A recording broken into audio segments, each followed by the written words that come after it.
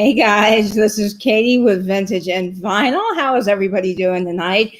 I thought it would be really fun to go on live since Fatbird Finds is not able to do Flippin and Sippin tonight. So I'm going to kind of take over and do some fun games, and we'll show some friend mail and just hang out and chat and have a fun Friday night. How does that sound?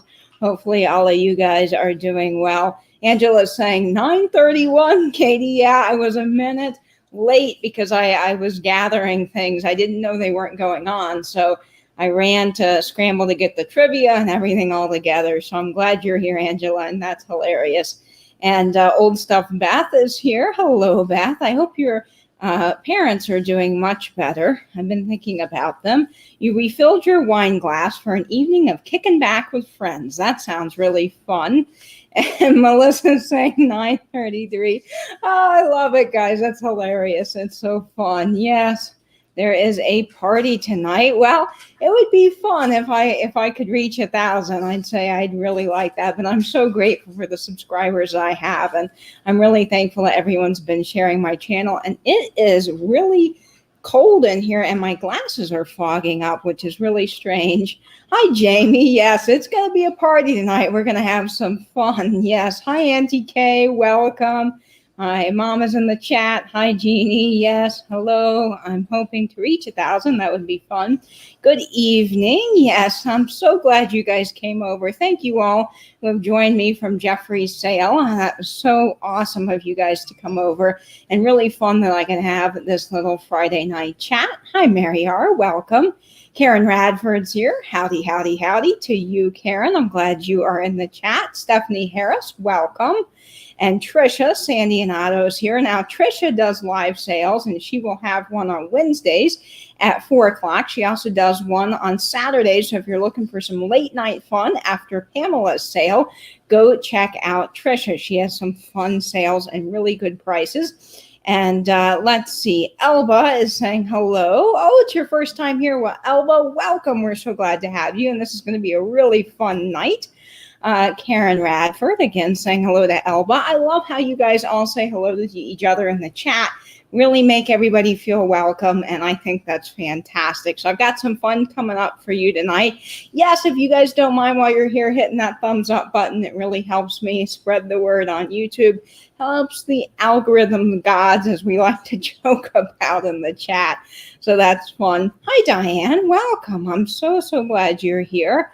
And let's see. Oh, the chat's jumping really quickly. Hi, Josie. I'm glad you joined us. Welcome, welcome. And I see Stephanie is here from Thrifting Adventures. Now, Stephanie also has live sales. Her sales are on Tuesday at 8 o'clock, and they're a lot of fun. And she will be doing a joint one with Joni from Vintagerous at Vintage Glass and China. So I'm excited about that. And then following her sale next Tuesday, Joni will be having fun games, prizes, and giveaways on her channel. So go subscribe to both folks. You got your drink ready. Well, I'm all ready tonight with my special drink. I'm a big fan of Gosling's ginger beer. I don't know if you guys have ever had this, but this is fantastic. Of course, the seal's name is Stormy because you can make dark and stormies with them. And this is just a fun ginger drink. So if you've never had Gosling's, it's the best. Barrett's makes one, and I believe there's a couple of others, but Gosling's really is the best. So I highly recommend trying that, and look up Dark and Stormies if you haven't had one. Hi, Linda. Welcome to the chat. I'm so glad you're here. Oh, Mr. Chapter 2's here. How fun, Aaron. I love it. It's so glad you're in the chat tonight. That's awesome. Groovy Vintage is here. Oh, thank you. Yes, today I am wearing my kind of triangular trapezoid-esque brooch with the browns and the orange. It's kind of an orange and yellow with a little tinge of brown. And I have my orangey hat and my orange lipstick. So that's what I'm rocking tonight, and my favorite blue jean shirt. This is like so comfortable and so fun to wear. So I love this shirt. Hi, Christy at Tippy Wings Vintage. Go subscribe to Tippy Wings Vintage. She's got some fun content. She opens up her purchases from other sellers here on YouTube. And Mr. Chapter 2 is in the chat, and Alex at Chapter 2 Vintage Co. will be having a live sale on Sunday at 1 p.m. and her sales are really fun. So go check that out. Hi, Sammy. Welcome to the chat. Jenna's here. I think I said hello to you. And Vinny's here. Awesome. Ryan Gosling put out a brand of ginger beer. Oh, Vinny, that's hilarious. I love it. Actually, there is not Ryan Gosling, but the Canadian actor. I forget his name, but he put out his whole brand of gin. So you can buy aviation gin now. And he's got a whole campaign for that, which is kind of cool. I've been seeing that on Instagram. Whoa, the chat's just going crazy. Hi, Electric Element. Oh, good. You love ginger beer, but never heard of that brand. Yes, it is a Bermuda thing. It comes out of Bermuda, and Gosling's is the bomb. I think it's the best one in the world. Yeah, definitely go try it. It's really refreshing. And if you have a tummy ache, you can always have a little bit of that, and it settles it right down. So I never not have ginger beer in my pantry. Hi, Vintage Roots Collection. Lori Ann, glad you're here. Lots of people haven't heard of Gosling's. It's one that you don't see in the grocery stores. You have to go to specialty liquor stores to get it, or you can order it online, but really it's the best. Hi, Lavish Mango. I love your name. It's so fun. And Helen Casey is here, and Sharon C., and Diane Broderick, and Diane McIntosh. If I said your name wrong, I'm so sorry. Oh, yes. I got some Valentine's today, and I cannot wait to decorate my aluminum tree for Valentine's Day. So I probably will be doing a Valentine's Day live, and I'll be sharing live decorating with my tree like I did for Christmas, because that seemed to be really fun for all of you guys. So I'm excited about it. Loving the orange. Awesome. Hi, Alex at Chapter 2 Vintage. I'm so glad you're here. Thank you so very much. This is so fun. Don Schonkweiler is from the Just One More Dachshund Rescue, and it always is great to see those little dachshunds. So thank you for helping them, Don. And I can't wait to see your newest Dachshund Rescue fella. Jamie is here. Awesome. I'm so glad you're here. Yes, I'm decorating mine for Valentine's Day.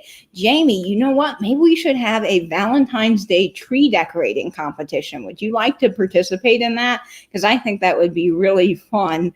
And Lisa Day, yes, thank you for subscribing. Oh, that's just so wonderful. I appreciate it. And Cindy from Mimi's Treasure Cottage. Lots of great channels in the chat. Vintage Vinny and Cindy, she has sales at 6 o'clock. And Jamie has some fantastic content. She's done Sunday at Sears with the Sears catalog. She's done a whole series of mid-century modern Mecca videos. So definitely go check out all of that. Yes, I'm hoping to get to 1,000 soon. That would be really fun. And you're decorating for Valentine's Day also. That's fun. Lori Blue Flamingo is here. And Bren, awesome. Lots of folks in the chat tonight. If I missed you, I'm sorry. The chat is moving very fast.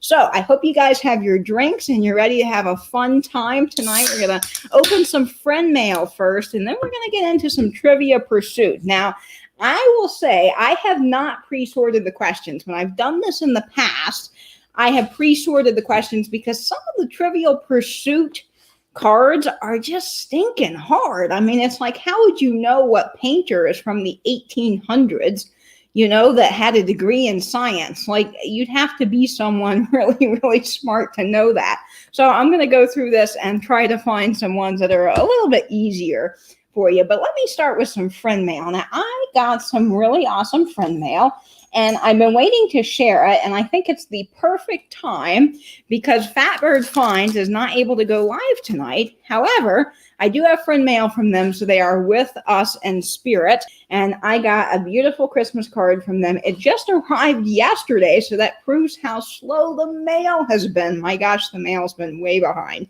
But everybody's doing their best to get things delivered. So I was just so grateful to finally get this card from them. And what's so fun is it came in an envelope with their signature sticker. So I had to save the sticker, you know. And then I got some really fun Fatbird Find stickers. So I'm so excited about that. And the inside's got their custom logo. These cards are just so cool. I love the fat bluebirds on the front. Those are awesome. So it says, Katie, we just wanted to thank you for being such an incredible supporter of our channel and for being such a great friend. We hope you and your family have a very Merry Christmas. Love, Mary Beth and Laura. And so, guys, thank you so much. This is very sweet. And I don't want to use the stickers. I think what I'll do is I'll take magnets and I'll put the magnets on my refrigerator, and I can pin up the stickers because they're just so adorable. I don't want to mess them up. So I love this. Thank you, Laura and Mary Beth. It is awesome. I also got some friend mail from Debbie at Our Vagabond Travels, and she was so sweet to think of me. She said, Katie girl, I saw this pin and thought you might enjoy it. Thank you for always being there for me. You are such a kind person. Love, Debbie. And it has a little cute card that says, enjoy today. And she sent me these awesome brooches. So I have this flower brooch here. I love the little starburst-esque detail on it. I just think this is so pretty and it's going to be really fun for spring. And then she sent me this other brooch. Now, I kind of already broke into this because I was wearing it yesterday because I just love it so much. You guys know how much I enjoy grapes and strawberries, and this is a grape brooch. I think it is absolutely gorgeous. And she included this neat little note that says it's marked LIA, which is the Lana Incorporated from Rhode Island, dated 1995 to 2003. So these brooches are so cute, and they're going to be really fun to wear on my shirt. So I'm going to have fun with that. And I've got a purple hat too. So I'm excited about that.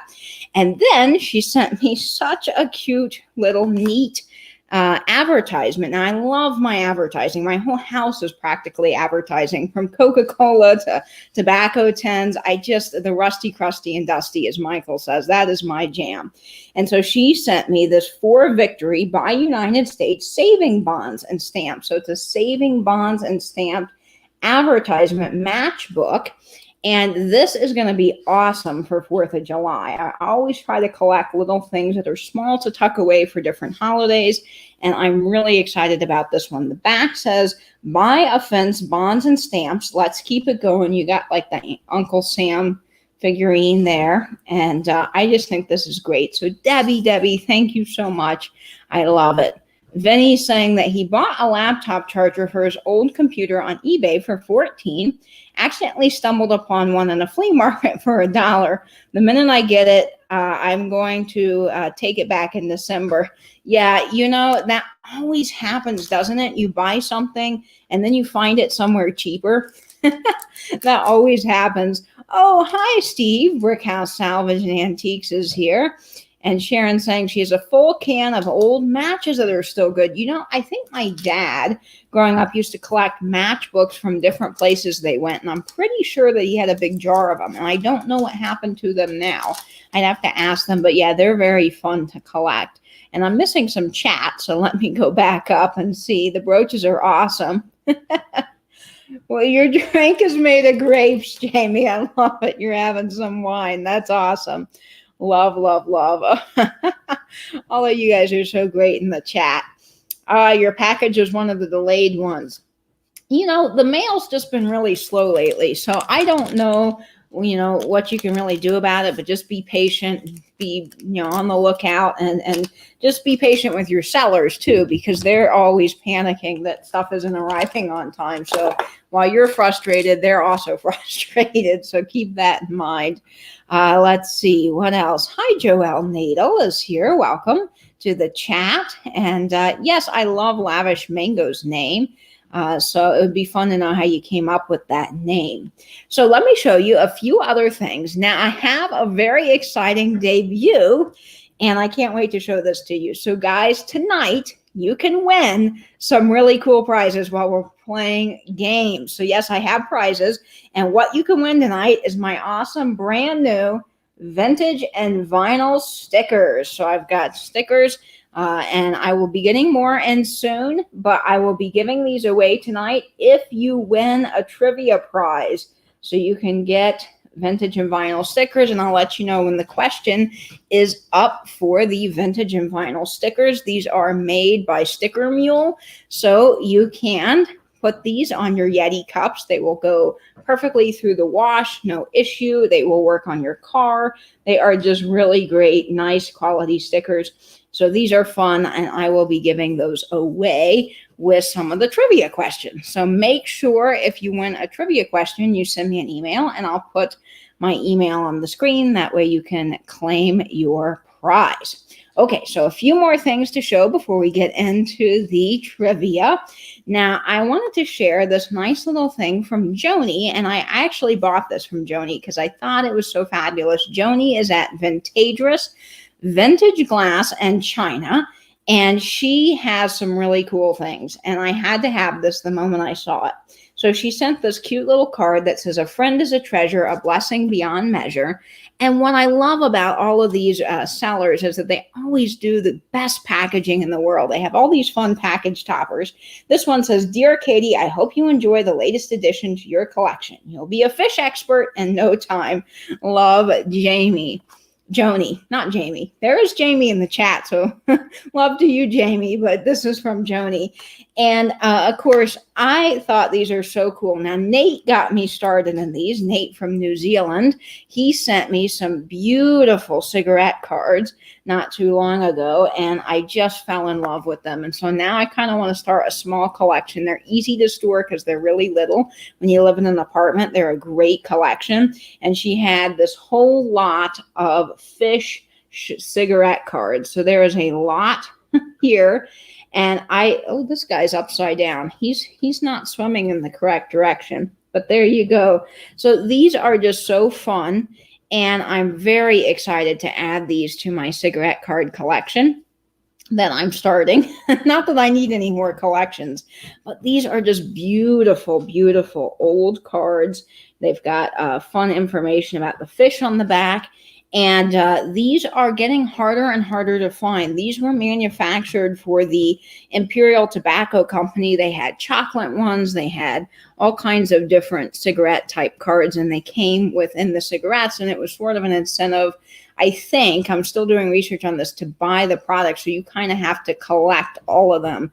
You know, it's like a collector thing when you buy the cigarettes or like the candy tins with the little cards. So there's all different ones, and these are fish. And I thought it would be fun to start with the fish because I live in Florida, and it's just kind of fun. And I always love how fish look. They have a very funny face. They're sort of like, I'm just here, nonchalant, I don't care. I mean, it's hilarious to me how they depict fish in pictures. Am I the only one that feels this way about the fish? Look at this guy. He's just puckering his lips. Kissy, kissy. I think these are great, and they're really fun. So this was a screaming deal, as Joni would say from Vintageous. Look at this guy. Oh my gosh, his teeth are hilarious. Look at him. He's showing his teeth. He's like, eh. Kind of reminds me of smiling for a picture. You know, when you're a kid and your parents make you, and they're like, okay, we got to take a family picture, and we're all in matching sweaters or pajamas or whatever. And they're like, get together, act like you like each other. And you're like, you know, that's what this fish reminds me of. So I think that's kind of funny. We got an eel here. Now, I am by no means an expert on the different type of fish. I think that they tell you, this guy, he's got another fish. So he's eating somebody for dinner. Oh my, these are kind of fun. So I'm going to go through these. Oh, we got a little octopus fella.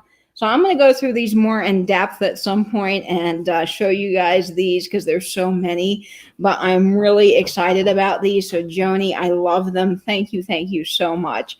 Love the fish. I think they are great and really fun to have these cards. Polly's Projects, if I didn't say hello to you, welcome. And Julie Day Trip Vintage, thank you for telling everybody to thumb up. And I did see that Patrick was here. Now, well, Beth is saying, is there a fish dentist in the house? Yeah, that one fish. He needs to go to the fish dentist, that's for sure. Hi, Patrick. Welcome. I'm so glad you're here. If you're not subscribed to Patrick's channel, he is fantastic. He does live sales every Thursday at 8 p.m. and I really love his sales. So go check out Patrick. And he does deep dives too. I've done a couple of deep dives with Patrick. I did one on typewriter ribbon tins and one on vinyl records. So I was really excited to be on. Hi, Nettie, my fellow pug lady in the chat. Welcome, welcome. Okay, and oh, Dana's here. Dana, I missed your comment, but I saw you go by, so I'm so sorry about that. And Annette Fain is here. Oh, of course, Lori, you can beg for subscribers any day you want. So Lori Blue Flamingo, she is Carrie's mom, KCATX, and she's always in the chat. And she's starting a channel and is a real natural seller. She's done a couple of live sales, and I just so enjoy her. So guys, please go support Lori Blue Flamingo and everybody else in the chat. If you got a channel, drop your link and go support each other. Okay, so the last thing that I'm going to share before we do some Trivial Pursuit is I want to share something I bought from Swatch, and I'm going to be doing a part 2 soon to my Swatch collection. So for all of you guys that saw my first video on Swatch watches, I am going to do a part 2. I'm going to share the rest of them. Hi, Blake Dorman. Good evening. I'm so glad you're here. You're going to have some fun because we're going to play some Trivial Pursuit, and you and Jamie can duke it out in the chat. So that's going to be really fun. And Virginia, hello. Welcome. I'm so glad you're here. Oh, and Tiger Purple, I just saw your name. Howdy, howdy, howdy. Okay, so let me show you guys what I got here from Swatch. Now, I got this because it is a limited edition Swatch. It's only out for a short amount of time. It is not the regular swatches that you can buy all year around. And I will say that I love Swatch, but I also love Keith Haring and Mickey, and they had a Mickey Mouse collection. They did a Mickey Mouse drop 2 years ago, and I could not get it. It sold out within like 2 seconds on Swatch's website. So when I saw that they were dropping this collection, I was online at 10 a.m. trying to get one, and I was very, very lucky to get the Mickey Mouse Keith Haring. Now, if you don't know, Keith Haring was a big artist of pop art. He did a lot in New York City. I've gotten to see his work in Greenwich Village. He made some pretty edgy art for the time in the 90s. He also did some sculptures. You can see, I saw one of his sculptures as well in Battery Park in New York City, and a few other sculptures. I kind of went around looking for his work. There's a whole Keith Haring museum, I believe in LA. I could be wrong. And this is the Mickey Mouse, Disney, and Keith Haring swatch, which is just awesome. So all of the swatches that are special, sometimes they come in these really neat packaging, and this is one of the special swatch packaging. So you've got the Mickey Mouse there with the original OG Mickey, you got Disney, and you got Keith Haring, and then you open it up and they're going green. So they've moved away from their plastic swatch containers, at least for this watch. I don't know if that's the case with the other watches, but you've got this kind of like recyclable foam insert, and it says job done, recycle or compost. So different, but here's the watch itself, and this is just really cool. You've got Disney and Keith Haring, and then you've got the original Mickey Mouse with the striped band. This is red, black, and white, and I'll take the little sticker off. And then you've got that Keith Haring design. He was known for doing, I don't know if that's showing up, but you see the background of Mickey there. He was known for doing that kind of, I call it like squiggly lines, but there's definitely a more art type name for it. But he drew those little, if you look him up, he drew the figures and things. So they were like people with the black squiggly lines. That's what he was really known for. And he did dogs and he did all kinds of things. So this is just really cool. Super hard watch to get, I believe now. I don't know if they've done another drop of them, but I was really excited to get one. So yes, I think is the Mickey design his or just the red. So this is the original style of Mickey Mouse from the old cartoons, but they've changed him a little bit. It's not exactly the one from the cartoon, but they've kind of added him to be more accentuated, to be a little more pop art, since that's what Keith Haring did. So this is just cool. It's red, white, and black with the Disney and Keith Haring. And I had to pick this up because, you know, special limited edition swatch is always awesome, especially when you have one of my favorite pop artists. I like more traditional art. I love Impressionists. That's my real favorite type of art, but I do enjoy Keith Haring a lot. And since I love New York and I've studied him a lot, I really just think that he's fascinating and fabulous. So yes, I love that. Hi, niche lady, Danny. Thanks for joining the chat. Is there something in the air today? People are seriously trying my patience. Oh, in the Facebook group. Yeah, Facebook. I've gotten off of Facebook. I won't be too political because this is a fun chat tonight. So we're all having fun. However, Facebook has gotten really political and has tried my patience too. So I am really not on Facebook that much anymore. Tia Fane saying, I would love it if Swatch would do a Beistel Halloween collection. Oh my gosh, Tia Fane, wouldn't that just be fabulous? Holy cow. Now, they did a James Bond collection. And guys, let me tell you, this James Bond collection, they had Moonraker, which had this super cool shiny watch. They had Casino Royale. They had, what was the other one? Die Another Day. They had a whole bunch of them. And they came in this awesome old VHS box. And then you opened it and there was the swatch. Like, Swatch is so awesome with their packaging. And I kid you not, this sold out online. I think it was like a record of 3 seconds when they dropped it. And I never got one. And I've been scouring eBay. Guess what they're going for now? $500 a watch. So Swatch collectors can get pretty crazy with the limited edition drops, I'm telling you. So if you ever see Swatch and James Bond and you're a reseller, pick it up because it's not easy to find anymore. It was very limited. So yes, very fun. And I would love to get the Moonraker watch. I haven't been on Facebook on months. I just can't do it anymore. Right, Vinny? I just can't either. But we're going to focus on something a little bit more fun, and we are going to play some trivia now. So I've showed you all my fun friend mail and little things here that I wanted to share. And now we've got some Trivial Pursuit. So remember, if you win a prize tonight, just make sure you email me and I can mail you out one of my stickers. I will be getting more. I only have a small amount here. These were sort of the test batch because I wanted to make sure that they, you know, were printed correctly and they're perfect. So nothing wrong with these. Awesome. Yes, shaken, not stirred. Perfect for happy hour tonight. Definitely. Yeah, the James Bond one's pretty cool. Yeah, I was in your live chat today, Danny. I wasn't in for very long, but I saw that you guys were having some horrible troll issues, and I am so sorry. I wish Swatch would put out other collections from the 80s. Christy, they do have a couple right now from 1980 on their website. They have the Don't Be Too Late one, but they didn't ever come back out with the Mix Swatch, which is the one I'm still trying to get from the 80s. They also do have the jellyfish, so that they've reinvented the jellyfish if you want that. So you can get it. Blake saying, I'm going to win. Competition in the chat.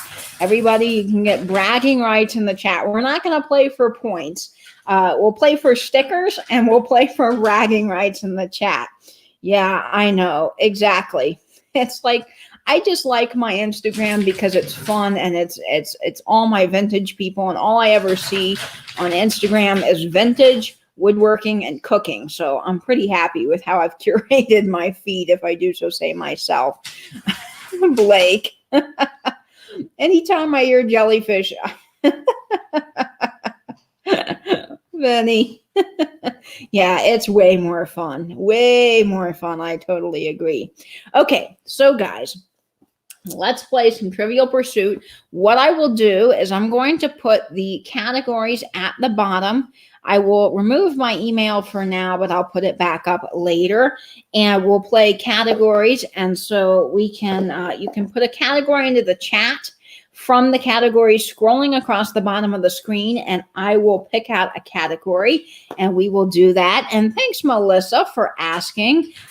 Yes, Louie is doing better. In fact, you can hear her right now scraping her kennel across the floor. Sometimes her treats get stuck under there when she knocks him out of her little rolly ball thing, and so she likes to bat it around the floor and try to get the stuff out that's trapped under there. But she's doing well. She's running around having a fun time back to herself. So that is really awesome. And yes, for all of you guys that don't know, my pug Louie had an allergy attack in the middle of the night a couple of nights ago, and I had to take her to the ER at like 2 a.m. So she's doing better now. Okay, so the first category I see is Polly's Projects, is entertainment, and I will just kind of go down the list best that I can, and we'll see. Now, I am looking for a good question, and let's see. I think this one is a good one. So, Jamie's saying, Blake and I are turning this into a strip Trivial Pursuit. Oh boy, Jamie, that's an image for sure. Louie just came over to say hi. Oh boy. Yeah, people are saying, yikes. Oh, for Louie, yes, but I did see that Vinny says, oh dear Lord. Okay, this is fun. I love it. All right, so here's for the entertainment question. How long was the TV mission of Star Trek's Enterprise to be? So here is the question. How long was the TV mission of Star Trek's Enterprise to be? Now, I'll admit I've watched a little bit of Star Trek, but I don't know much about it. Let's see. Blake, you're going to win because I don't wear underwear. Oh, man, you guys are hilarious. Patrick saying too much information. Okay, so let's see. I think lots of people know this. And the first answer I see, yes, Cindy got it. 5 years is the correct answer. So if you got 5 years, you can have bragging rights in the chat. 5 years. Lots of people got this. I am not well versed in Star Trek, and I probably would have said 3 or 2 years myself because I just don't know. Vinny says, oh, this is going to turn into a night of shopping. And you better believe it, Vinny. Oh, boy. Dragonfly Addict, 5 years. 12 years, no. 3 years. Good guesses, everybody in the chat, but it is 5 years for whoever got that. Darn it. No, that's okay. I wouldn't have known either, but 5 years. Stephanie, you were so close with 6 years. 5 years. Lots of awesome guesses in the chat. So yes, good job, everybody. Star Trek nerds. Yeah, I don't know much about Star Trek, I'll be honest. Now, my friend does, who lives near me. He's really good at Star Trek. Okay, guys, so let me see what the next category was that people were selecting. Of course, the chat moves by, so I want to go back up and see what people were suggesting so I can get everyone in order here. Hopefully, I can take requests. So we did entertainment with Polly's Projects. The next one I see is Old Stuff. Beth and Grace, they're requesting arts and lit. And then we will do history and science. Okay, so let's get an arts and lit question. And, oh, I think this is good. Now, I might have done this before because some of these have my little red dot, which means that I've marked them for a game in the future or game that we have done. So hopefully I haven't done this, but if you already know the answer, you'll be ahead a little bit. It says, what's the shortest and bloodiest of the Shakespeare plays? This is arts and lit. What is the shortest and bloodiest of the Shakespeare plays? And I know the answer to this. 1, because I have the card, but 2, I'm a big Shakespeare nerd. I love my Shakespeare. So we'll see what everyone is saying in the chat here. I'm too young for Star Trek. Yeah, my friend is a huge Star Trek fan. I just don't know a lot about it. Jamie's saying I'm not a nerd. I do love Star Wars, though. I'm a big Star Wars fan. I have to say that's what I choose. Okay, now let's see. Oh, lots of answers in the chat here. All right. Now, Lorianne is saying, is there a chocolate candy option? Because I'm a pro. Oh, man, you guys are hilarious. So Cindy at Mimi's Treasure Cottage did get it right. It is Macbeth. Macbeth is the shortest and bloodiest of Shakespeare plays, and we've got Hamlet. Now, Hamlet, you would think, because it is bloody too, but no, not Hamlet. Yes, Macbeth. Julius Caesar. That's a good guess too. Yeah, a lot of people probably would say Julius Caesar. Et tu, Brute? Hamlet, no, good guesses though. Everybody's got some really good guesses. Not Titus, good guess, Patrick. A really good guess there. Macbeth. So lots of you guys know not Titus Andronicus, but good guess, Tia Fane.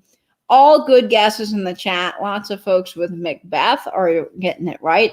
Lavish Mango is saying Star Trek OGs is on TV somewhere most of the time.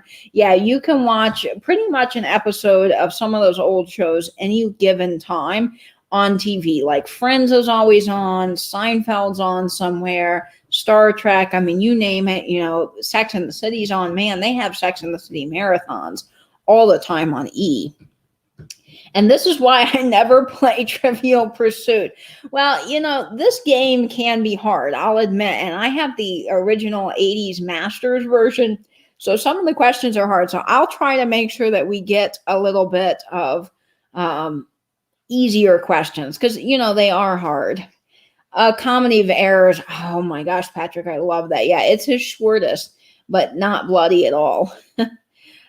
Kim is saying hello. Hi, Kim. Welcome to the chat. If you're not subscribed to Kim at Oh My Vintage, please go subscribe. She is awesome. Auntie K, too. They both have some really fun unboxing videos. Blake is saying, Jamie, let's put the kids to bed. I love it. I'm better at Jeopardy than Trivial Pursuit. Yeah, Jeopardy is hit or miss for me. Sometimes I know the answers, and other times I'm like, I have no earthly idea, especially when they talk about islands. They're like, this island is between this sea. And I'm like, I've never even heard of that sea. It's not that kind of program. Penny. Oh, my. Why do I keep reading Trackiest Quickie? Oh boy. I tell you, the chat is funny sometimes, and I have to really laugh. And I have to say it's even funnier when autocorrect does its damage, because then that really becomes hilarious. Because you are lots of great stuff in the chat. Okay, so for the next question, we are going to do science. I believe that was the next request. It's hard to keep up with the requests, but the categories are scrolling across the bottom of the screen, so we will have fun with that. Now, I'm going to read this for Vinny, because Vinny's going to make some fun out of this question, and it's going to really liven up the chat. But I think most of you guys will get this. Vinny, this is also in honor of you, because this is one of your favorite things, along with other people in the chat in our community. We all love this. So, okay, here we go. For science question, what food comes blue-veined, soft, or hard-pressed? What food comes blue-veined, soft, or hard-pressed? And boy, I want some of this right now. I'll tell you, I did have a little bit of this for dinner, and it was very good, I have to say. So what food comes blue-veined, soft, or hard-pressed? And this is something that we talk about all the time in the chat. Let's see. No, not an oyster, but man, Cindy, I wish I had some oysters. I love oysters on the half shell. I love oysters. Not crab, but they do have some delicious soft shell crab. And Beth got it. Yes, cheese. Now, I was thinking they probably would have said more specifically blue cheese, but yes, cheese it is. So we got a cheese question for all the folks in the chat. Not shrimp, but that is a good guess. Cheese. Ooh, crab and lobster. I'll tell you what, I could enjoy some crab and lobster. Let's see. Cheese. Vinny got it. Nettie, blue cheese. Yep. Let's see. Stephanie at Thrifting Adventures also got it. We won't have to wonder because he's finally here to say it. Yes. So lots of cheese answers in the chat. Crab is a good guess, though. I will say crab or lobster, if you got that, that's really a good guess, too, because they do have soft and hard shell, and it is sometimes colored. Yes, crab, not lobster, but it's actually cheese. I know. We were talking about cheese curds on Misty's sale the other day, and I was having the best time thinking about cheese curds, and I finally had to get some cheese because I was just so craving cheese curds. Oh, man, that's a very naughty question. It is. The way it's worded, Vinny, is just so bad. I love cheese. I could eat cheese for breakfast, lunch, and dinner and be very happy. Yes, pass the cheese. What did Lorianne say? I see people laughing at Lorianne's comment. Let me see what I missed. I can't get my mind out of the gutter. I know. Well, sometimes it's hard to. There are certain things that are just written a certain way, and you can't. It's just there. Goodness gracious, right? Well, that's a cheesy answer. Lisa Day, I love it. I love all you guys so much in the chat. It's fun. And yes, who said fried cheese curds? Yes. Okay. Oh, hi, Amanda. Hot Mess Vintage. I'm glad you're here. Welcome. We're having fun. And let's see if there's anything else in the chat I missed. Oh, and Lori is here, the second part of living. Hi, Lori. Welcome to the chat. Okay, so we've done entertainment, we've done science, arts and lit, and history, I think, was the next one. So we'll get a history question. I will try to sort through some of these because I think some of them are just really tough. Oh, here's an easy one. Okay, I think everybody will be able to get this. How many were in attendance at the Last Supper? How many were in attendance at the Last Supper? So that should be pretty easy for everyone, I think. Hi, Larry Riley. Welcome to the chat. I'm glad you're here. I know it does not make you think of cheese. It's really not a well-written question at all. You have a great story, Melissa. Oh, what's that great story, Jamie? I'm curious now. I'm missing some of the chat. And yes, Patrick got it right. 13 were at the Last Supper.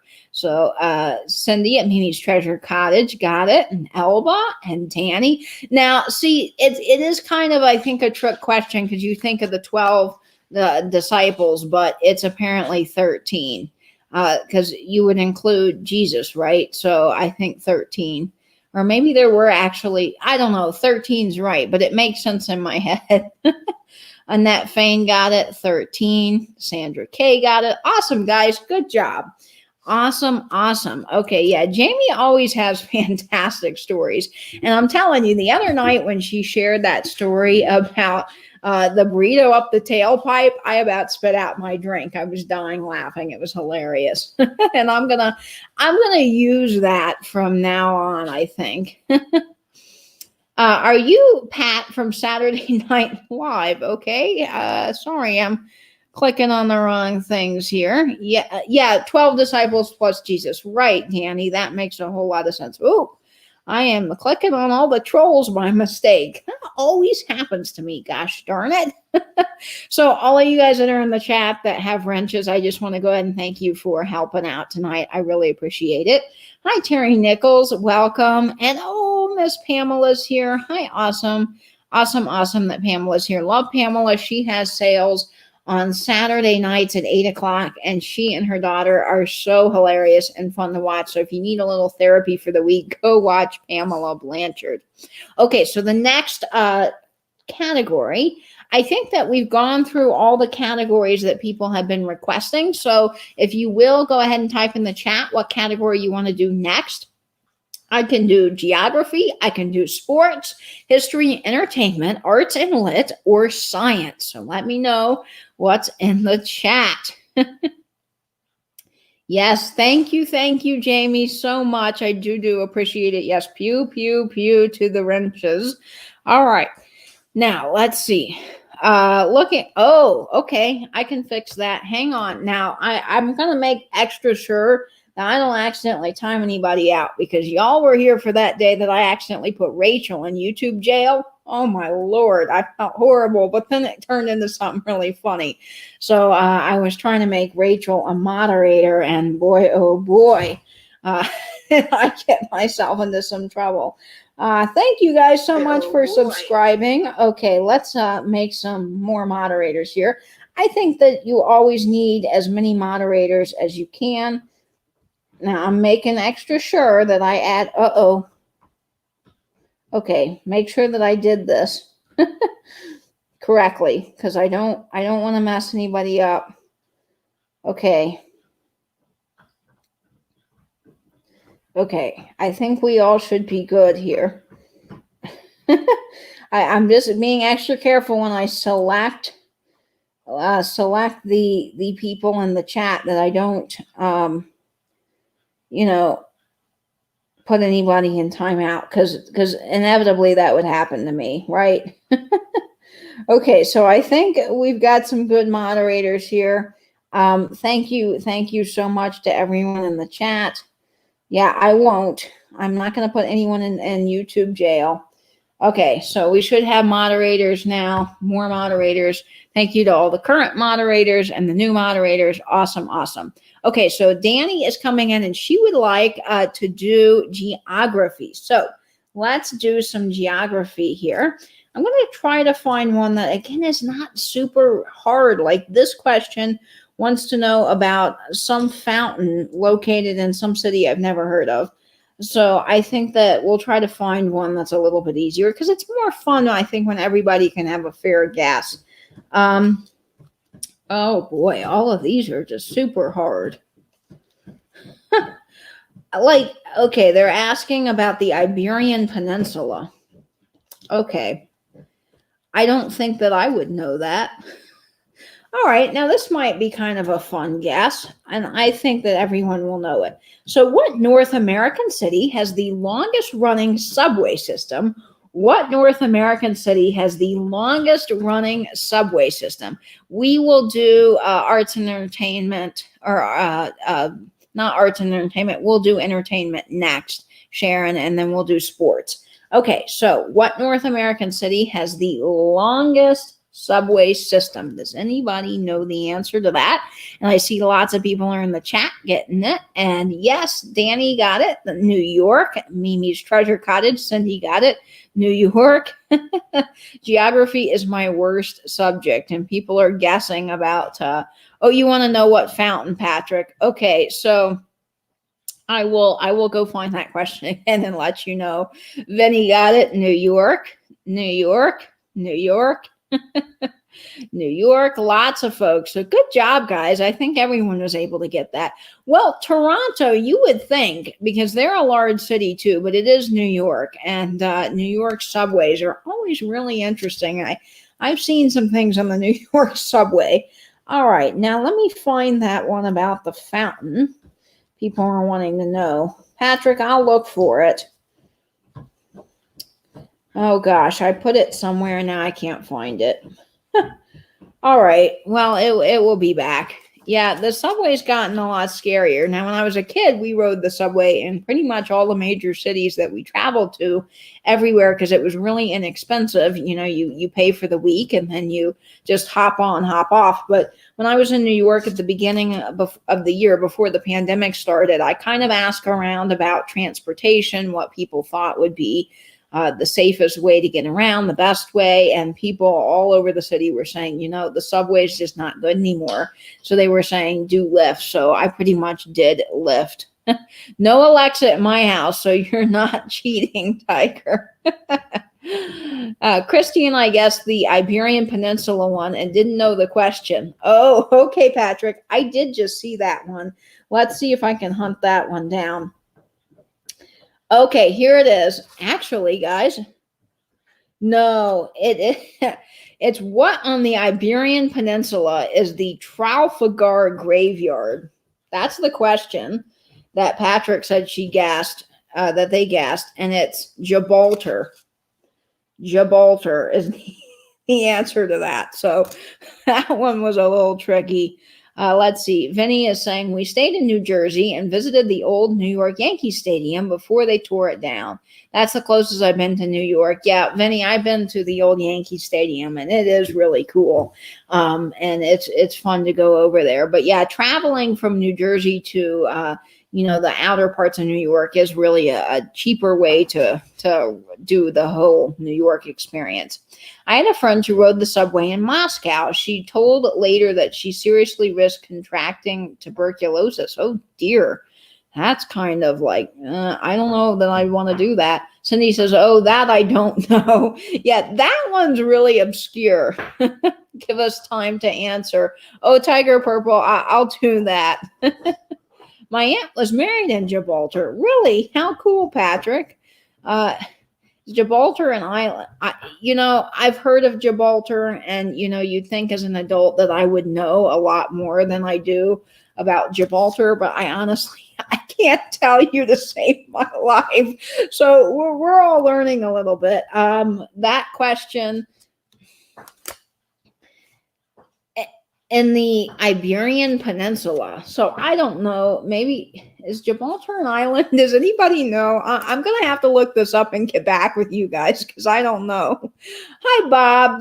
Bob. It's your birthday. Oh, happy birthday, Bob. I'm so glad you are here. Good cheer to you and all your rodent friends out there in the world. They're all wishing you a happy birthday. If you don't know Bob, he's from several of my vinyl chats, and he loves rodents. And he and I have talked about my guinea pigs and rats and that kind of thing, as well as records. So I always say that he should have good cheer for all the rodents around the world. Dana saying the path train from New Jersey to New York is great, not scary at all. Yeah, that's a little bit easier to do. Yeah, it's a peninsula. Oh, thank you, Bob. That's something that I really should know, and now I'm all learning with all of you guys about that.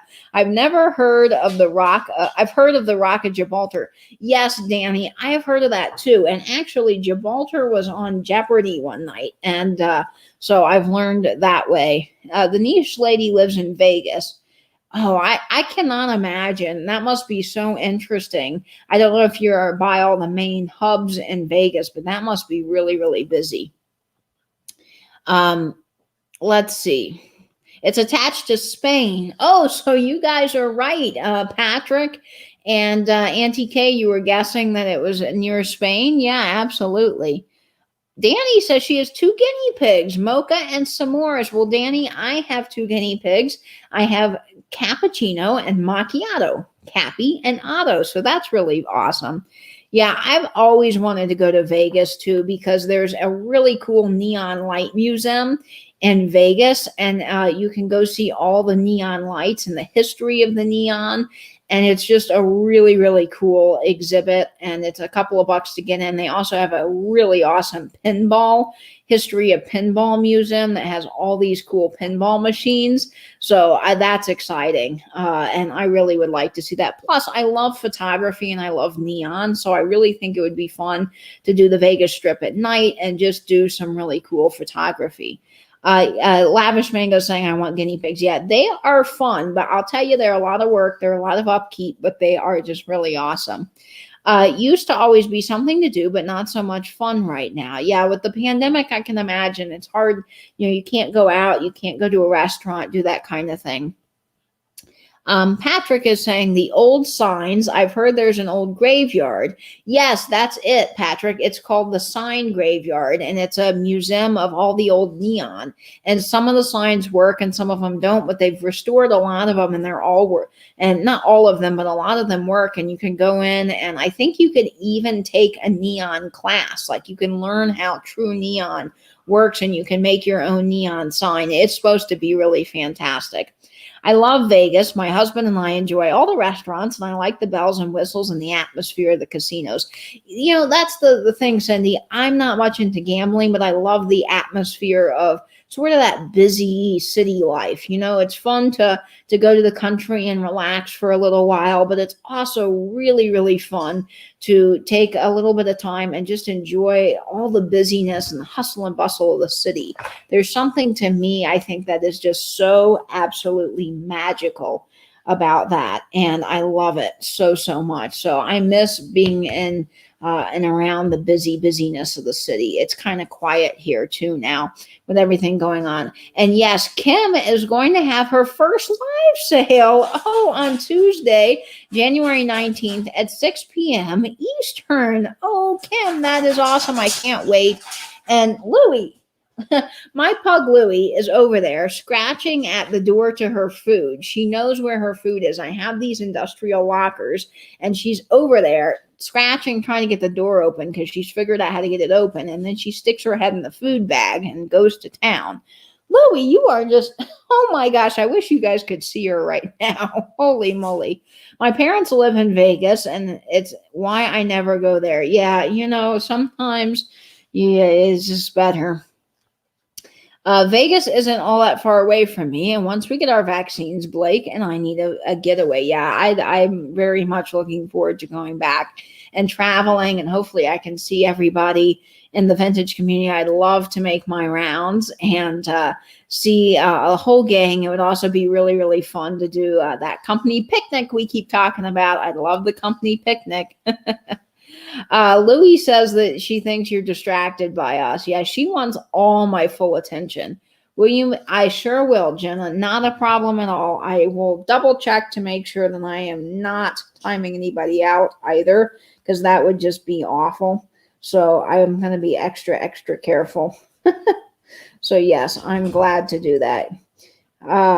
Okay. Yeah, we're having a few trolls tonight, but that's okay. It does happen. And I appreciate all the moderators for taking care of everything. Let's see. Oh, okay. The chat jumped again. I'm sorry when the chat jumps, folks. I try to go back up and see what I've missed. Okay.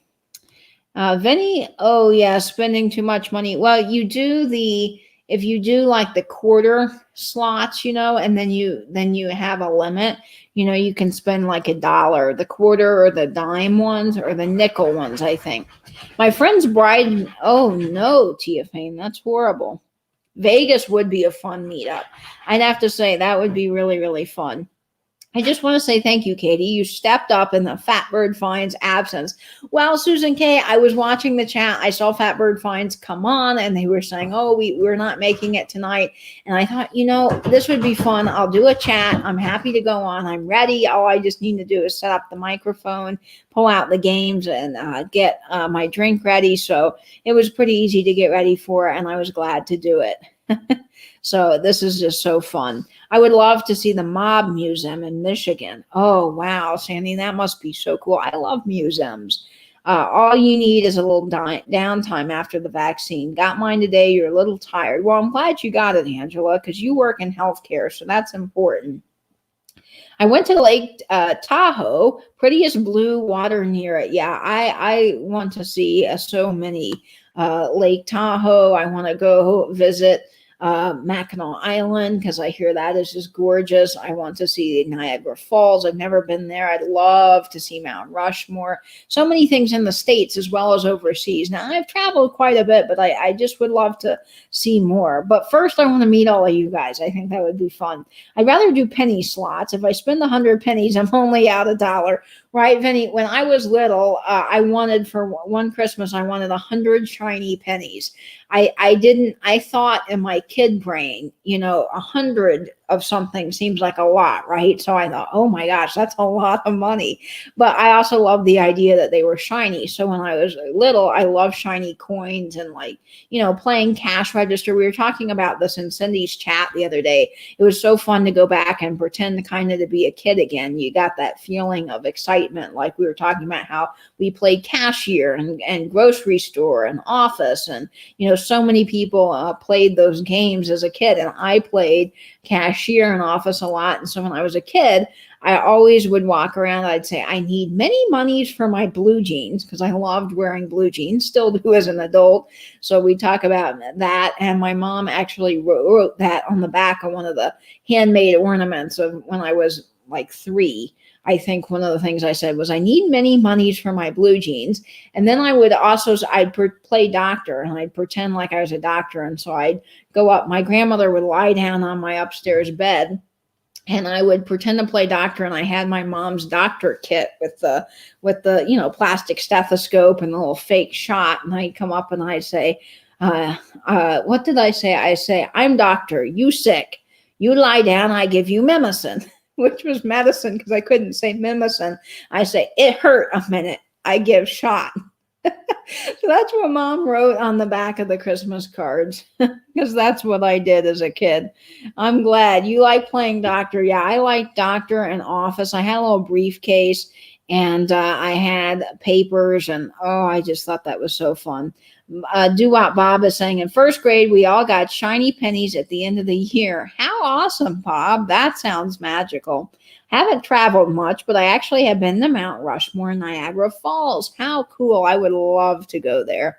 I immediately went and put in a safe deposit box. Oh, cool.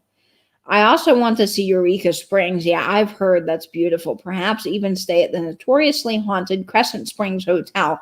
Actually, I've heard about the Crescent Springs Hotel, and that's really interesting.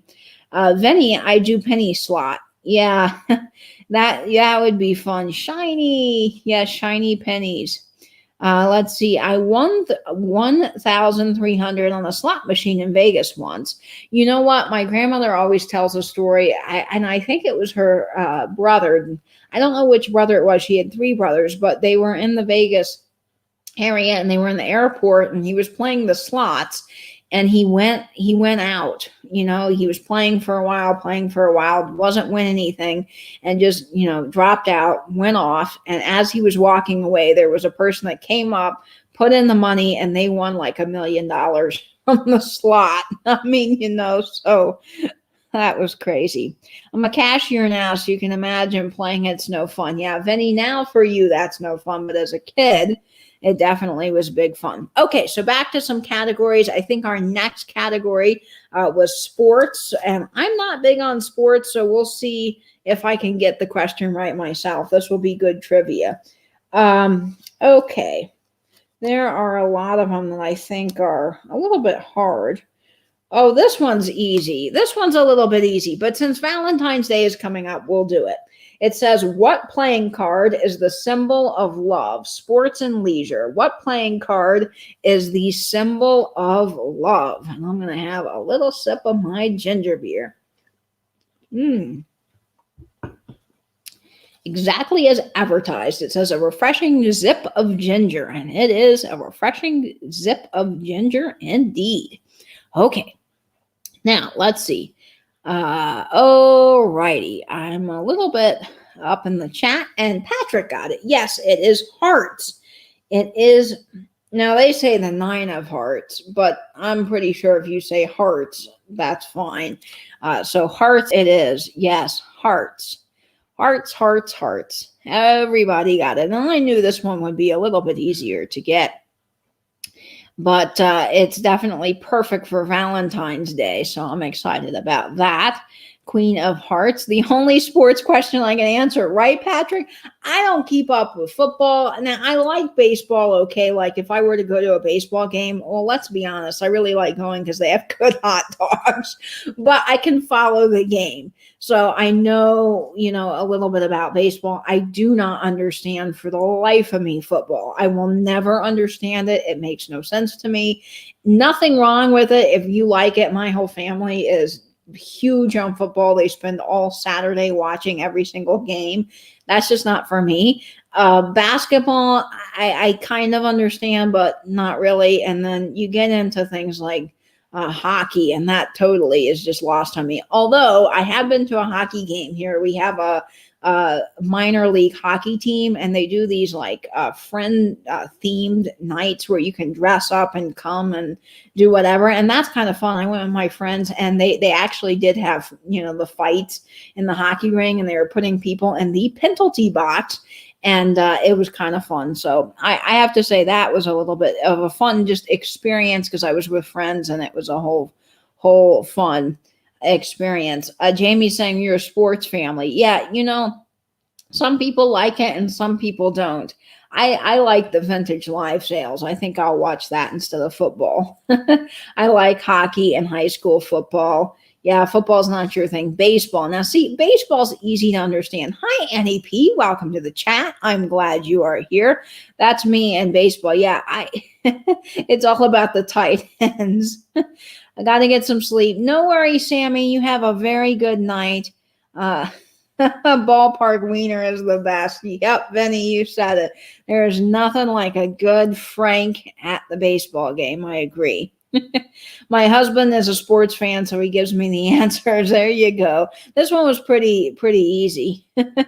I think everybody could get it. Both my sons played football, and I don't understand. Yeah, I don't understand it either personally. There's other things I could watch on TV, but you know, I was rooting for Alabama because of Miss Pamela. I know she wanted Alabama to win, so I was rooting for her in spirit, even though I wasn't watching the game. Yes, the Chiefs from Missouri. Yeah, I always, you know, root for the Chiefs if I have to pick a team because, you know, the whole Missouri thing. Hi, Dawn. Give an extra hug for your new rescue. Yes, Dawn Schonkweiler is here from the Just One More Dachshund Rescue, and she got a new rescue. So, yes, give him lots of love from Louie. Auntie K, what did Auntie K say? I miss chat. Man, it's hard when the chat goes fast. Auntie K says, fun fact, most of the Jacksonville hockey players were from Canada. One asked me out. Should have said yes, darn it. Yeah, you should have, Auntie K.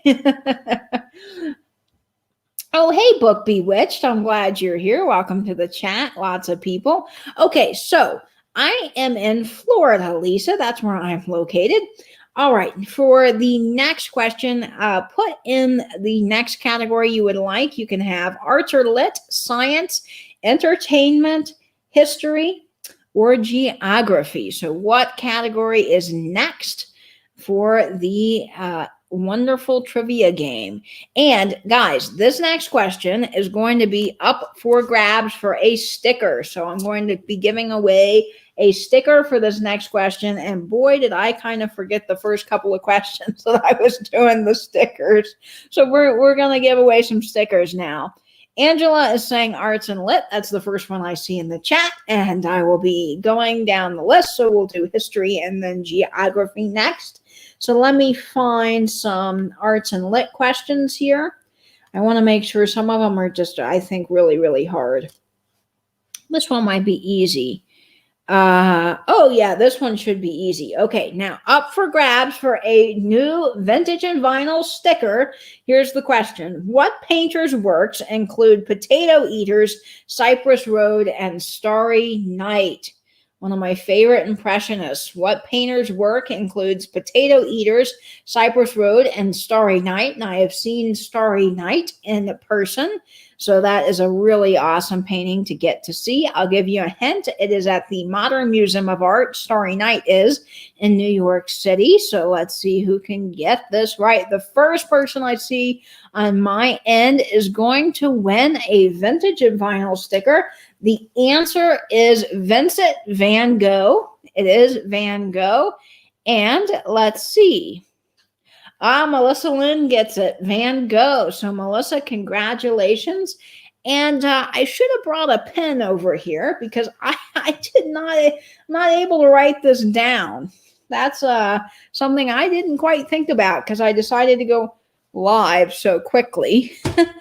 So I will go back, I think, through the chat and just watch. You know what? I can keep track on my phone. Let me just do that. I'll just text myself. Do you guys ever text yourself notes? because I do that all the time.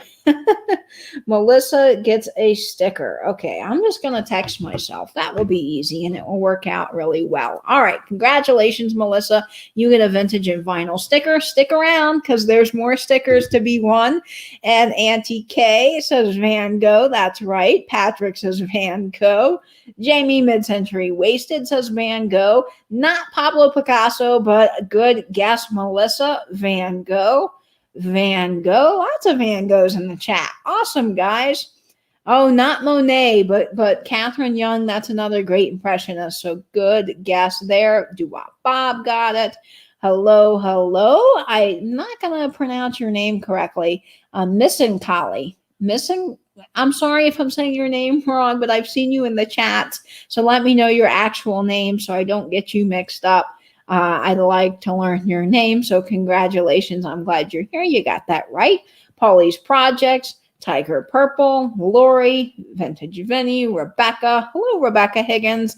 Don't know if I said hello to you or not. Nettie, Dawn, all kinds of great folks in the chat. Stephanie got it as well.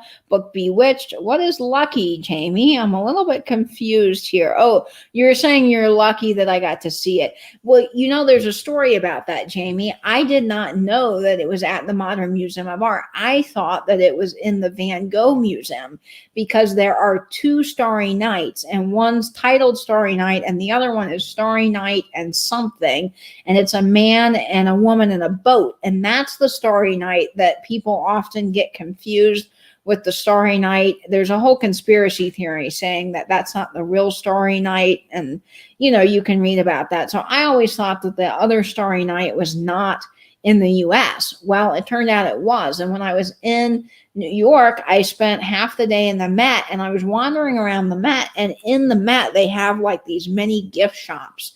They have one main gift shop, and then they have like these little mini gift shops in between the exhibits. And I kept seeing Van Gogh's Starry Night, and I was like, is that here? Like, you know, it's like, I know it's a modern art, it's a museum that has art and great art, and they have a lot of Van Gogh. So I was like, I'm sure maybe they're featuring it because it's an art museum and they're going to sell the Starry Night things. Well, I stopped and I asked the lady, I said, so is the Starry Night here by Vincent Van Gogh? And she goes, oh no, but it's right up the street at the Modern Museum of Art. And I was like, my gosh, it's in New York. I would be crazy if I didn't go see it. And so I went from the Met. I spent half the day in the Met. I went over to the Guggenheim because they had only floors 1 and 2 open because they were doing renovations for their new exhibit. So I got to see floors 1 and 2 of the Guggenheim, which only took me about an hour. So then I had plenty of time to go over to the Modern Museum of Art, and I got to see some Salvador Dali, which I did not know was there, which was phenomenally cool. And then the Starry Night. So yeah, I was really lucky on that. The Potato Eaters. The Potato Eaters, Beth, it's a painting. In fact, I can Google it for you guys.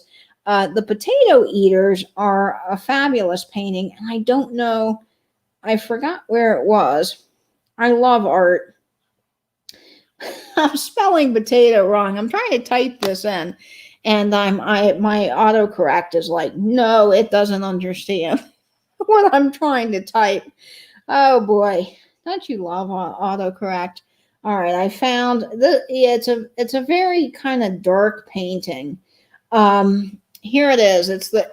I couldn't really describe it. So there's the Potato Eaters by Vincent Van Gogh. And there's also another series of like the potato farmers, people in the fields, Van Gogh. So yeah, awesome. Good job, guys. Starry Night by Don McLean is one of my favorite songs. Yes, Tia Fane, that is a great song. All right. Awesome. What are we congratulating? Congrats. Melissa, let's see. Oh, yes, for the sticker. Hello. My phone kept changing to Van Can. Oh, I know. Don't you hate that? Autocorrect gets me every time.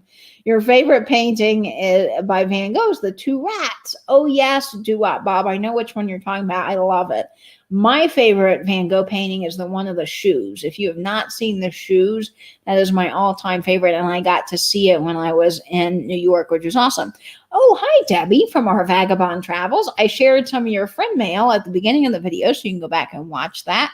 Thanks for looking that up, Katie. I love art, but never heard of that one. I've heard of that one. I've never seen it in person. The third painting for Van Gogh, it was The Potato Eater, Starry Night, and Cypress Road. I'll look up Cypress Road too, and I'll show you guys that as well. Cypress Road by Vincent Van Gogh. It's kind of hard to describe some of these. Okay.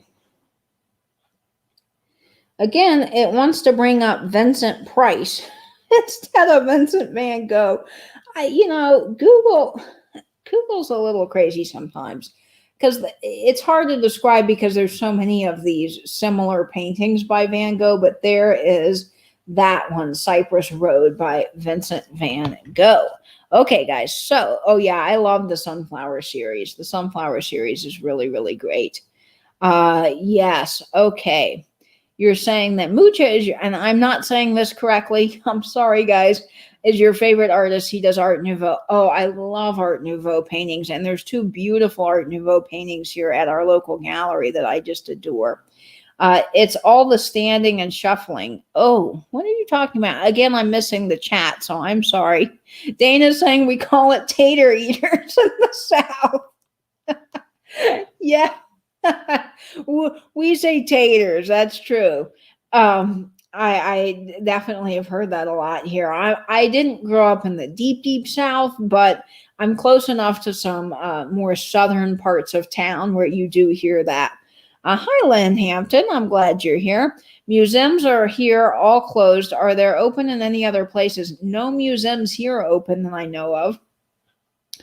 Oh, very quickly. Yeah, Cindy, I know what you mean. When I did the Met, one of the things that I did, my mistake is I was out in the cold. What I did was I did the Brooklyn Bridge. This was sort of, I planned the whole trip myself.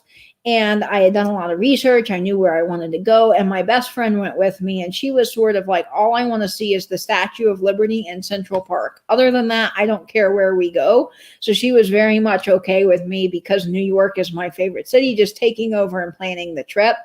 And my favorite spot was the Met. And of course, I wanted to do Brooklyn Bridge. So the morning I did the Met was the morning that I did the Brooklyn Bridge. And I really shouldn't have done all of those in one day because the Brooklyn Bridge was a walk. I walked the entire Brooklyn Bridge and then went and did the Met and then did 2 other art galleries in one day. So if I were to do it all over again, I would not have done all of those in one day because I was worn out. It was also extremely cold on the Brooklyn Bridge, very windy and rainy that day. So I had a big wool coat. I had the long johns and I had like the moisture wicking underlayers. And then I had a really, really thick flannel like camping shirt on because I mean, it was windy and rainy and just, kind of yucky. And it was in the financial district there, all the buildings create this wind tunnel. So it was super cold. And then I walked through the Met, and as I was going through the Met, I was getting hot. I was burning up and all the stuff I had. So I told my friend, I gotta go to the bathroom and strip all this off. So I was in the bathroom trying to get off, long johns and whatever else while I was sweating. And I was like shoving it down into my backpack and I'm lugging my coat around the Met. Yeah, I would never do that again. Yeah. Okay. Oh, only 35 subs away to 1,000. Oh, thank you, Vinny. Oh, I feel so happy about that. Thanks, guys. You are awesome. Yes, the mat, not the mat. Wouldn't that be funny if we had a museum called the mat? Oh, we're all going to the mat. Oh, they have pictures of doormats. It could be like one of those pictures where you see doors from all around the world. Remember those posters in the 90s that hung in like every doctor's office where they had doors of Avondale or doors of this? Like, it just be a museum of doormats. And it's like, oh, you got this variation of welcome, and oh, this welcome mat has pineapples. I don't know. I'm just amusing myself here for no reason at all. Thanks, Jojo Mama. I'm so glad you're here, and I'm glad you subbed. I know what you mean, exhausted. Okay, guys. So the next question in the chat, and I see Dawn said something funny, and I missed it. So whatever I missed, I'm so sorry. DC is still my favorite place in the U.S. Yeah, I love DC, Patrick. And the neat thing is all the museums are, for the most part, except for the Spy Museum and some of the more privately owned, they're all free. And the United States Postal Museum is fabulous if you ever get a chance to go there. Love Renoir. Love, love, love. Oh, yes. Okay, so I'm sorry, Don. I missed some things in the chat. Oh, man, Katie, you must have slept nice that night, Kitty. Yeah, I did. I conked out. We got back to the hotel, and we had dinner reservations, so we changed. We got showered because after you do museums all day, you feel kind of gross. And we went to dinner, and then we came home, and we just totally conked out.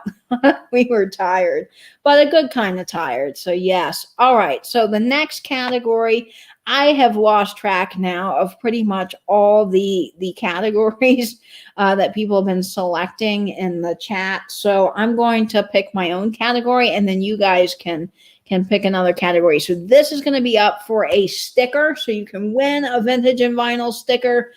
So this is exciting. Okay. Let me find a good question here. And some of these, like I keep saying, they're just hard. And I think that they're a little bit too hard. And I don't want to make something so impossible that nobody can get it. Where did I get my copper pots? Oh, these behind me over here. They came from an old general store. The ones that are hanging on the far side are vintage candy scoops from an old general store. And then these are just copper measuring cups. They're marked Japan, so they're probably older, but I really like copper and they're fun. So thanks for joining and asking that question. Okay, let me see if I can get, all right, here's an entertainment one. Let's see if people can get, oh, I don't know. Well, I'm going to throw this out there and see if you guys can get this. This is up for a sticker, okay? So who was the king of ragtime? Who was the king of ragtime? See if anybody can get this. I was never good at this game. Well, hopefully I can get ones that are a little bit easier for you in the chat. Let's see. I predict a huge travel uptick. Oh, yeah, I do too, Beth. The travel agencies are going to be just going crazy.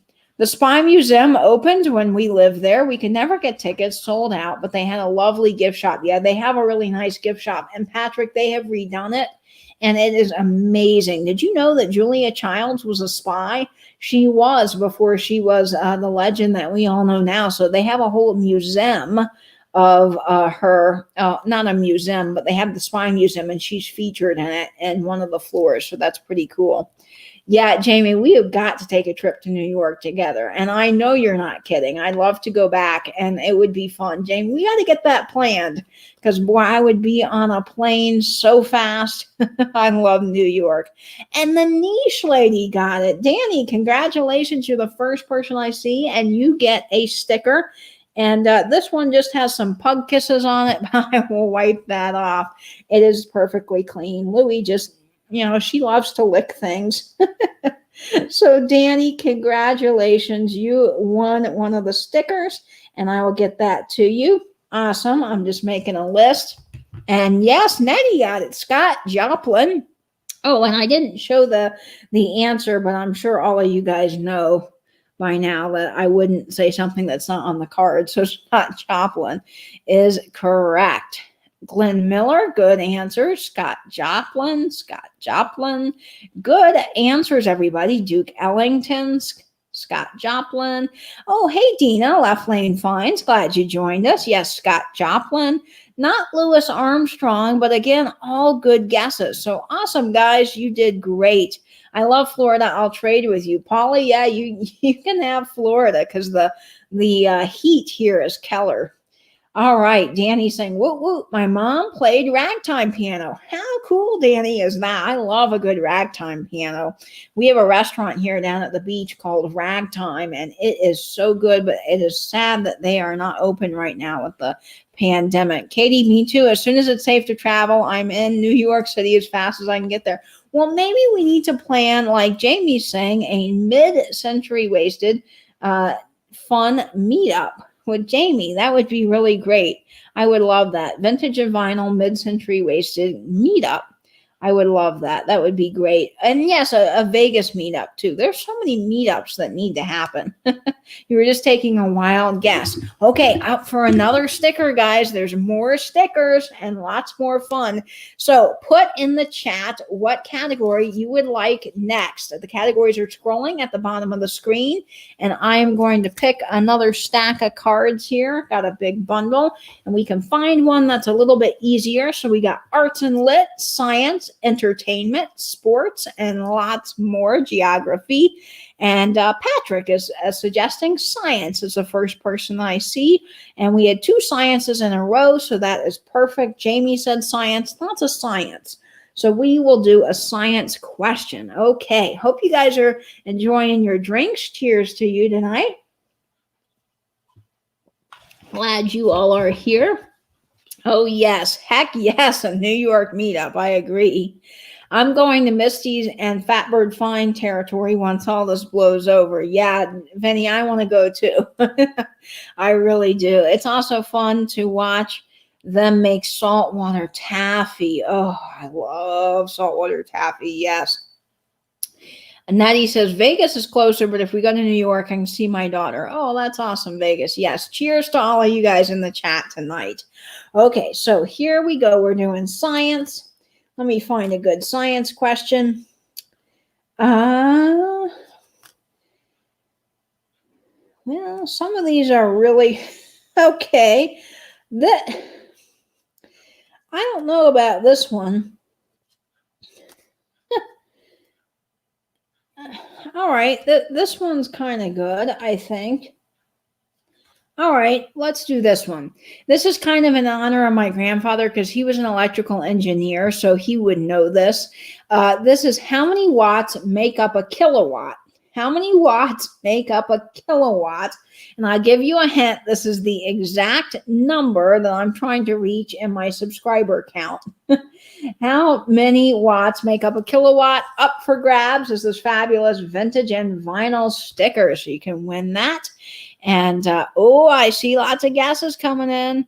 The niche lady is the first person I see with 100, but 100 is not it. I know you meant to type, I think, 1,000.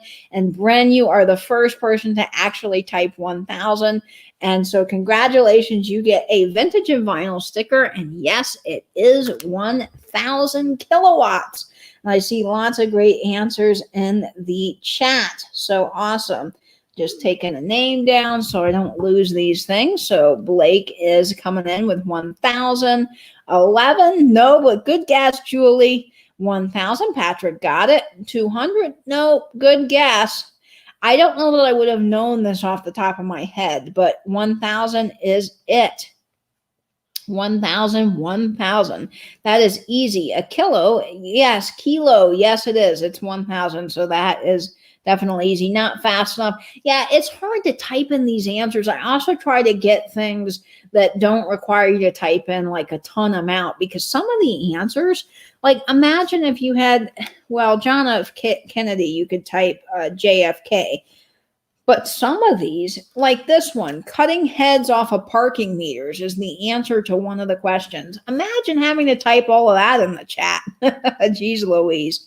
Yes, if you would like to buy stickers, I'd be happy to sell some stickers.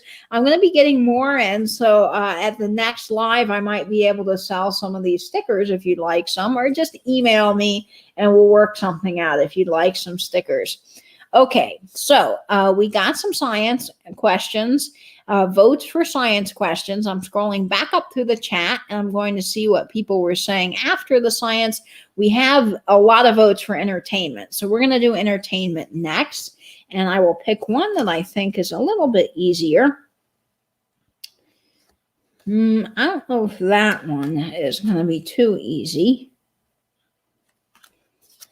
I think some of these were written for an older time period. So I just think that, oh, here we go. This one's fun. Okay, for entertainment questions. What were Mo Howard, Larry Fine, and Curly Howard, better known as, up for grabs for a vintage and vinyl sticker?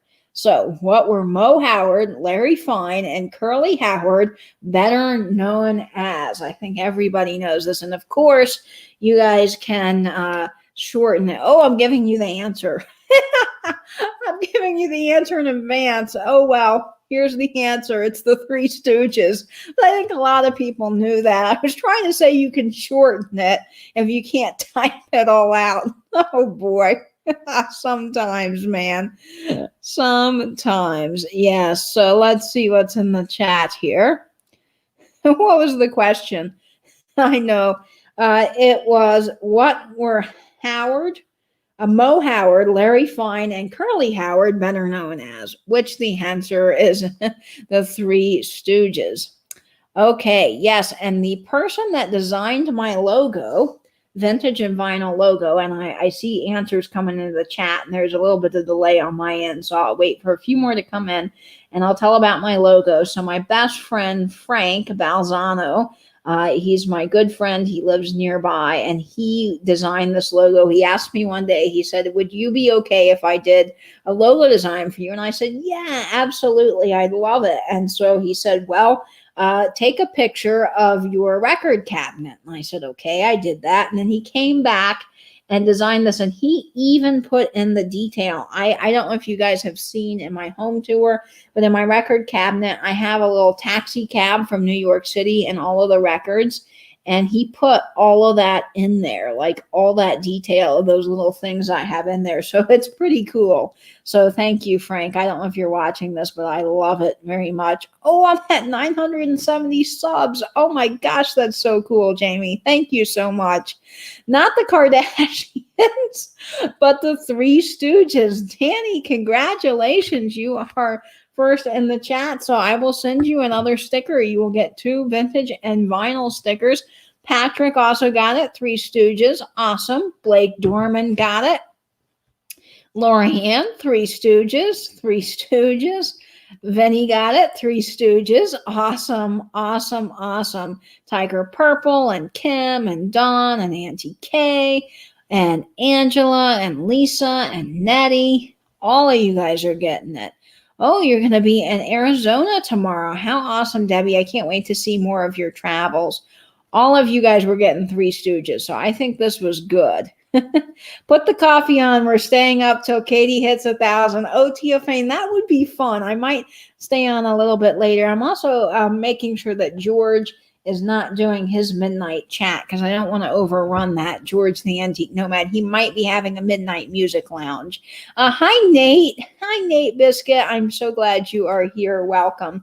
We're playing some Trivial Pursuit, and I will do another entertainment because I got several votes for entertainment. So we are giving away stickers. So if you want to win a vintage and vinyl sticker, I will have to pick a good question here. And then if you get that right, you can win a sticker.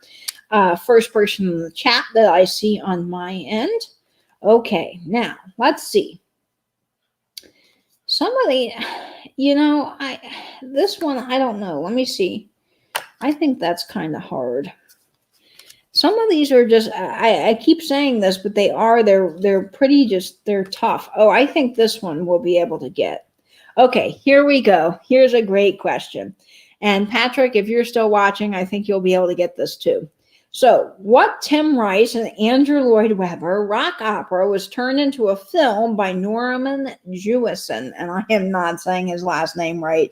I am not good at pronunciations and names. But What Tim Rice and Andrew Lloyd Webber Rock Opera was turned into a film by Norman Jewison. And I will give you a hint. This musical, when it came out, was very controversial. When it came out on into the film, a lot of people just were not sure about it at all. So there was a lot of controversy. A lot of parents wouldn't let their kids see it. Now, my mom got a chance to watch it. My grandparents never had an issue with it. So this is kind of fun to know this little bit of trivia. Now, let's see. I'm missing. Tia Fane says, George isn't doing music tonight. Okay, Tia Fane, so we're hanging out.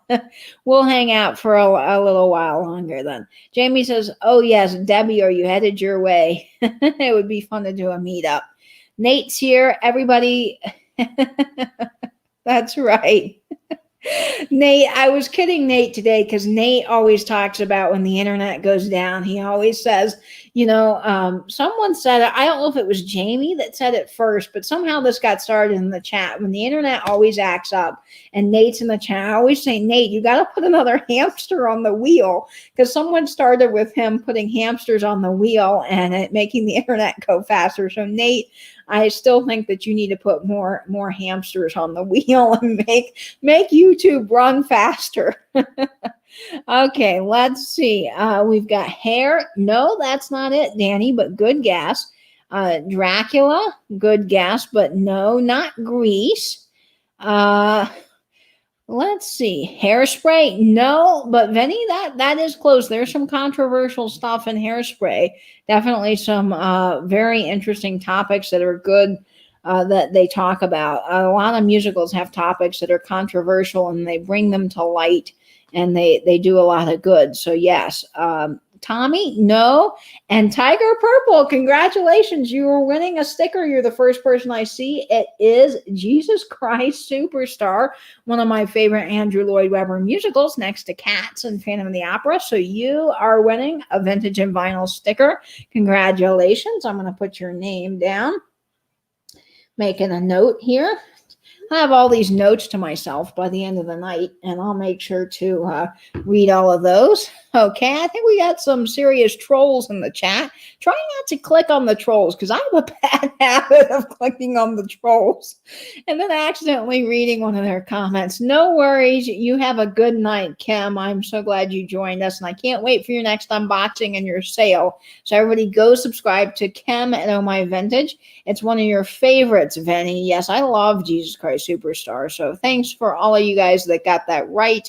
Good job, and lots of good guesses to everybody in the chat. Okay. Yeah, we definitely have some issues in the chat, but I have a lot of wrenches, and so all of you guys will be able to take out everything. Cats, cats, cats. Yes, Tiger Purple, that's right. Yes, I hope your mom is doing better too, Nate. Big hugs to Braun. All right, Tiger. Let's go, Tiger. Tiger got it. Okay. Yeah, at the end of the film, it was very controversial for its time. Okay, what is Dawn saying? I'm missing some things in the chat. Dawn is saying, I lived in Paris when I was a kid and saw Jesus Christ Superstar at a theater during a class trip. Oh my gosh, Dawn, how cool is that? That is absolutely amazing. Very nice. Okay, guys, so let's do some more trivia. Pick another category. We've done science. We've done entertainment. So what you guys want to see next? The categories are scrolling at the bottom of the screen. And Grace Home Vintage is saying Happy New Year late. No worries. Happy New Year to all of you guys. And cheers out there in the chat for all of you guys having a nice Friday drink. Oh, I see science. Okay, Lisa Day wants to do science. And then we'll do Vinny. Vinny wants to do history. So we'll do science and then history next. Jamie's saying, I'm all for the frontal nudity movies. They show boobs all the time. Yeah, I think it sometimes should be equal. I'm like, what is this? Why don't they they keep that equal. Sometimes I don't know what they choose to show and what they don't. It's sort of like on TV, you know, when they bleep out a bad word, it's like that doesn't really do anything because they don't always bleep it out properly. And so you can still hear the bad word, or we all know what it is, right? So it really is, I don't know. I just don't think it's that big of an issue, to be quite honest. Okay. So we're doing science, and then we will do history. Okay, science and then history. Let's find a good science question. I've marked some, so I don't know. The ones that I have the red dot by are ones I know I've done from another game. So let's see. Science, science, science. Here's a good one. What letter is on the left end of the middle row of the letters on a typewriter keyboard? Does anybody know this? What letter is on the left end of the middle row of a typewriter keyboard?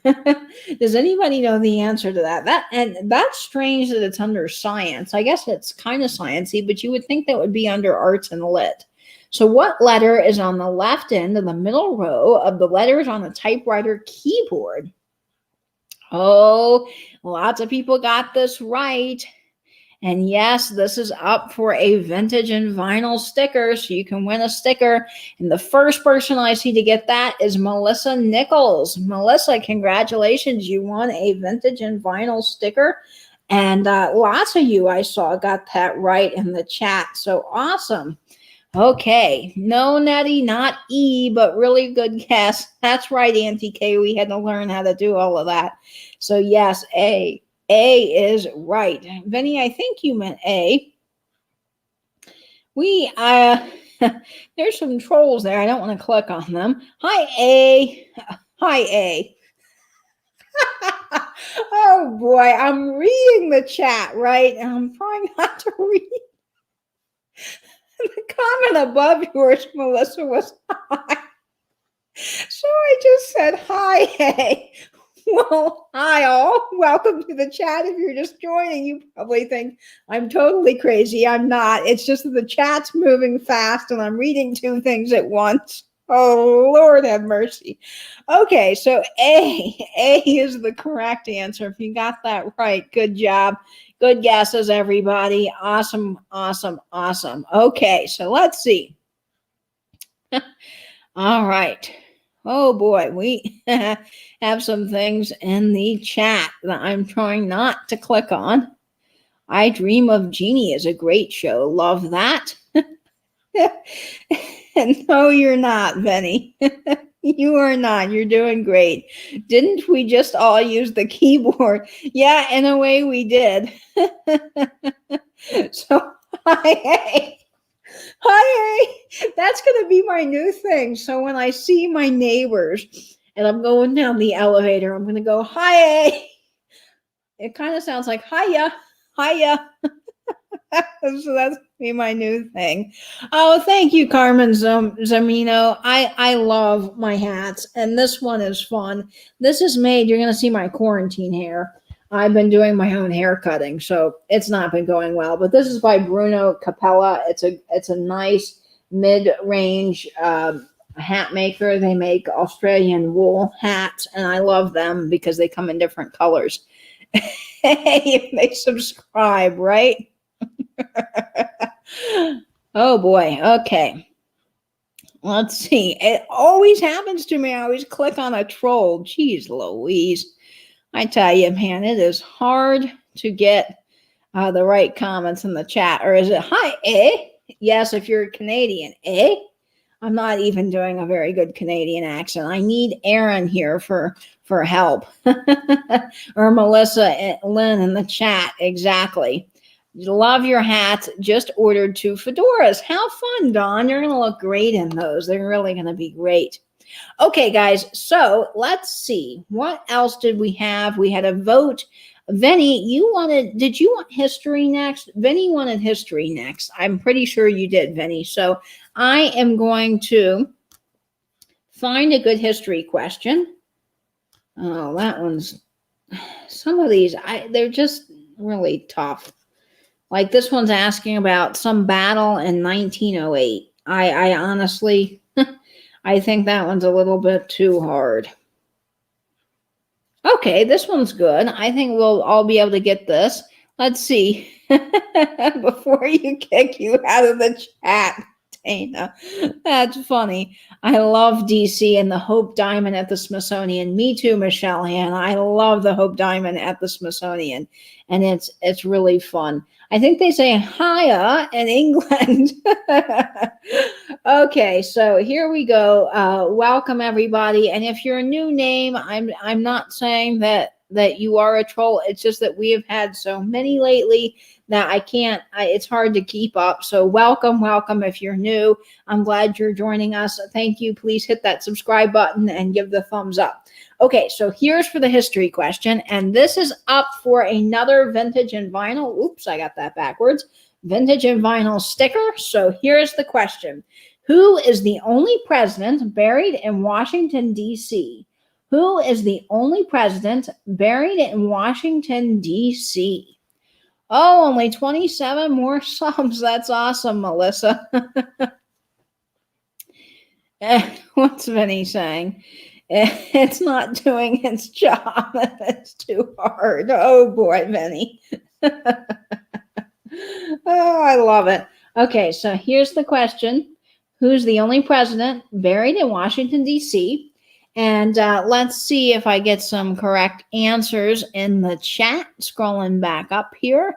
Let's see. So the answer is Woodrow Wilson, which I would have never guessed. I would have said Lincoln myself. That would have been my guess. But a lot of people said Lincoln and Grant and JFK. But Patrick, you were the first person to get it right. And I think that you said you lived in D.C. for a while. So that's very fitting that you knew the answer to that question. So congratulations, Patrick. You get a vintage and vinyl sticker. Awesome, awesome, awesome. So just taking down some names. Awesome. And Polly's Projects, JFK. I know some of these Kennedy, JFK, you would really think Lincoln too, that they would have been born. But no, yeah, Washington. That's another one, Penny. That's kind of surprising. Hi, Peanut Butter. Welcome. And Lincoln. Yeah, I know, right? So yes, definitely something I wouldn't have known. But yeah, you're smart, Patrick. You knew the answer. More history, Katie. Okay, so we've got some votes for more history. So we will do more history. Oh, Lincoln is buried in Springfield. Oh, good to know. Okay. All right. So let's do a little bit more history then. Hello, hello. I'm so glad you joined us. Welcome, welcome. Lots of new folks in the chat. I'm loving that tonight. Thank you so much. Please hit that thumbs up button. All right, now this is a good one. Now, I love this question because I actually know the answer to this. So here we go.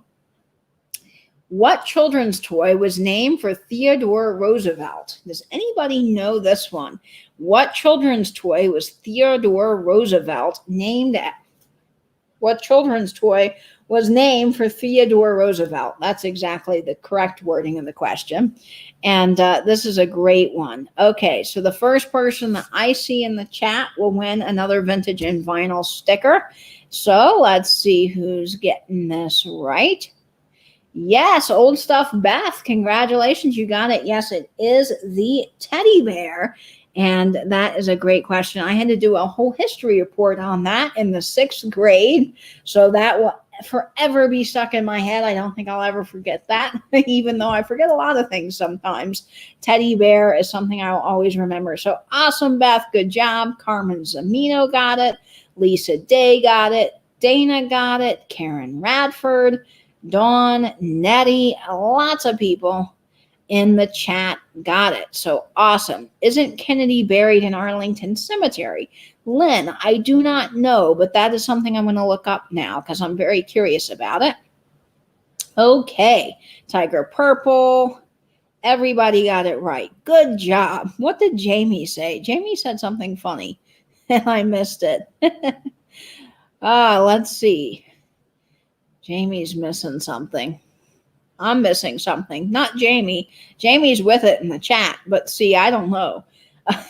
Oh, is that before or after you shoved a tailpipe?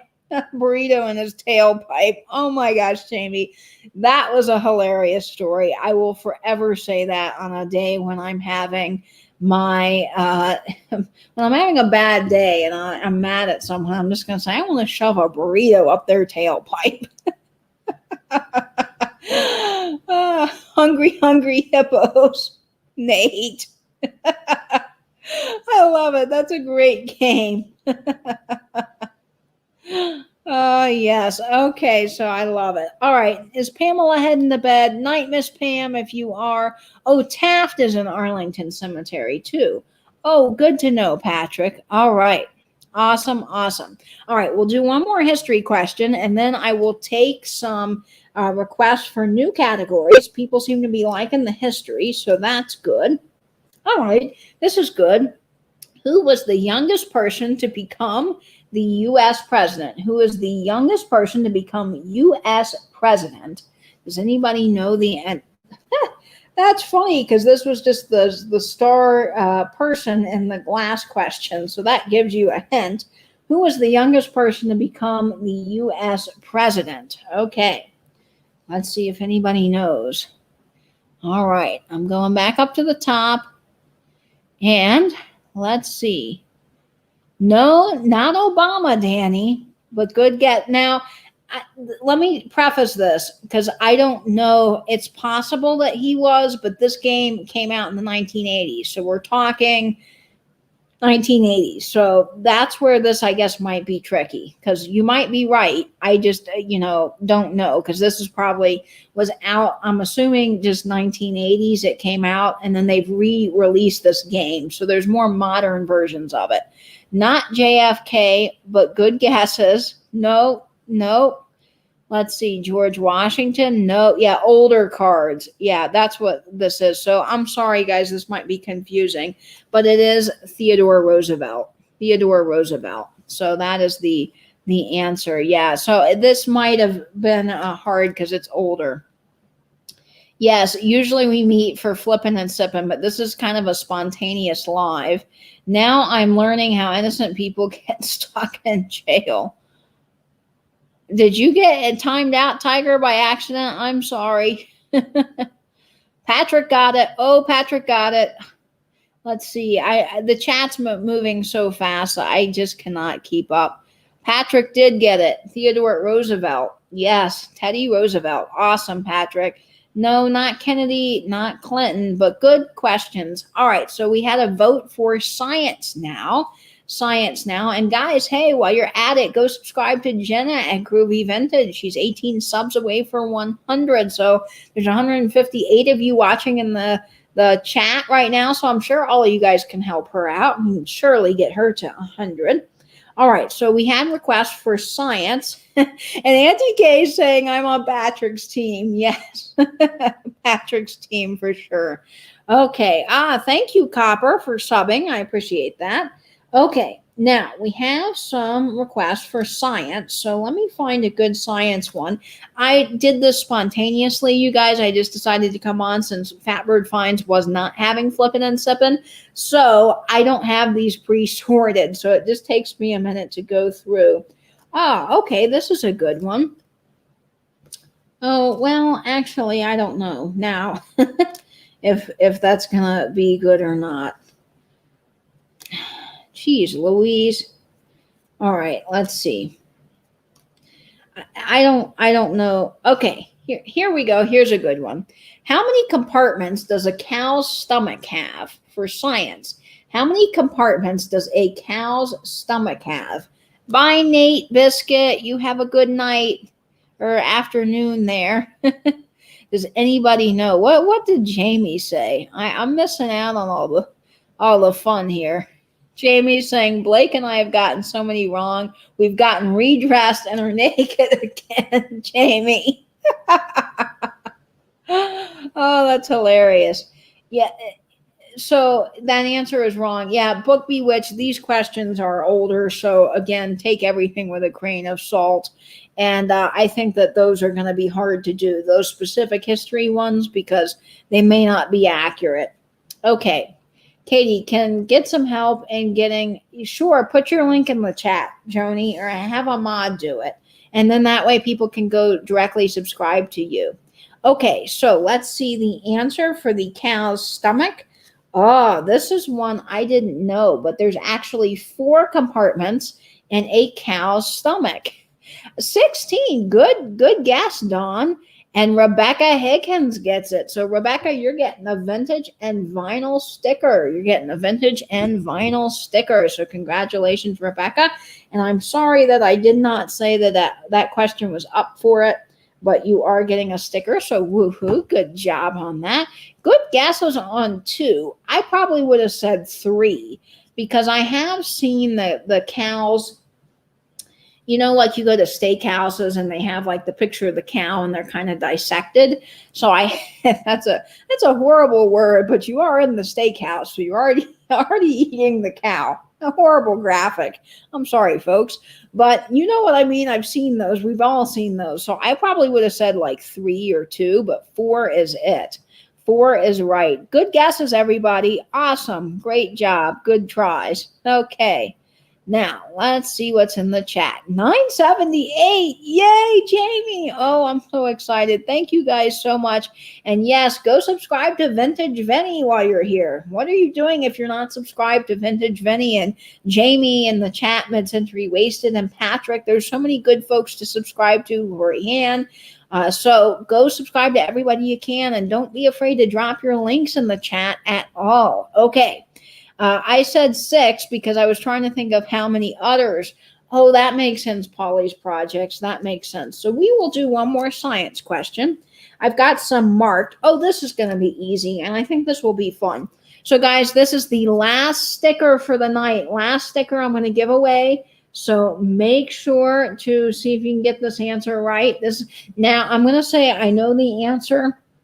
And if you need to abbreviate this, I will take abbreviations because it's a longer word. But this is the last sticker of the night up for grabs. So here's the question. Are you guys ready in the chat? Set your drinks down. Try to win a sticker. Here it is. What's shredded to make sauerkraut? What's shredded to make sauerkraut? Can anybody get that answered correctly in the chat? Your uncle calls the milk cow squeezing.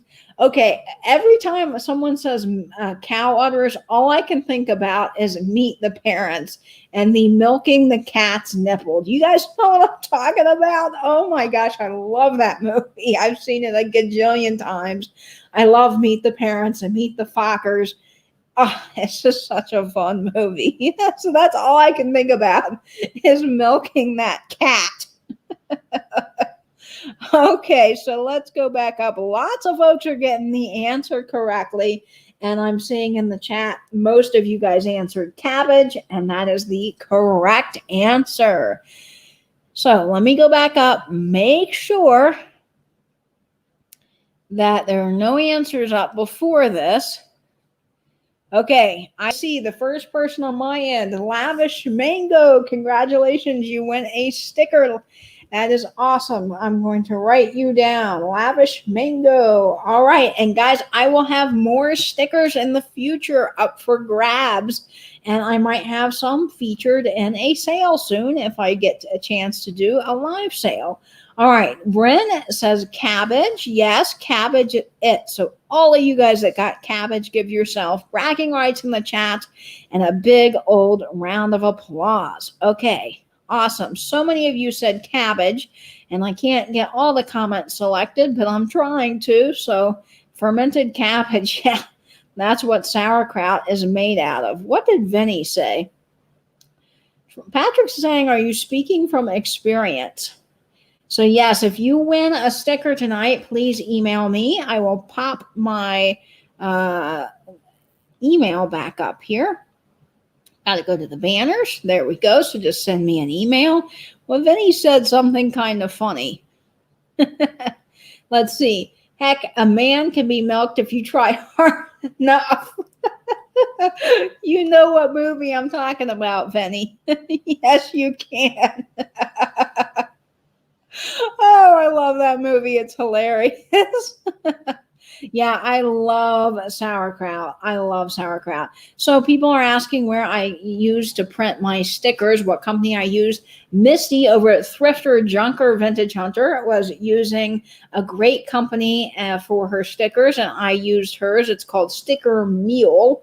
Mule, so Sticker Mule, and you can get your own stickers printed. They're very reasonably priced. I think I got 20 of them, was it for $10, something like that, and they do discounts. So yes, when I get more stickers in, I'm literally giving away all I have except for the one that's already glued to my Yeti.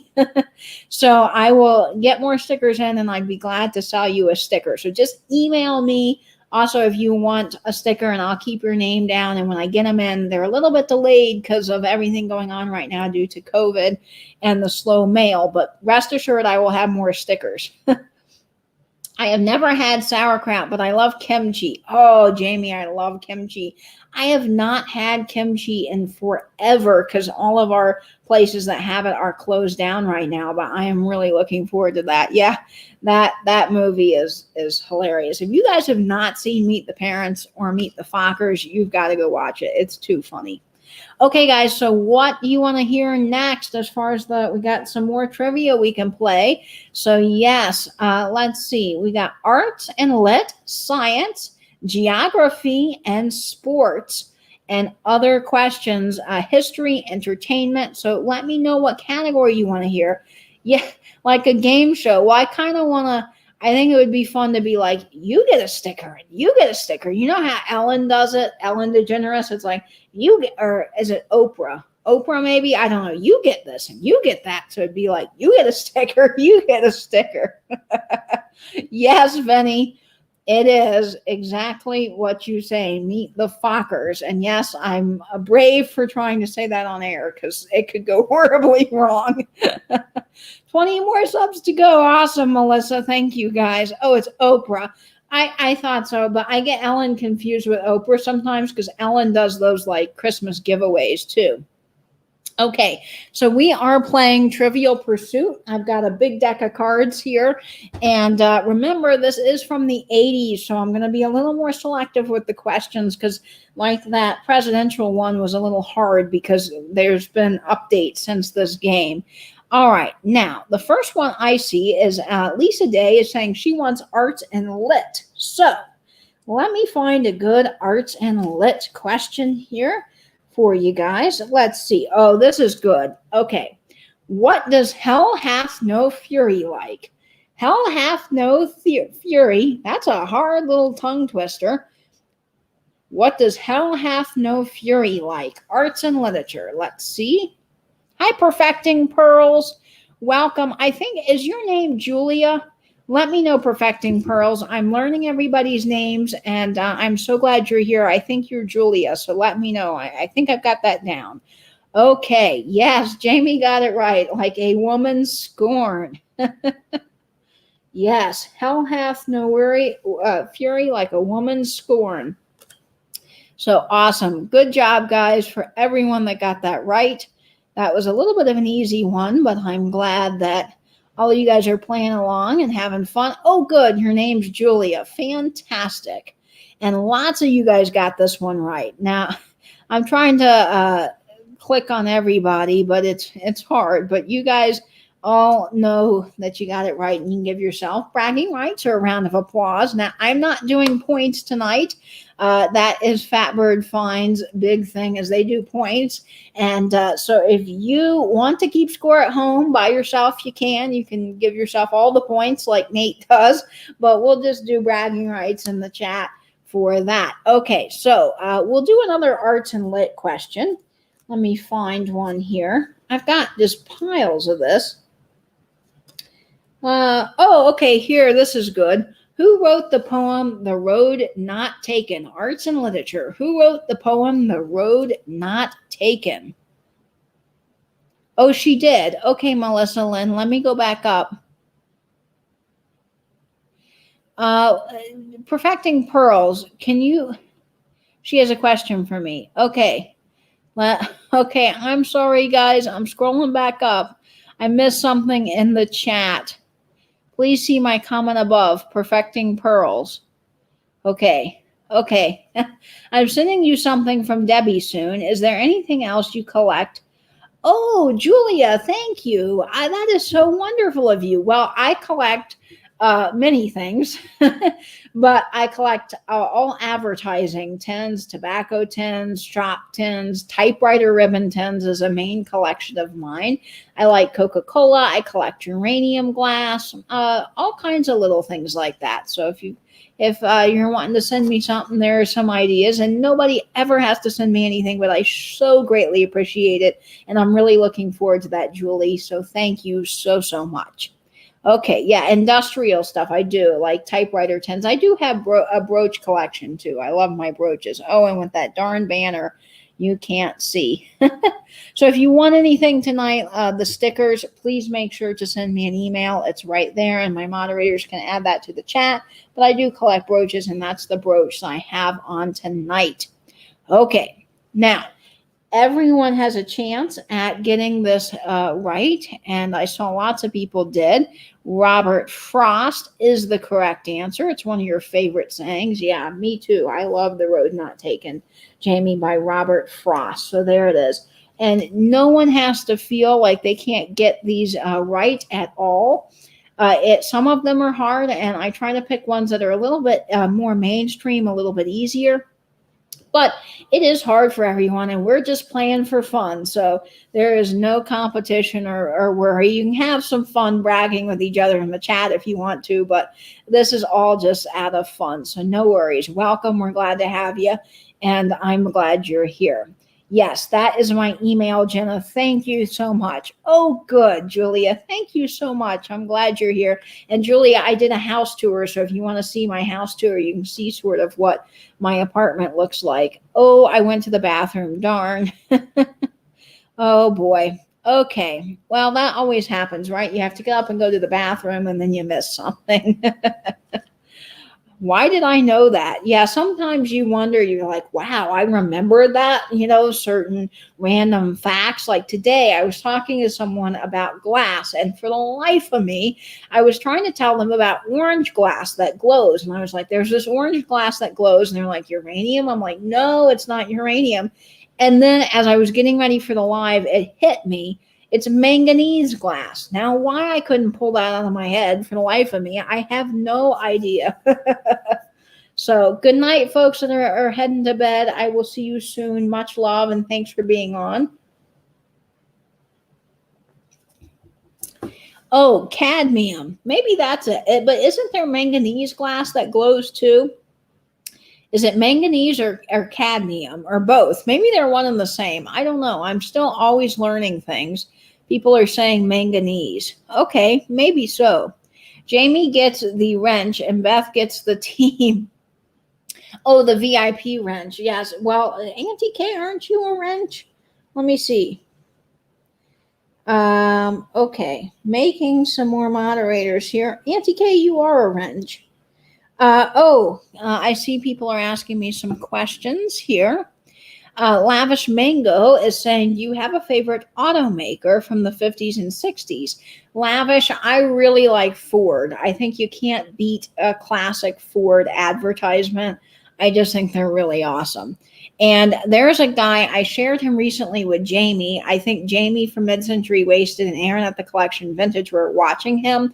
But his channel on Instagram is The Travis B. It's TH and then EE, The Travis, and then the letter B. And he does all mid-century modern vintage. His house, he's got like the old Jefferson clocks for like a table. He's restored old stove. He's got one of those blue refrigerators. I mean, and he drives a vintage Cadillac, and he does like wedding shoots and takes people around in his car, and he restores all this old vintage, and he does little segments on the things that he collects, and it is amazing. So if you want to follow the Travis B, look that up. Yeah, Mustang is always a classic. Okay, Rebecca, I can do that. Again, I'm all for having lots of moderators. Let's see. Add moderator. Okay, just making sure I'm not accidentally timing people out again because I don't need any of you guys to go to YouTube jail. No worries. Don't you always hate when you get a call in the middle of a live sale or a live chat? Jeez Louise. Yes, please smash that thumbs up button. It's a big help. Purple. Okay, is someone asking something about purple? Oh, purple glass that glows. Yeah, there is purple glass that glows, but maybe that's a different name than the manganese. Let's see. Beth is saying manganese is purple from sunlight. Oh, got you. Purple. Okay, so then the orange glass, the orange glass that glows. That is that the other term that you guys were talking about in the chat? I am still learning about that. I'm very well versed in uranium, but some of those other pieces of glass, I had no idea would glow. So I'm learning all kinds of stuff. Thanks, Vintage Vinny. 20 away. Ooh, that's exciting. Okay, now let's see. Well, amberina, I think some amberina can glow, but I don't know. I see this is something, it's cadmium. I'm going to save that name, Angela, and look it up. Yeah, well, Vaseline glass does glow. And then you have Vaseline glass is more yellow, though. And then you have the uranium, which is green. And then there's other glass that glows. Peterson is saying cadmium glows yellow, found in, red and orange glass. Okay, that's it. Thanks, Peterson. Big help.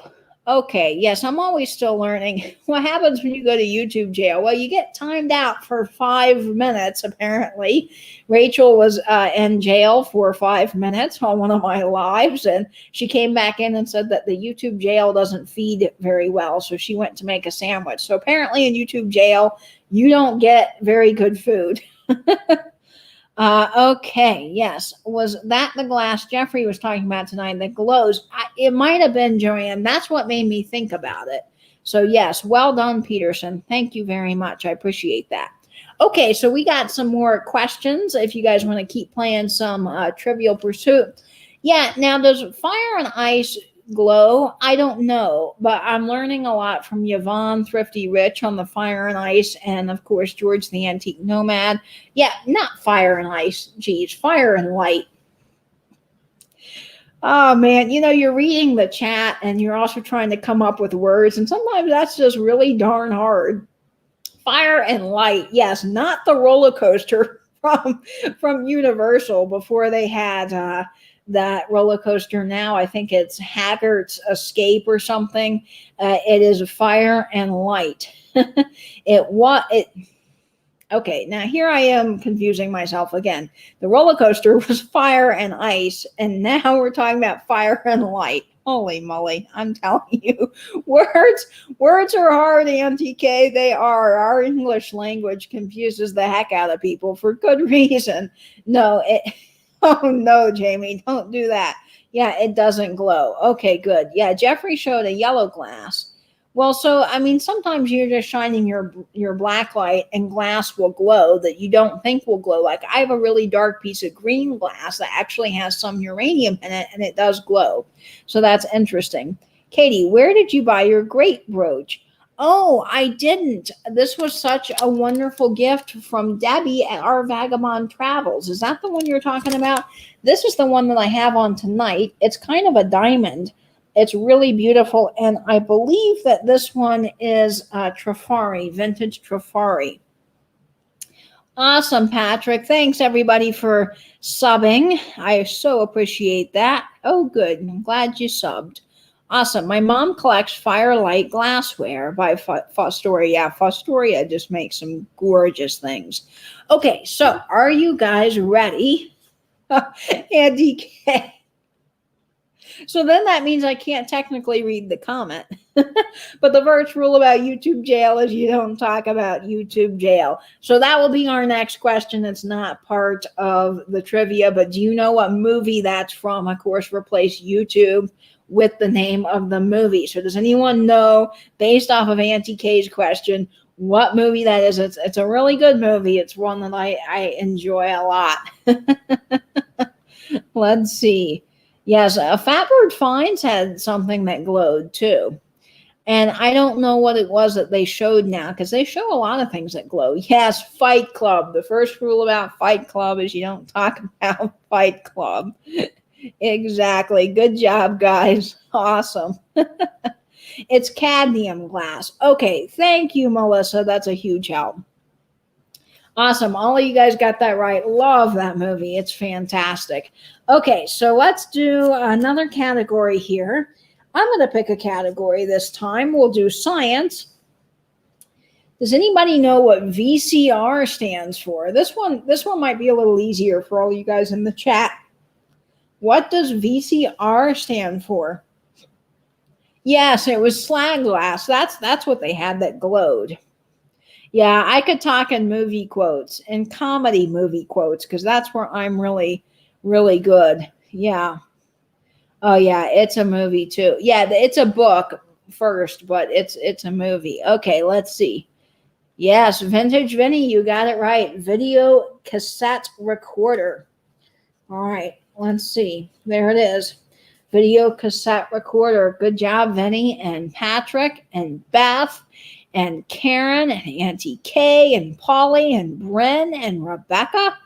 Awesome. All of you guys got it right. Lavish Mango. So much happening in the chat. So yes. Okay. Awesome. Good job, guys. So what questions you want to get by picking out a category? So what category should I do next? You want science, arts and lit, geography, sports, or history? Type that in the chat and I will do the next category. Cheers again to all of you guys out in the chat there. Thanks for hanging out. This is so much fun. Oh, night, Jenna Groovy Vintage. No worries. Oh, you're flying to Texas tomorrow. Well, have a safe trip and good night. And thanks so much for joining. And everybody go subscribe to Groovy Vintage here on YouTube. Patrick's coming in with geography. Okay, I'll do some more movie quotes next, Auntie K, because I think I could pull that out of my hat. Okay, so we'll do geography. Now, let's see. Well, okay, here's a good one.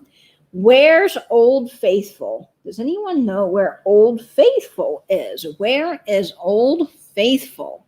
All right, we got a lot of guesses, not guesses, but requests for different categories. I bet the youngsters wouldn't get that one. Yeah, probably not. All right, where is Old Faithful located? And you can abbreviate this. You don't have to type the whole thing. Okay, Old Faithful. Let's see. Lots of answers in the chat.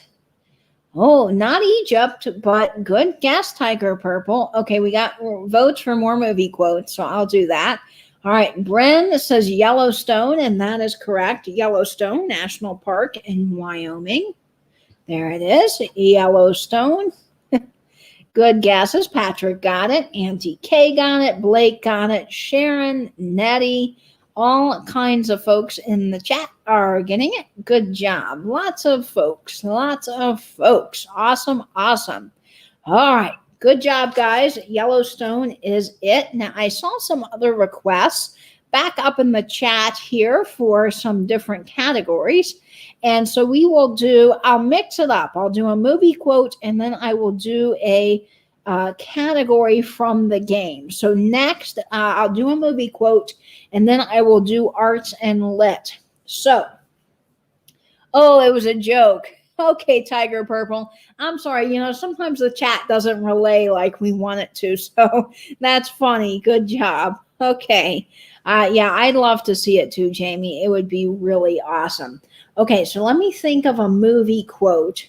Let's see. I might employ the help of the internet for this. I think I could pull some out of my hats. My hats, multiple hats. Okay, let's see. Movie. And I could also do Friends movie quotes. So how about I do for some of my Friends fans in the chat, I could do, name the show. So that wouldn't work very well. Let's see. Okay, here we go. I've got a couple of good ones here, I think.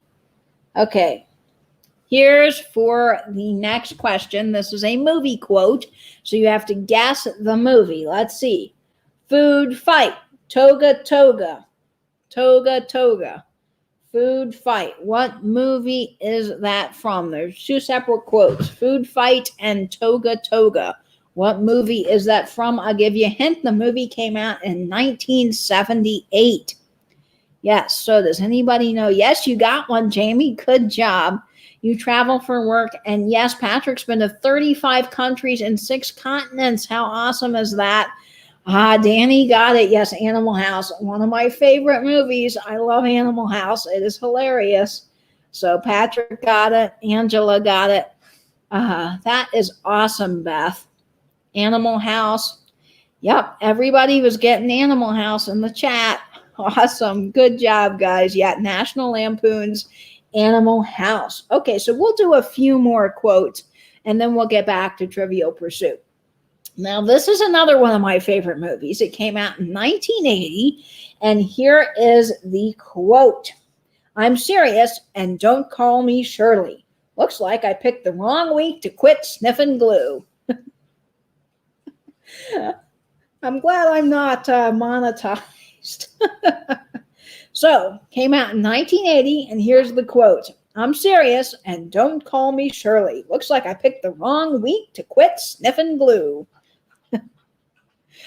I love this movie. And Danny came in with Airplane, and yes, Airplane is right. I love Airplane. You could watch that. That's one of those movies you can watch 8 million times, and you can pick up on something new every time you watch it. I love the Victor Vector. Where's your Vector, Victor? Airplane. Yes, all of you guys are getting that right. Let's see. What have you not seen, the Niche Lady? You have to watch it if you have not. Yeah, Airplane. All right, Airplane is it. All right. I speak jive. Yeah, I speak jive. So many good quotes in the movie Airplane. Yep, it's great. The suitcase is barking at each other. I know, Tiger. I love that scene. Oh my gosh. Yep. Oh, you were thinking Naked Gun. That's a good movie too. I have that on DVD. Yeah, dry, funny humor. I love it. Okay, now let's. Oh, Planes, Trains, and Automobiles is great too. Yeah, it really is. Okay. All right, here's another one. It came out in 1983. Here is the quote. You'll shoot your eye out, kid. You'll shoot your eye out, kid. 1983. Yeah, love Planes, Trains, and Automobiles. You've never seen it, Angela? Oh my gosh, you have to go watch that. I love that movie. Okay, Christmas Story is it. The Niche Lady got it. And Danny, you got the fast internet tonight. Bryn, A Christmas Story. Awesome. Auntie Kay got it. Patrick got it. Angela got it. Nettie and Vinny and Sharon and Beth and Jamie. And so many other people in the chat. Awesome. Good job, guys. Okay. Now, I am not familiar with... Okay, this one should be pretty easy. So this will be fun for all of you guys. So Ghostbusters. Here we go. Oh, I just gave you the name of the movie. Rats. Okay. Well, we'll skip that one because there you go. Oh, here's one. All right. I like this movie. Ralphie, I can't get up. I know. I always, when it's winter time, we don't get really bad cold weather here, but I always picture him bundled up in all of those like layers of jackets and then just, plummeting down into the snow because he can't walk. Ghostbusters. Yeah, that's the answer. So for all you guys that put it in the chat, good job. I've heard there's a Christmas Story museum in Indiana, and you can actually stay in the house where A Christmas Story was filmed for the nights. Yeah, snow suits. I've never been. Well, I have been in one when I was skiing, and they are horrible. And when you have to go to the bathroom, they're a real pain in the rear. Let me just say that. It's like wearing a romper. You can't get those things off to save your life. Okay, so here we go. Here's the next question. Eat My Shorts. This movie came out in 1985. So does anyone know the answer to this? What movie is this from? I say that to my mom when we have her bundled up. I can't put my arms down. When a woman asks if you're a god, you say yes. The Simpsons. Oh boy. When there's something strange in the neighborhood, who are you gonna call? Ghostbusters. Okay, I can't sing, so there you go. Then he got it right. Yes, Breakfast Club. Breakfast Club is the name of the movie. It might have been featured in Simpsons movie. I'm not a big Simpsons fan, but Breakfast Club is it. Bart might say that, Jamie, so I don't know because I have not seen a whole lot of The Simpsons. Yeah, I actually like the cold, though, so I'm not a big fan of the heat. Okay, let's see. Oh, I love this movie. All right, this movie came out in 1986, and here is the quote. All right, life moves pretty fast. If you don't stop and look around for a while, you could miss it. Life moves pretty fast, and if you don't stop around and look around once in a while, you could miss it. What movie is that from? Oh, you're not a fan of those 80 movies? Oh, no, Jamie. Okay, yeah, I know, and I live in Florida, right? And I hate the heat.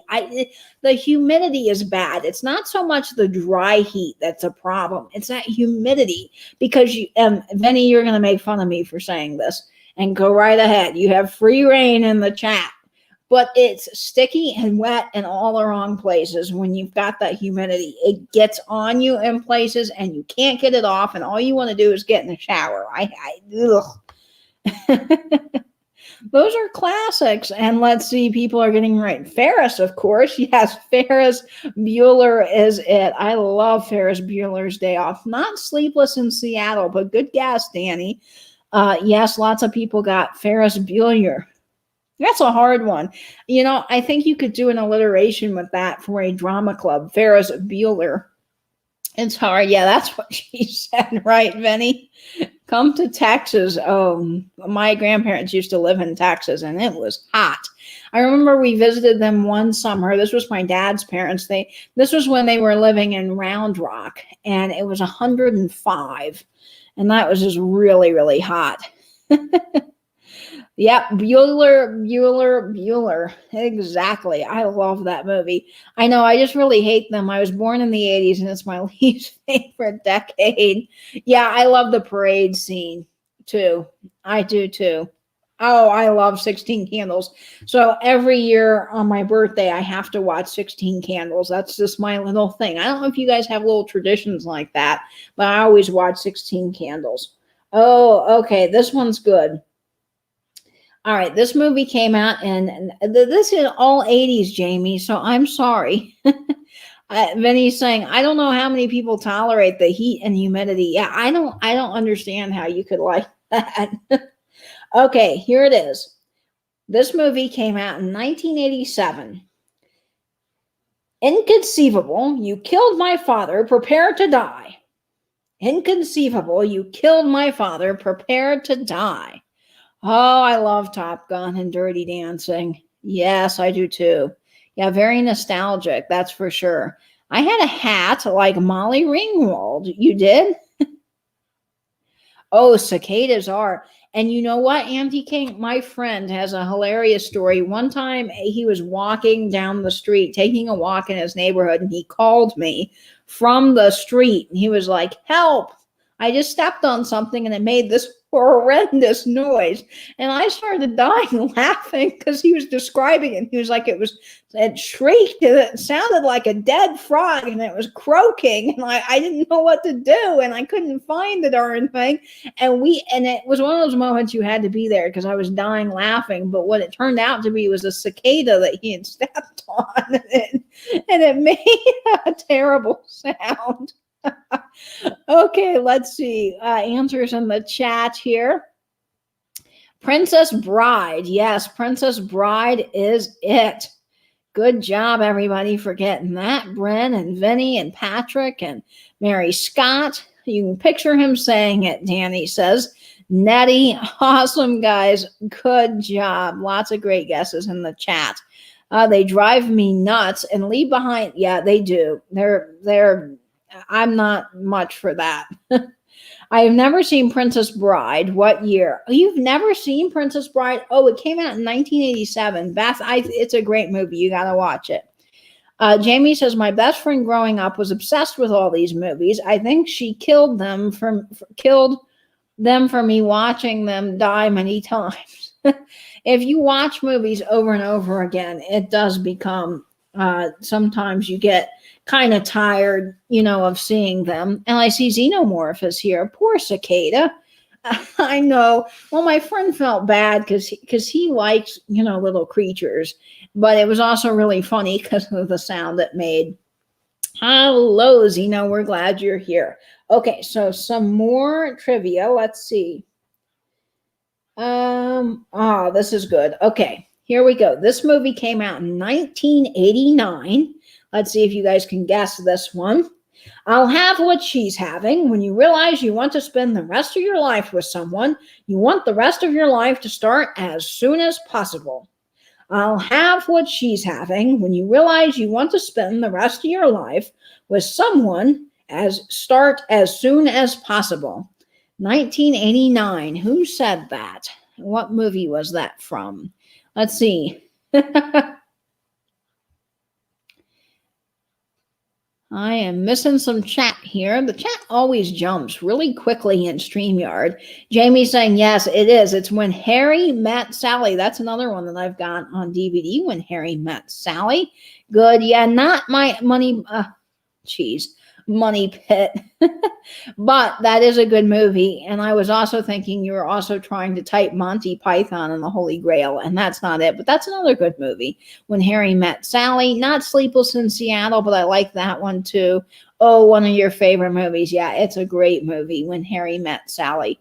I have this cabinet next to me. You guys have seen it with my typewriter ribbon tins. It's all filled with DVDs. I like having the physical media because sometimes it's hard to find movies you want to watch on the streaming service because they don't have them. Yeah, but Money Pit is great, and it's on Netflix right now. I just saw it the other day. Oh, yeah, Meg Ryan used to be so good looking back in the day. A lot of people thought she was the it thing. Okay, here's another one. I think all of you guys will get this. This came out in 1990. Here we are. Keep the change, you filthy animal. I made my family disappear. Keep the change, you filthy animal. I made my family disappear. And I always say that in my head sometimes if people are being, I'm now going to say, well, I want to stuff a burrito up their tailpipe. But I used to say, you filthy animal. It's like, geez, Louise, people, sometimes. Yeah, Money Pit is great. And Vintage Vinny got it right. Yes, it's Home Alone. All folks in the chat are getting this. That was a little bit of an easy one. I'd kind of be surprised if you did not know that, Home Alone. But everybody has good guesses, so awesome. You've never seen Home Alone. Oh, Elba, you need to watch Home Alone. It's great. Yeah, I watch it every Christmas along with Elf, and I watched also, of course, Christmas Vacation. That's a classic. So many great movies to watch. I did not know that. Patrick, you didn't? Oh, well, you have to go watch Home Alone if you haven't seen it. Home Alone is awesome.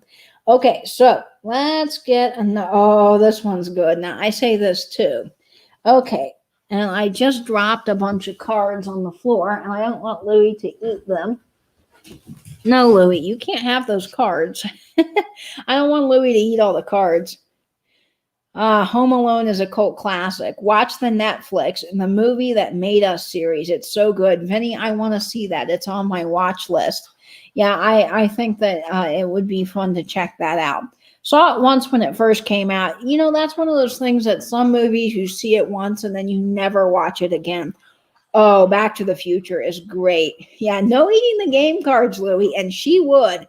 Boy, if she had the opportunity, she'd be running around the apartment with them in her mouth, like, ha ha ha, I got them. It's a game now.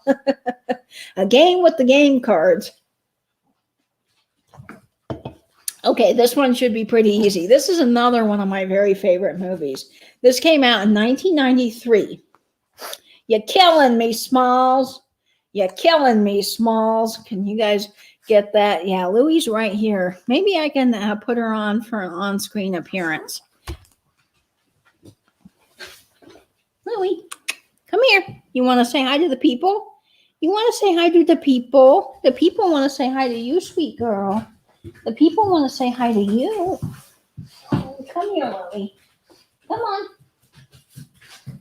Okay, you can come up here just as long as you don't eat the game cards. Oh, there's Louie. Okay, she's a little wiggly, so she might only be making a 5-second appearance. Don't lick off my lipstick. There's Louie. There's Louie. Say hi. Say I'm doing much better. Thank you, everybody, for the concern. I'm doing well now. There she is. You're just a sweet girlie, Moss. Yes, you are. Oh, okay. Well, I'm going to put you back down now, but you say goodbye to the people. And what do you want to tell the people? Can you tell them to subscribe to Mom's channel? Say, please subscribe. Bye. All right, I'll put you back there. Yeah, you go run around. All right, that was Louie's appearance for the night. Let's see if anybody got this right. Oh, yeah, I figured lots of people would. Yes. Okay, Sandlot. Love The Sandlot. Great movie. Love it. Danny got it. Angela got it. Jamie got it. Vinny got it. Karen got it. Another one of my faves. Yes, love that. You haven't seen The Sandlot? Oh, Bren, it is worth a watch. Louie. Don't get that. She's over here putting her paws on the table trying to get all the stuff off the table. I guess I hated the 80s but loved the 90s. Well, the 90s was, I think, a much simpler time. And it would be fun to go back to sort of that carefree time for sure. I have a coworker who says that to me all the time, and I didn't know where it came from. Well, now you do, Patrick. It came from The Sandlot. You just watched a couple of days ago. Yeah, I love that movie. Yes, Louie, and she's trying to get up again. Louie, you were just up here. I tell you, geez, Louie, I love you, but no. Yes, they're all saying hello to you, Louie. Okay, here's a question from Xenomorph. He says, what was the first film you can recall seeing at the cinema? Oh, that's a very good question. So for me, what was one of the first films that I saw? That one I'm going to have to think about. It's really hard. Now, I do remember my dad, because we saw so many movies at home, and my parents were divorced, so my dad would come down from Virginia to pick us up and take us to his house in the summers, and he rigged up a movie, a little tiny TV. It was one of those like camper TVs. It was about this small, and it had a VHS player, and it had a adapter where you could plug it into the cigarette lighter. So he had a Dodge Durango, and he would prop up pillows in the back seat and set the TV, wedge it on the pillows in between the two seats in the back. And then he'd run the cord up to the cigarette lighter in the front. And then he'd have Harry Potter and, Airplane. We watched a lot of great movies. And he had all of that for us on DVD. Not DVD, because DVD wasn't out then yet, VHS. And we watched that in the car on those really long road trips. It was 14 hours. 9 hours to Virginia, but we did drive once to Missouri to see my grandparents, so that was 14 hours. So we use that a lot. But the first Louie, I love you, but you are being a little bit of a crazy muss right now. The first movie I think I remember seeing in theaters was probably Princess Diaries. And I remember the funny thing about that is that we would get the newspaper and we would check for the local movie listings. And Dad asked my brother, said, Carson, what do you want to see? And my stepmom was going to take us to the movies. It was one day during the summer. And he said, oh, I want to see Princess Diaries. So we went to see Princess Diaries, and that's probably the first one that I remember seeing in the theater that I can think of. We also Dad took us to see Elf when it came out, and we were laughing so hard that we were falling out of our seats as kids in the theater. Anyone remember being in Walmart or Target and seeing VHS tapes for $20? Yeah, you can't. But Vinny, if you get the Disney ones, the Disney movies that are like have a special gold star, those are apparently worth some serious coin. Katie, that is a great movie. Yeah, hi Kim, welcome. I'm glad you're here. I love Princess Diaries. Me too. Princess Diaries is a great movie. I know some of you guys are going, oh, Princess Diaries, but it is. It's just a fun movie. Hi, Joanne. The second one isn't as good. And they're supposed to be coming out with a reboot of it sometime. So I like the first one. So welcome, Joanne. Something must be wrong with me because funny movies I only watch once. I like drama and romance. Joanne, you are not the only one. My mom is not the biggest fan of comedy. It's like she's seen it once and she doesn't want to watch it again. And I'm someone that can watch movies multiple times over because I just think that they're good. Oh, Fancy Panda's here. Fancy Panda, I love saying your name. I don't know, it makes me so happy. You have such a fun name. Mine was a double feature with Bambi and Mac and Me. How fun. Oh, E.T. Oh, E.T. scared me as a kid. Now, here's the thing. I was not scared of E.T. because of the way he looked. I was not scared of E.T. because of the doctor scene. I was scared of E.T. because I did not like the idea that a random creature could just appear in a pile of stuffed animals in your room in the middle of the night. That is very scary to a kid. And my mom thought E.T. was cute, so she got the movie. And my brother was actually scared of it and hid behind the couch. I did not like it. And to this day, I still do not like IT. I like IT people. I don't like E.T. I think he's a little bit creepy. I don't like the whole idea of him just appearing in your room. That's a little bit weird. Oh, I love Lady and the Tramp at the drive-thru. How cool. And Star Wars in the theater. How awesome is that? Snow White and the Seven Dwarfs, 1960. That is so cool. Oh, Zeno, I can remember the first I saw without parents was Robin Hood Men in Tights. That's a good movie too, Jamie. Saturday Night Fever, which my mom dragged us out of after a little bit. I remember, yeah, my mom, we were in a movie once. Gosh, I don't even remember the name of it now, but it was rated PG and it really should have been rated like PG-13. And my mom didn't, there was just like a lot of language and, for young kids, it was a lot. And I remember that we walked out of that movie. It's the only movie that I've ever known to walk out of. Body Snatchers, I only remember because my parents made a big deal whether I should see it. I was like 7 or 8. Yeah, well, my dad always kind of figured that we were raised well enough to not take things from the movies so literally, that it was just a movie, So Dad probably let us watch a lot more than my mom would have, but I got to see, Airplane and Alien and stuff like that when we were like 9. My dad didn't have so much of an issue with it. Now my mom probably did. But I still love those movies today. I saw E.T. at the cinema too. I cried because I wanted to leave Earth with him. Oh, Zeno, that's so sweet. Yeah, you were ahead of your time for sure. I love black and white movies. I really do. E.T. is sweet, the whole story of it, like all of that. But the fact that he just appears, I mean, that's kind of scary for a kid, I think. What's your favorite, Vinny? Let's see. I'm missing some chat. Vinny, The Emperor's New Groove is my favorite animated movie. Oh my gosh, I remember that show when it came out. And I don't know that I've actually seen the movie, but I watched the show when it came on. Um, Pull that lever, Kronk. That's what I remember. I did that with Toy Story this week. Yeah, Toy Story is one of those that will make you really emotional, especially as a kid.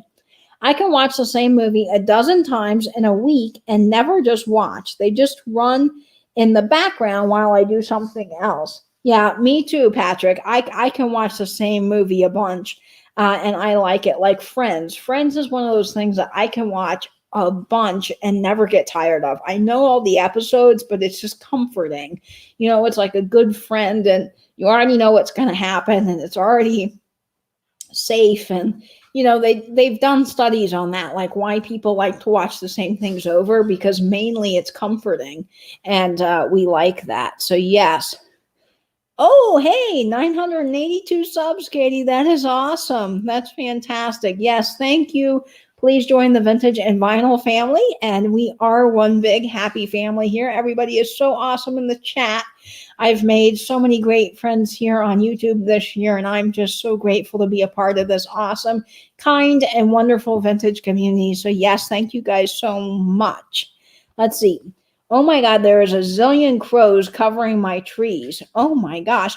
I always say, because we have thunderstorms here, and today we got a really nasty thunderstorm, which I don't mind when I'm inside because I kind of like the rain. I like you're inside, you're safe.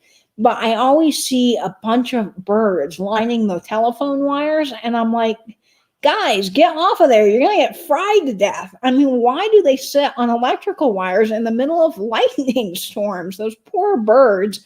Like, I am waiting to be at a stoplight in one of those Florida rainstorms and just see zap and a little bird just go whoop and hit the pavement. That's very morbid, and I'm sorry, but those birds, they got to be a little bit smarter. Okay, I honestly can't remember that far back. And you are naming the movies I took my kids to see. Yeah, I was born in the 90s, so that's true. I was 10 then, Zeno. I remember because it was a movie I saw with my best friend before she moved to Chicago. How fun. Movies are great, aren't they? They really, really are. Oh, Tu Wong Fu. Yeah, that is a good one. Calendar Girls. You guys can tell how old we are by the movies we recollect. That's true. Yes, I've only seen the third one. Oh, let me see. Lavish Mango. What were you saying? I'm missing chat. Just watched. Oh, Toy Story 4 will break your heart. Oh, man, it makes you cry. Yeah, it does. Let's see. Yeah, awesome choices, Book Bewitched. I agree. We watched a lot of movies growing up with my dad. My dad had all kinds of movies, and he was really into Civil War history. And so one of the movies I remember my brother and I were watching in the car is we decided to see Gods and Generals as a movie my dad had. And it was one of the VHSs that just got chucked in the car when we go on road trips. And it's a super long movie. I think it's like 5 or 6 hours long, if I'm not mistaken. So my brother and I one time challenged ourselves to watch Gods and Generals. But my dad, he played all kinds of classic movies. Every summer we would watch gobs of James Bond. And I love all those old James Bond. Sean Connery will always be Bond to me. But I do love Pierce Brosnan. I know a lot of people feel certain ways about him, but I like him. But Sean Connery is what we watched growing up. I love Bond. Yeah, it is great. Oh, Up. I cannot watch Up, Jamie. I can't. I like action movies, and I like movies that really make you think. Like, I love Shape of Water. I like movies like Shape of Water, and I loved, what was the other one that came out that won an Academy Award? Oh, that's going to drive me nuts. I'll think of it, but I do. I love movies like that, but I mainly like comedies because I just can't deal with the sad. The sad is too much. Oh, night, Angela, if you're heading to bed. I am so sorry if I'm missing your chat. Oh, congratulations. I see I'm reading all that incorrectly. Just reached $300 on IG. Yay, Angela. Congratulations. Go subscribe. Not a Pixar fan, unpopular opinion. I think I only saw Wally. Oh, the fish one. See, Nemo, Finding Nemo. So I have a story about Finding Nemo. I don't, and this is unpopular opinion. This is gonna, ruffle some feathers in the chat. I do not like Nemo. I used to like Nemo until I had a Spanish teacher in the 5th grade that made us watch Finding Nemo every Spanish class in Spanish. And now I despise the movie. It was absolute. That is one thing that just, ooh. So unpopular opinion about the fish one. The fish one. Oh, Night Tiger Purple, you have a great night. Congratulations on winning the sticker. Maya, welcome. I'm sorry I missed your comment, but please subscribe and thank you for joining the chat. We should see how many votes for Toy Story, 1, 2, or 3. 1 will always, I think, be my favorite. Yeah, I have Disney Plus and I watch a lot of those old TV shows and things. Yeah, I can't do the sad dog movies either. If a dog's going to die, I won't watch it. I love Up. It was sad in the beginning. Yeah, it's a good movie and it's very happy at the end, but it's just, it will get you right in the feels, right? Oh, Incredible is good. Yeah, Nemo was one that was really big when I was growing up, and I'm sure my mom probably had to suffer through that at all of our sleepovers growing up was Nemo. I can only imagine with parents now and Frozen, because when Frozen first came out, I saw it in the theaters with my friends and I liked it. But now the Frozen puns, the Let It Go, has gotten so overused that I kind of have a little bit of a I'm done with Frozen, but I can only imagine the parents now and Frozen like it was when I was a kid with Nemo. It's got all the mad decor and oh yeah, they do have that mid-century modern decor. Yeah, The Incredibles is great. And somebody said it, Baby Jack Jack, Baby Jeff Jeff. Oh, Wizard of Oz is good. I like The Wiz. Not my favorite musical, but it is good. And Beauty and the Beast is awesome. Yeah, I like. Oh yeah. Oh God, Frozen. No. Yeah, I'm sorry. I might make a lot of people mad for my unpopular opinion, and I'm sorry, but yeah, Frozen. I'm kind of. I'm done with Frozen. My mom cried at the end of Toy Story 3. I think part of it was the fact that I was growing up and I was born in the year the original came out. I was 15 when the third one came out. Oh, Vinny, that's so sweet about your mom. Yeah, let's see what other movies. One of the movies I loved growing up, and this came out. This was a Disney Channel original movie. I don't know if you can watch it anywhere online, but it's Max Keeble's Big Move. Do you guys remember Max Keeble's Big Move? I love that. And that movie I probably watched a gajillion times. My brother hated it. He would be like, no, we're not watching that again. But my favorite was the food fight scene. I loved that, the food fight scene. Oh, Charlotte's Web. Yeah, but it's a sweet, sad story. I want to go to the Cars land at Disneyland. I do. I think that would be awesome. Yes, Vinny remembers Max Keeble's Big Move. Man, I love that.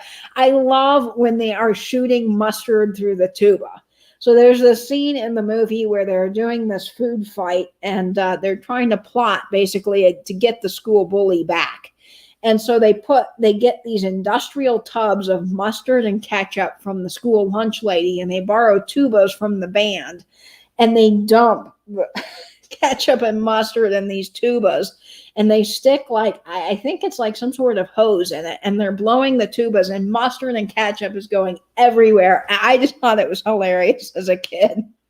I love that movie. Disney originals were great. Oh, Luck of the Irish. Oh, I love Luck of the Irish. And I loved I have so many that are my favorites from the Halloween Town was great. Disney Channel original movie, Halloween Town. Oh yeah, Mrs. Doubtfire is another one of my favorites. We watched that a lot growing up. Love Mrs. Doubtfire. I was drive-by fruiting. Yes.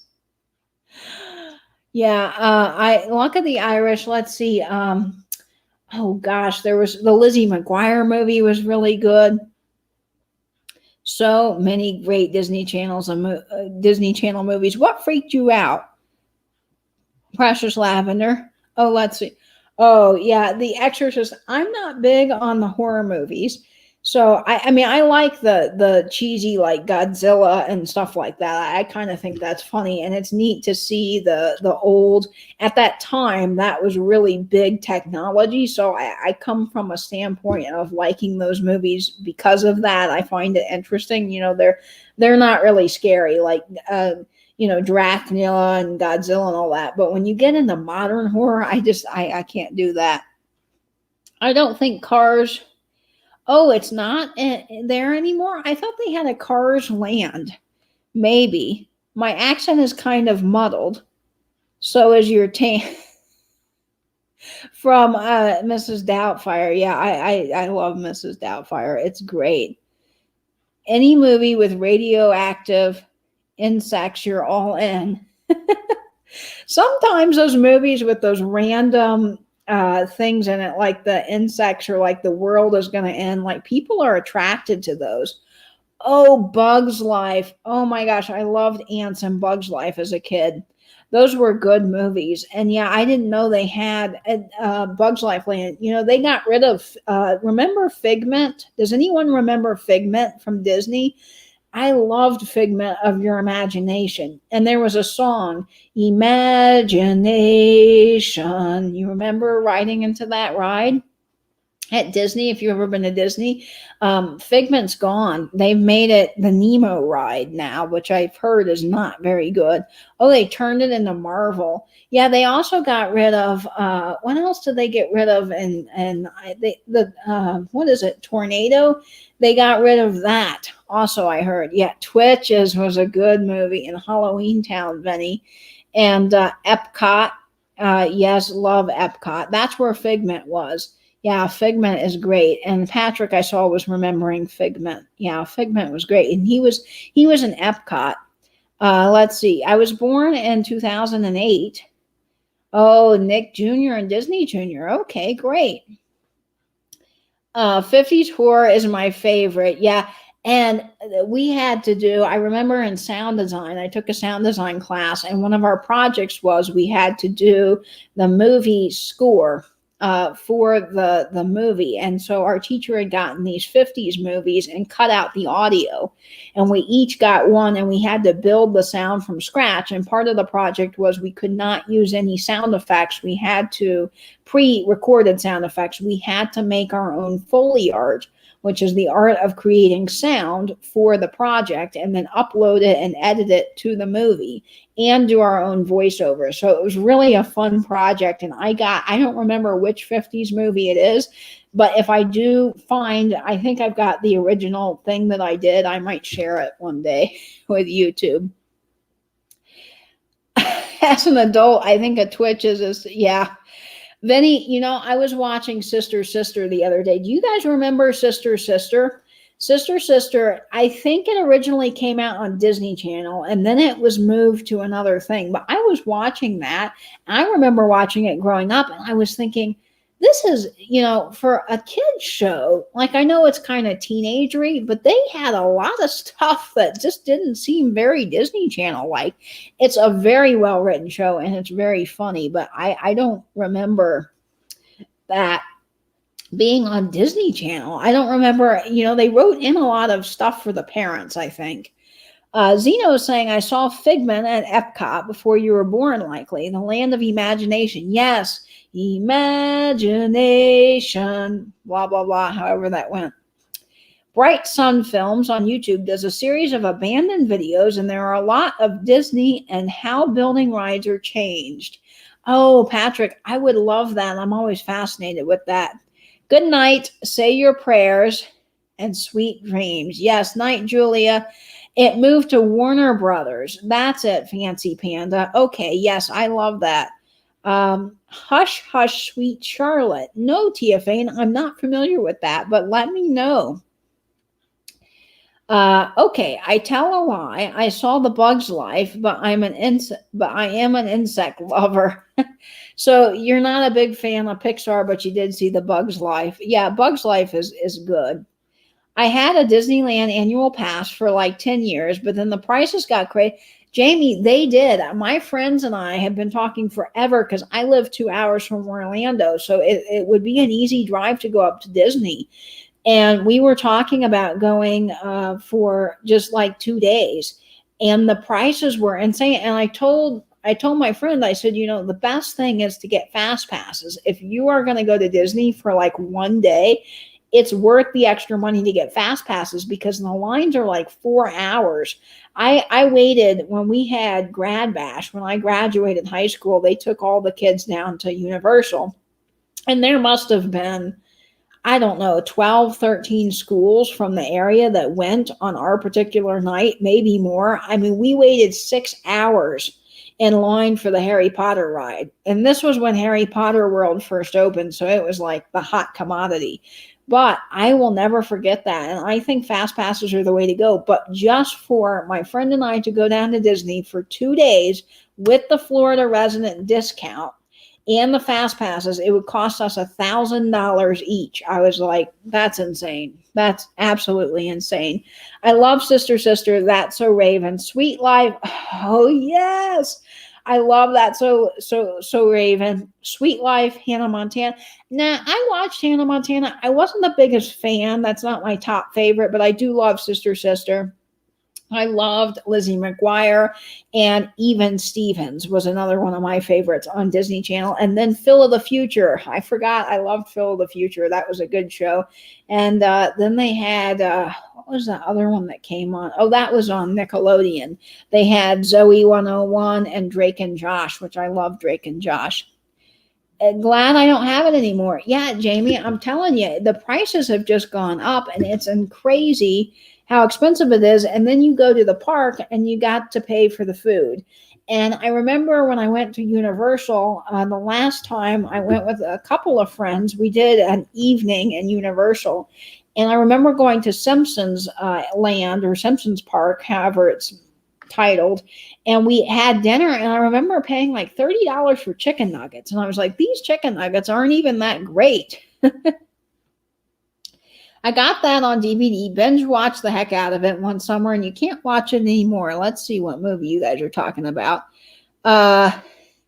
It's still, in my opinion, they have dirty jokes that kids miss. It's true. As an adult, that's one of the things that I have to say I really enjoyed is going back and watching like Lizzie McGuire and Even Steven and Sister Sister and all of that as an adult, because it now brings new life and new meaning to the show.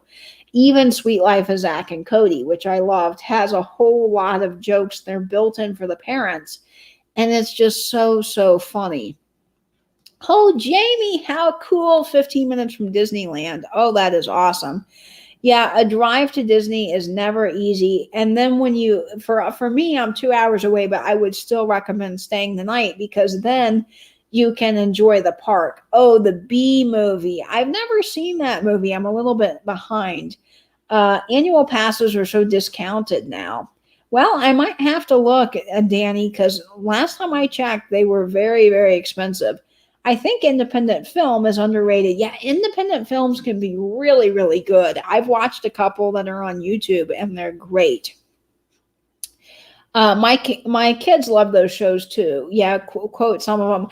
My mom, this is so funny. I remember watching Sweet Life of Zach and Cody as a kid, and one day I was homesick from school, and my mom stayed home with me, and she's like, "What do you want to watch?" And I remember Sweet Life of Zach and Cody was on, and my mom was watching it. My mom rarely comments about the shows, and she was like, "Oh, this is sweet. I like this one."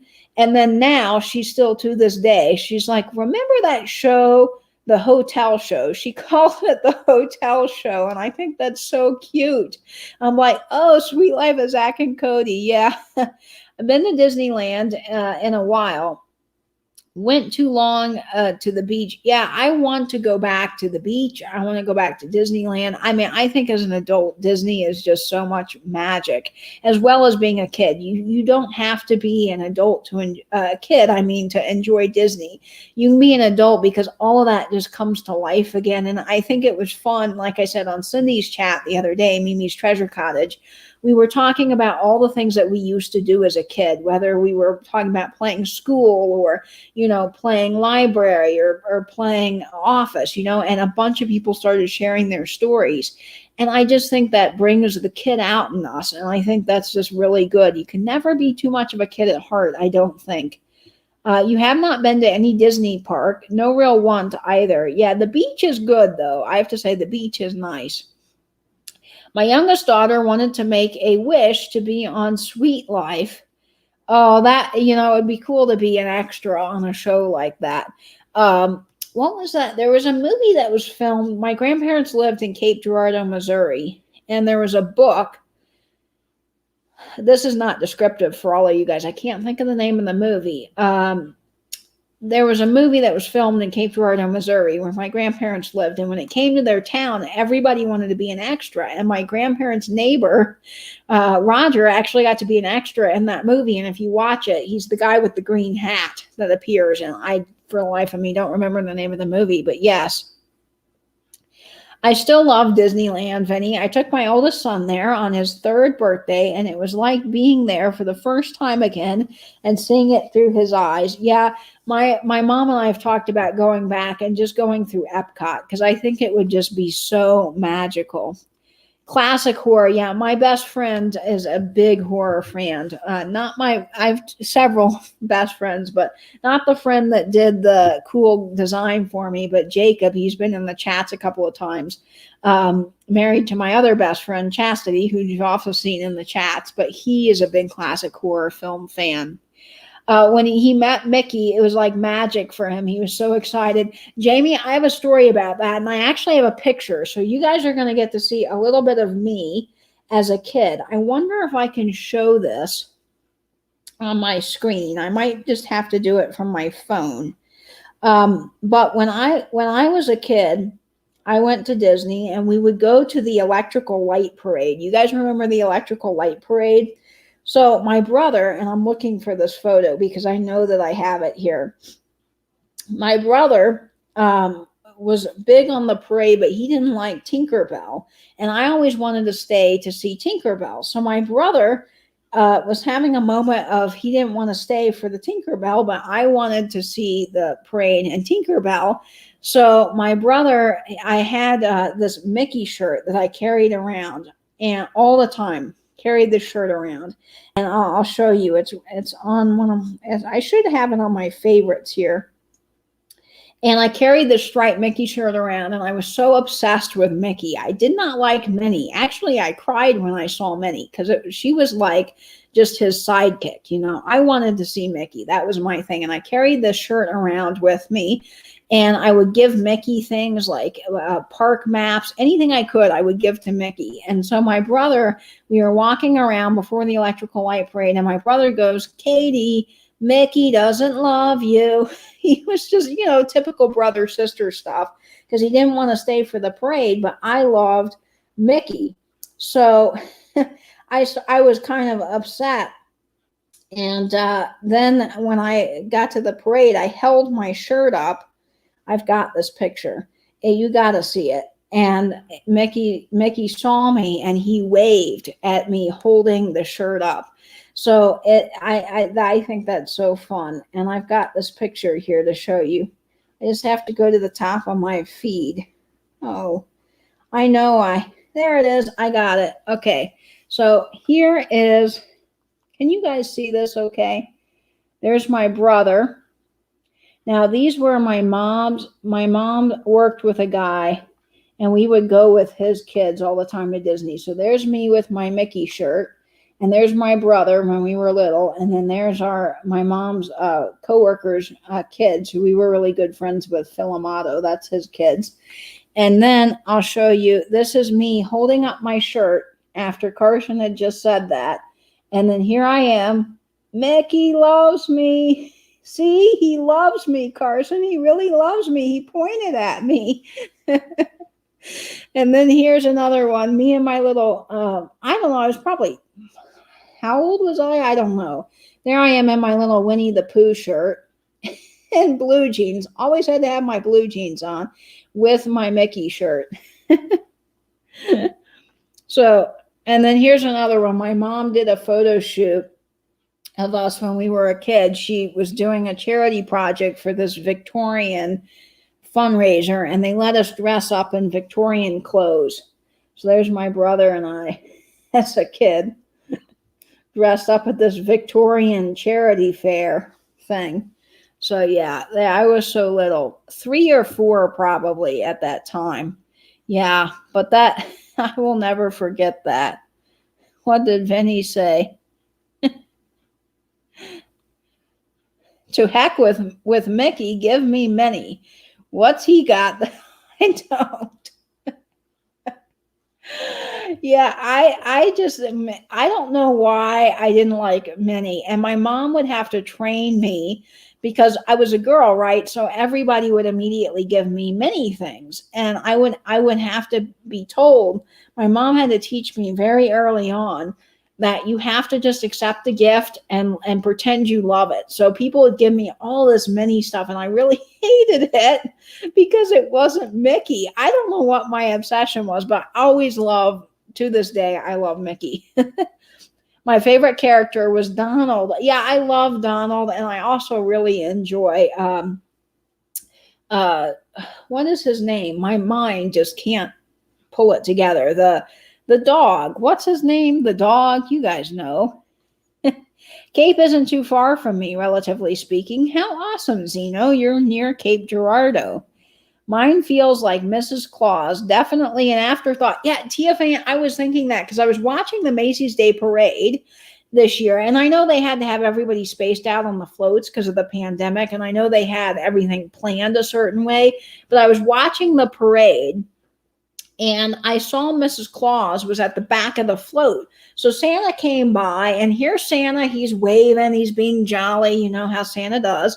And then you've got Mrs. Claus, like in the very back corner, and she's just like, hi. She looked like, I'm like, Mrs. Claus, I mean, nobody cares about her. Poor lady. She's stuck in the back, sitting on a tiny little stool, barely waving. I'm like, oh my goodness. Yeah, that was a cute age then, that's for sure. Donald Duck cracks me up. Yes, he does. Pluto. Good night, heavens. Why couldn't I think of that? You know, sometimes your brain, you have that CRS and you just can't remember it. Pluto. Yeah, I like Pluto too. Goofy. I also like Goofy. I really like all things Disney, to be quite honest. My favorite was Tigger, but I can't even remember if it's Disney. Yeah, Tigger's Winnie the Pooh. He's Winnie the Pooh, but that's Disney, right? Let's see. I always love the anti-hero, Donald, Daffy, Plucky. Yeah, they're at the Donald Duck. Is it Christmas? They have like a Christmas film, and it is really good. Really, really good. I just checked to see where Louie was because I didn't hear her for a while, and I figured she might have been getting into something, but she's curled up on her little blanket taking a nap. Pluto is my favorite. I saw George wearing a Pluto shirt with Alex. My dad took us on a Disney cruise once. It was really cool. My dad surprised us, and my grandparents came along, and we didn't know we were going on this cruise. My cousin Sharon is a travel agent, so I'm sure she helped arrange it all. So we ended up on this Disney cruise, and they had the characters at night. You know, when you're going down to dinner, they'd have the characters, and you get an autograph book. And I remember being so starstruck because Mickey signed my book, you know, obsessed with Mickey. And then one of the nights was Captain Hook, and I had this Mickey ring on my pinky finger, this little kid's Mickey ring. And being Captain Hook, he was playing with me, and he took the ring off my finger. And I was like, Hook, give me my ring back. Dad's laughed about that forever. Original, oh yeah, not Disney. That's right. It was E.E. Milne wrote Winnie the Pooh. It was out in London. Yes. Xenomorph, especially movies about the decay of middle America. So you enjoy different types of movies for sure in the chat here. Oh, Piglet's good. I like Piglet. No, I saw an advertised. Oh, are you guys talking about another movie? See, I'm missing some things in the chat here. I have a Goofy watch that the numbers are reversed and it runs backwards. It's 23-year-old now. Oh, how cool, Peterson. I love that. Yes, I have my grandfather's Mickey watch. So that is probably one of the most prized things. I mean, I have a lot of neat treasures in my house, but he's really awesome. That watch is so special to me. My grandfather, Papa, passed away at the beginning of the year, and there was many things that I remember Papa having, but the thing that I remember most is that Mickey watch. And and I have the matching tie too. I was really lucky to get it. He had a Mickey watch, and he wore that since he got it in the 90s. And the box is shaped like Mickey Mouse, the ears. And he was a Baptist preacher. And at the time, Disney was under attack at the church. The church really didn't like Disney for some choices, as you can imagine. And he disagreed with the church. And so he wore the Mickey watch. He got the Mickey watch and the Mickey tie in protest of the Baptist convention and what they were saying about Disney. And he really didn't have an issue with it. So he wore that in protest. And he's had that watch. Well, I mean, I was born in 94, so long before me in the 90s. And then he had that up until he passed. He wore it every day. And I have that now in my closet, that watch. And boy, that is just so special. A treasure that would definitely be leaving with me if there was a fire, for sure. Yeah, my papa was very awesome. If you had met him, he is the kind of person that you can have a 3 or 4 hour conversation with. He is amazing. He really, really is. So I was so glad that I got that watch, and that, he always stood up for what he thought was right. And that definitely was a neat story. And it's neat because I did not know that story until this year. I just always thought that he had gotten the Mickey watch because, we were around Disney growing up. And I figured maybe he got it at the park, with us or something one time. And dad told me, he's like, no, that's why Papa got the watch. And I think that's so cool. Everyone here is my spirit animal, but your pops, but yours pops in every once in a while. Oh, good, Lavish Mango. Okay, so I've got some more trivia. We'll do a couple of more trivia rounds, and then we will conclude the evening, and we will go. But I'll play some more trivia. Oh, I was doing movie trivia. I got sidetracked because we got talking about all these wonderful movies, and there's so many that I forgot to mention, I'm sure. I love all kinds of movies, and I love watching movies. So let's see. I bet I've got, oh, this is a good one. Okay. Here we go. This came out in 1994. So here we go for some more movie trivia. Okay. Now, 1994. Do not go in there. All righty then. Do not go in there. All righty then. And I will tell you, I cannot do the voice of this person, but this person had the best facial expressions and the best voice. So, movie trivia from 1994. Do not go in there. All righty then. Yeah, I do like the cheesy horror. I have to say, Tia Fane, I kind of get a kick out of watching that. Not Dumb and Dumber. Let's see. Is there any other clues? Okay, here it is. A couple of clues. Ultra cool, was aggressively dorky. He was a private investigator, and the name of the movie correlates with the name of a playing card. Let's see if yes, Ace Ventura, you got it. That's right, Vinny, Ace Ventura, and it was hilarious. I love Ace Ventura. Big fan of that. Yes, Jim Carrey, Ace Ventura.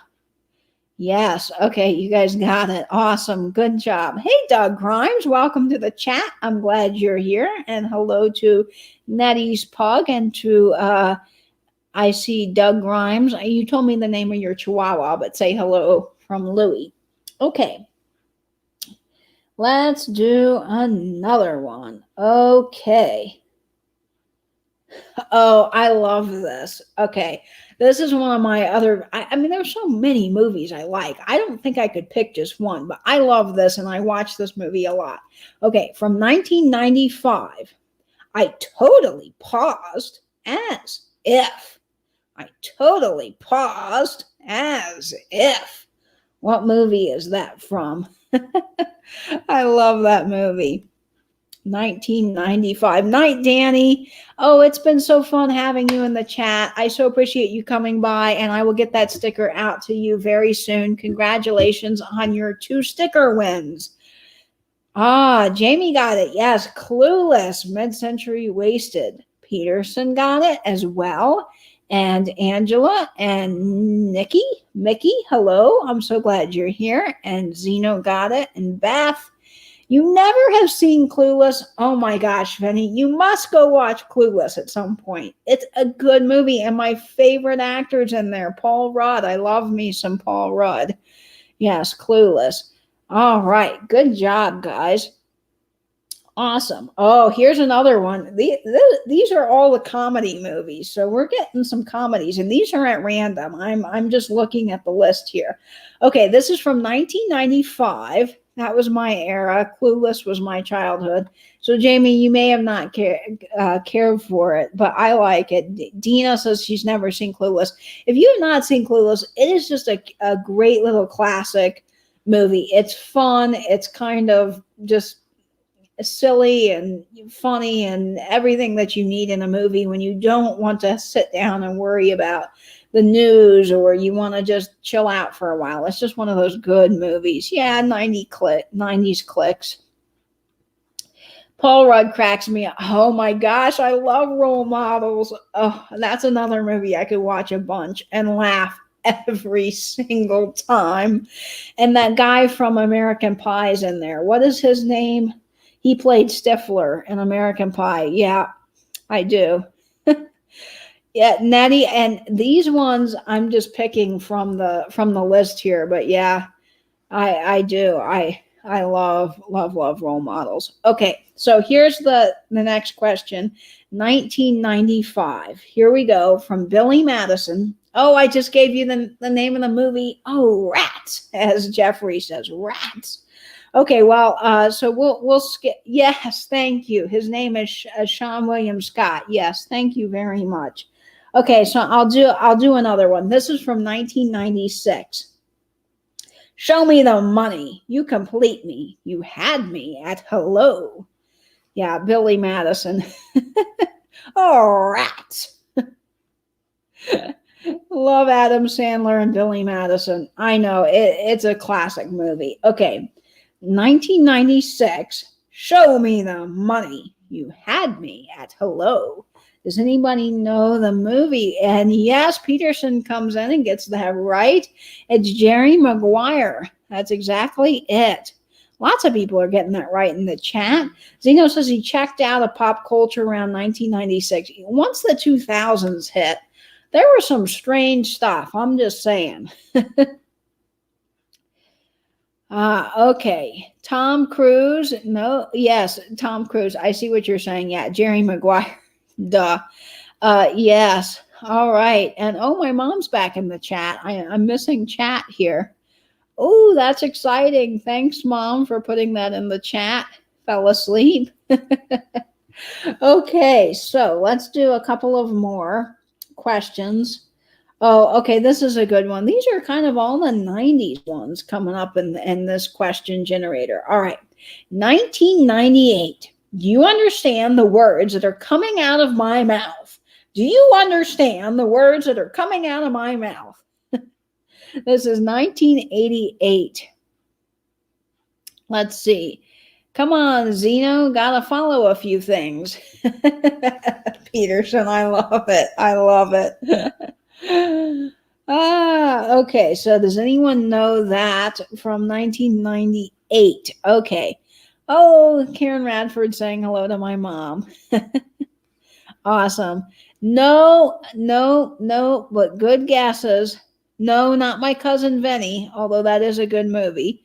Not Jackie Chan, but good guess, Fancy Panda. Nope. Let's see. This is Rush Hour. I remember watching the movie Rush Hour, but that was a hard quote. That one was hard. Okay. Let's see. Oh, this one might be able to. Oh, hey, Vinny got it. Rush Hour. Yeah, Rush Hour is the movie. Not Tommy Boy, but good guess. Not Terms of Endearment. Oh, yes, now I remember. Yeah, I like Rush Hour. I can hear myself saying that, though, and that he says. Yeah, I've seen Rush Hour a couple of times. I don't think that I own it on DVD, but I have seen it. I remember actually renting that from the video store. I think Dad rented it. We went to the video store to get that. I remember that. Yay, Vinny, you got it. Fancy Panda, you kind of helped me with that one. Same with Angela Marksberry. Okay, so here we go. Next question. All right, this is a movie from 1988, and here is the movie quote. Yeah, well, that's just like your opinion, man. Yeah, well, that's just like your opinion, man. Does anyone know what movie that's from? This is a good movie. Oh, Blockbuster was such a treat. It really was, Vinny. I remember we had a Blockbuster down the street from our house, and there was a pizza place right next door. I think it was a Domino's Pizza, and it's not closed anymore, but we would go down to the video store to rent movies, and then we'd pick up a pizza, and that was like super magical. Friday night video store, and you always hope that they had what you wanted. You never knew. And I remember at one time, my stepmother, she took me to the video store because my brother was having his troop of Indian guides. He was not in Boy Scouts, but we were in a thing called Indian Guides, and all the Indian guides guys were coming up for this guys weekend. So my stepmom actually took me to the video store, and I could pick whatever I wanted. And then she let me have like a whole bunch of candy, and we just binged watched movies. And I thought that was like the coolest thing. And I was probably like 7, and I was like, oh wow, I get pick at the video store. That's like awesome. I don't have to fight with my brother over what movie we're gonna watch. Yeah, my brother did. He loved Superman, and he would get really upset if it was checked out, and we would rent that all the time. Let's see. Give another hint. No, Angela, not Fast Times at Ridgemount High, but that's a good one too. Bill and Ted. That's the hint I'll give. Oh, okay. Mickey got it. Yes, The Big Lebowski. That's it. Yeah, Hollywood Video. We didn't have a Hollywood Video near us, but my friend had a Hollywood Video where he lived. Yes, your parents lived in Bend, and I've seen that last Blockbuster. Oh, how cool. Yeah, there's one Blockbuster left. Now you can go visit it. That last Blockbuster, you can. Indeed. And that would be cool to see. Yeah, I love that movie. Of course, it's good. So, yes, The Big Lebowski, if anyone got that right. The food fight. My mom's remembering that movie because that's the movie I wanted to watch. My brother wanted to watch Superman, and here I am with Max Keeble's Big Move. Gosh, I love that movie, and I still do to this day. I think it's great with the food fight scenes. Okay, what is Xenomorph saying in the chat? Oh, you had a Hollywood Video also. Yeah, we didn't have one of those, but my friend did. And then there's a record store where my friend still lives and grew up called the Sound Garden, obviously named after the band. They have really great records, but they used to be a video store back in the day. So they would go to either Hollywood Video or the Sound Garden. I hope everyone here. Oh, I love Bridesmaids, Vinny. I love that movie. That's another one I could watch over and over and over again. I think, what is her name? She's in a bunch of stuff. She is hilarious. I just think I could just watch and watch and watch. It's great. I really, really could. What is her name, though? That's going to drive me nuts. You guys know who I'm talking about. She's in Bridesmaids, and she's kind of the wild one. That's probably not helping. Oh, Mom, no, Bridesmaids is you're thinking of 27 Dresses, but 27 Dresses is a really good movie too. But Bridesmaids is different. Yes, Melissa McCarthy. That's it. I love Melissa McCarthy. I think she is so naturally funny. Kirsten Wiig is funny too, but Melissa McCarthy is hilarious. She just really is. She'll crack you up. If you need a laugh on a bad day, The Bridesmaids is the movie to watch. Yeah, Benny, I agree. She's hilarious. Hi, Justin. Welcome to the chat. You remember the Discovery stores and malls? Yes, they were so cool. It was so fun to go into those. And also those toy stores. Benny, you probably remember this in the mall too. But do you guys remember the dog? Like you go into the mall and there was like a dog that would do tricks outside of this one store. It was a kid's store. Might have been like a Discovery store. And it moved around. And I just thought that was like magical. Like that was the coolest thing in the world. Yes, we're so glad you're here. Oh, Hangover is really funny. The first one, the second one's okay. And the third one is just kind of silly. But yeah, I like The Hangover.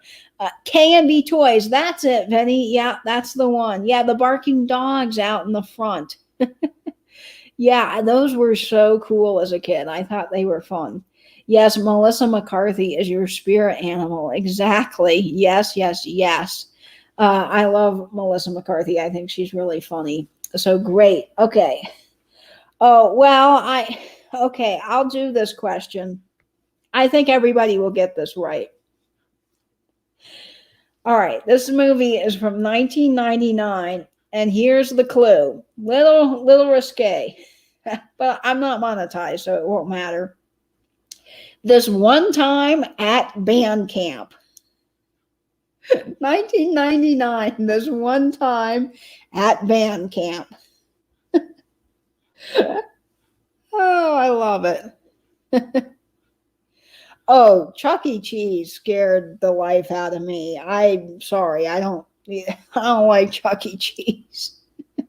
He just because the animatronics in him would die. You know how like the animatronics like at Chuck E. Cheese were going out like that the banjo band, whatever it was called, and it was just super kind of creepy.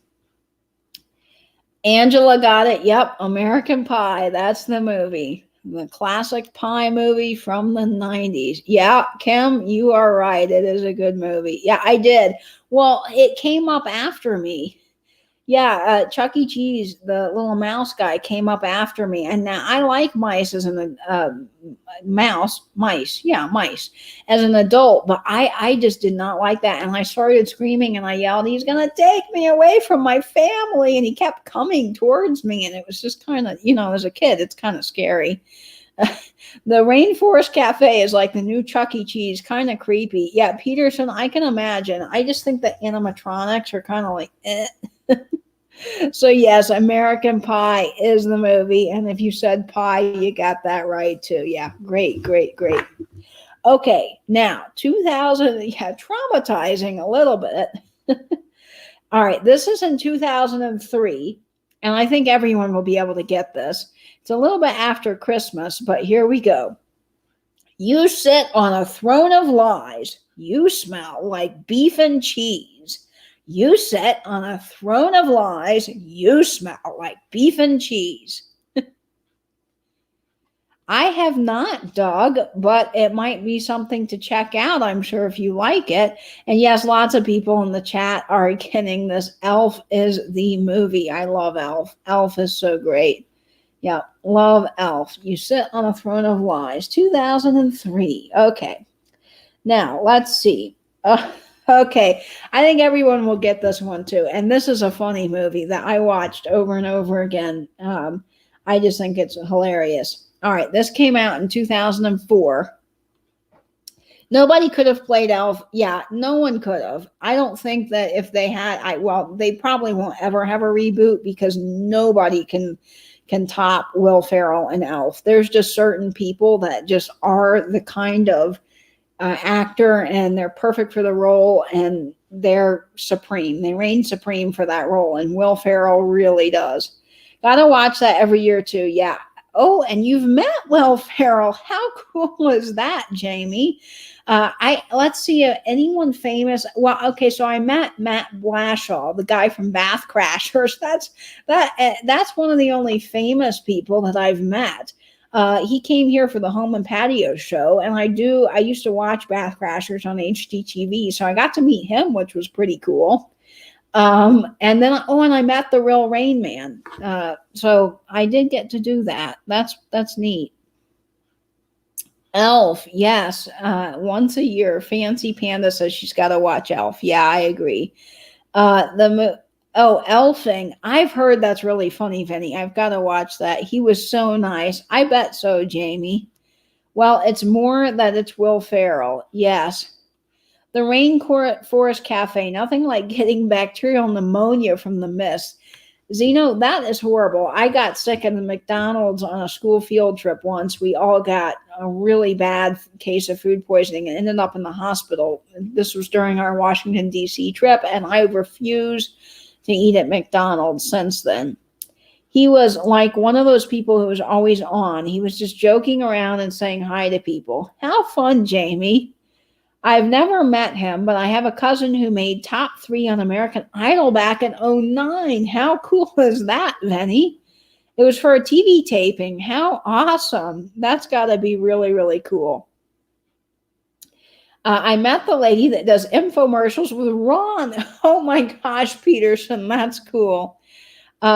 Spaghetti, yeah, and syrup for breakfast. There's a channel that makes all those food items from the movies and from TV shows, and you can see and they try it out. And I love spaghetti tacos. I have to say, I tried the spaghetti tacos from iCarly, and they're pretty good. So don't discount some of those things. Yeah, the mist is, that's not good at all. You don't want to get sick from that.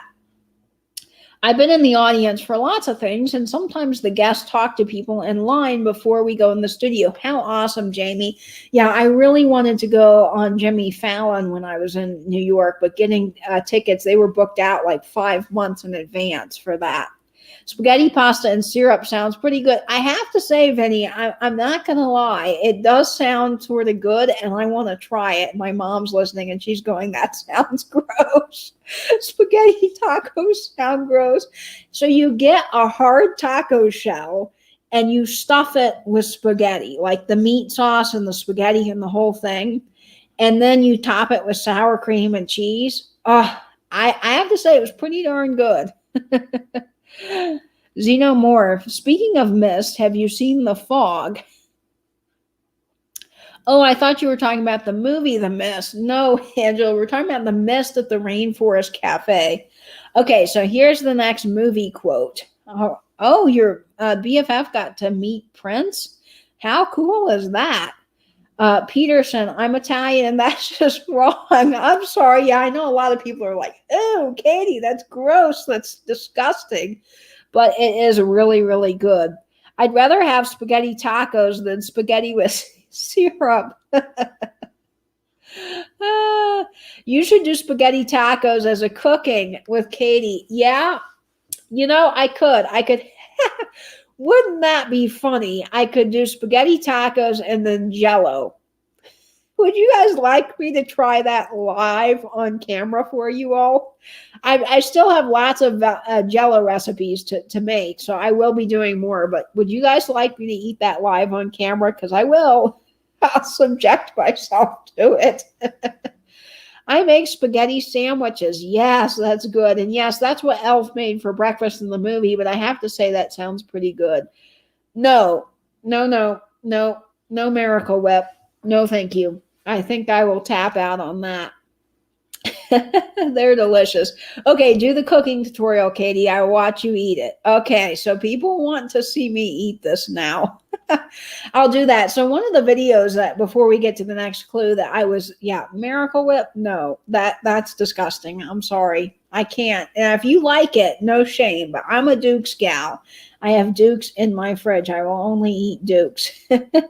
So I was thinking for one of my next videos, now this is going to take some planning and quite a bit of filming, but I kind of wanted to do a video where I did the life of a 1950s housewife. I have seen other people do this, and and now the hitch in this is I don't have real authentic 50s clothing, but I've seen a lot of people that do clothing. They can dress up just exactly perfectly to fit the role.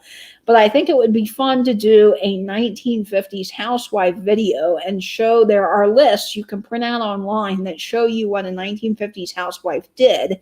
And I could do it and follow my kind of vlog style, just follow me doing the list day by day. And then at dinner time, I would make the jello and I would make all the traditional like 50s food, probably meatloaf I would choose as my main meal. And then I could do like an appetizer, and I could do the jello for dessert, you know. And then what I would do is I'd try that food live on my channel. So I would have the video go out at like 10 a.m. You guys could watch that, and then I would have dinner with you guys live on my channel. So I think that would be kind of fun. Let me know what you think. Yeah, ooh, on the Miracle Whip. I want Katie to try Elvis's favorite sandwich, bacon, bananas, and peanut butter. Tia Fane, I've had the Elvis special here. We have a popsicle stand, and they have the Elvis special, which is a bacon, banana, and peanut butter popsicle, and it's really delicious. So I might try that. Sweet and savory combo sounds delicious. Yeah, bacon and chocolate is pretty good. I've had bacon dipped in chocolate. You got to vacuum and iron. I'm out. Yeah, I don't mind vacuuming, and I don't mind ironing certain things, but pants, I do not like ironing pants. But yeah, I think that might be fun. But I'd have to get heels, because if I do that, I definitely would need to be vacuuming in heels to make it authentic. I just, the clothing part I would have to figure out, because I don't clearly dress, and then I have the, you know, the hats, but it's more of a, you know, I don't think women from the 50s were necessarily wearing tons of these button-up shirts every day. So I just have to work on that. Yes, Duke's and Hellman's equals best food. Hellman's is not bad, but I do like Duke's. Ironing? What is that? Zeno says. Yeah, chocolate covered bacon is delicious. It's to die for. Vinny, it sounds disgusting, but it tastes pretty good. You know, the other thing that I love, and it's so bad for you, but I love fried Oreos. I could eat fried Oreos till the cows come home. Oh, I love fair food. Let's see. Ironing. What is that? Yeah. Dress and heels. That's what I would have to do, is I'd have to find something that would work. So yeah, heels at the thrift store. I'd have to get, cause I can't walk in heels very well. So I think it would make the video even more funnier, is because I'm not coordinated in heels. So I'd I'd get heels, and then I would have to find some 1950s style stuff. Katie, you would love the Minnesota State Fair. I bet I would. And I've had fried butter. Don't sue me, but I've had fried butter, and it's pretty darn good. My grandmother made Elvis sandwich for breakfast almost every day. She did, Jamie? How awesome is that? Yeah, it's good. Deep fried Oreos with Nutella on top. Oh, now you're speaking my language, Vinny. That sounds good. I love Nutella. Get the thick heel. Yeah, the skinny heel, I know I wouldn't be able to do, but I could probably do the thick heel for sure. Katie do it. Yeah, I really think it would be a good video. So I'm gonna work on that. Katie, I'm like a newborn baby deer in heels. Yeah, Jamie, I'm glad I'm not the only one. I'm just not, I'm a very clumsy person in general. So it's like, add the clumsiness and then add the rockiness of the heels, and I'm just so not coordinated. I just wear flat shoes. Yeah, Lacey Faye. She's the woman that kind of inspired this. And there's a lady I saw yesterday. I typed in 1950s housewife, and there's another channel I found, and I don't know the name of it off the top of my head, but she was doing it, and she actually did it for a week. Can you imagine? She filmed this video for a week, and she lives in Australia. She filmed it during the lockdown, and she cooked and did the whole thing in heels and the dusting. Like one of the things that you do is you have to dust every day, which I hate. But that was the thing, is like you had to dust every day, and then you had to clean the bathroom. You had to replace the towels every day. Then twice a week, you had to wash the sheets. Imagine washing your sheets twice a week. Now, I do wash my sheets once a week, but twice a week. And then she was having to iron the sheets. And I mean, there was a lot of things that people had to do that I just cannot imagine. I had foot surgery and have a very weak ankle, so ridiculous in heels. Yeah, my friend has very weak ankles, and so she wears tennis shoes a lot because that does help. Let's see.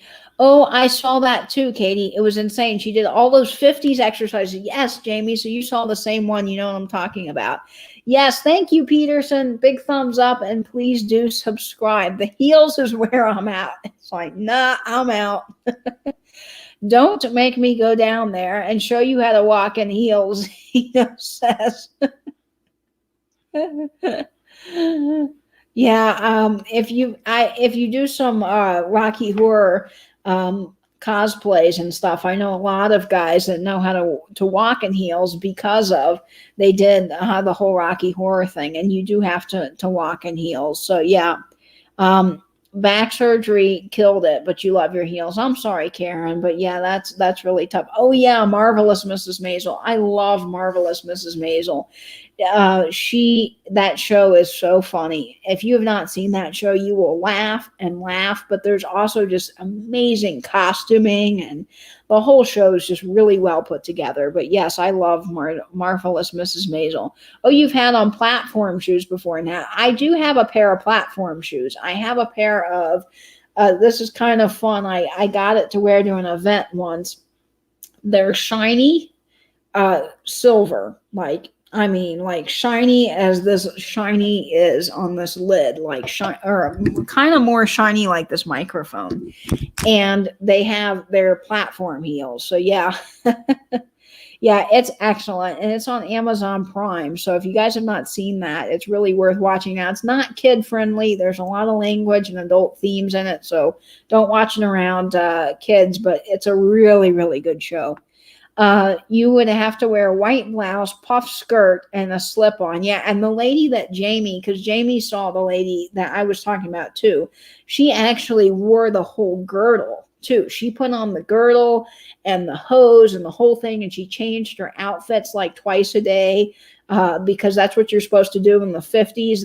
One of the things they were saying in the old 50s books was that if you were in plain clothing, you had to change before your husband got home. So imagine that your husband is getting home and you're not presentable enough for him. So you have to change into something that makes him happy, is what it said. And I just cannot imagine that changing into something happy.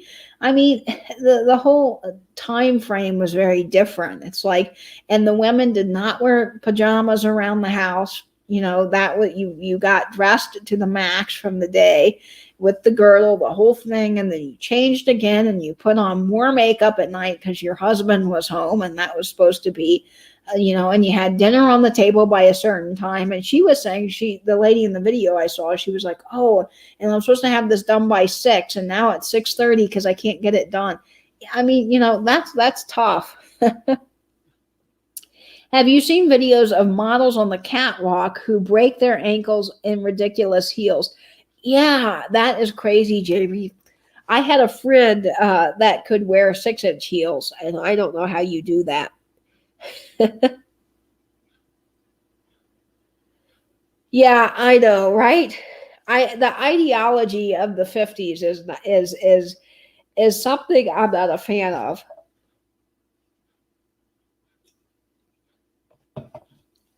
Hang on, guys. Louie's eating something. Louie, what do you have? No, Louie. No. Okay, she's all right now. She was eating the pillow. Yeah, a woman works all day to maintain the household, and she has to look like she did nothing all day.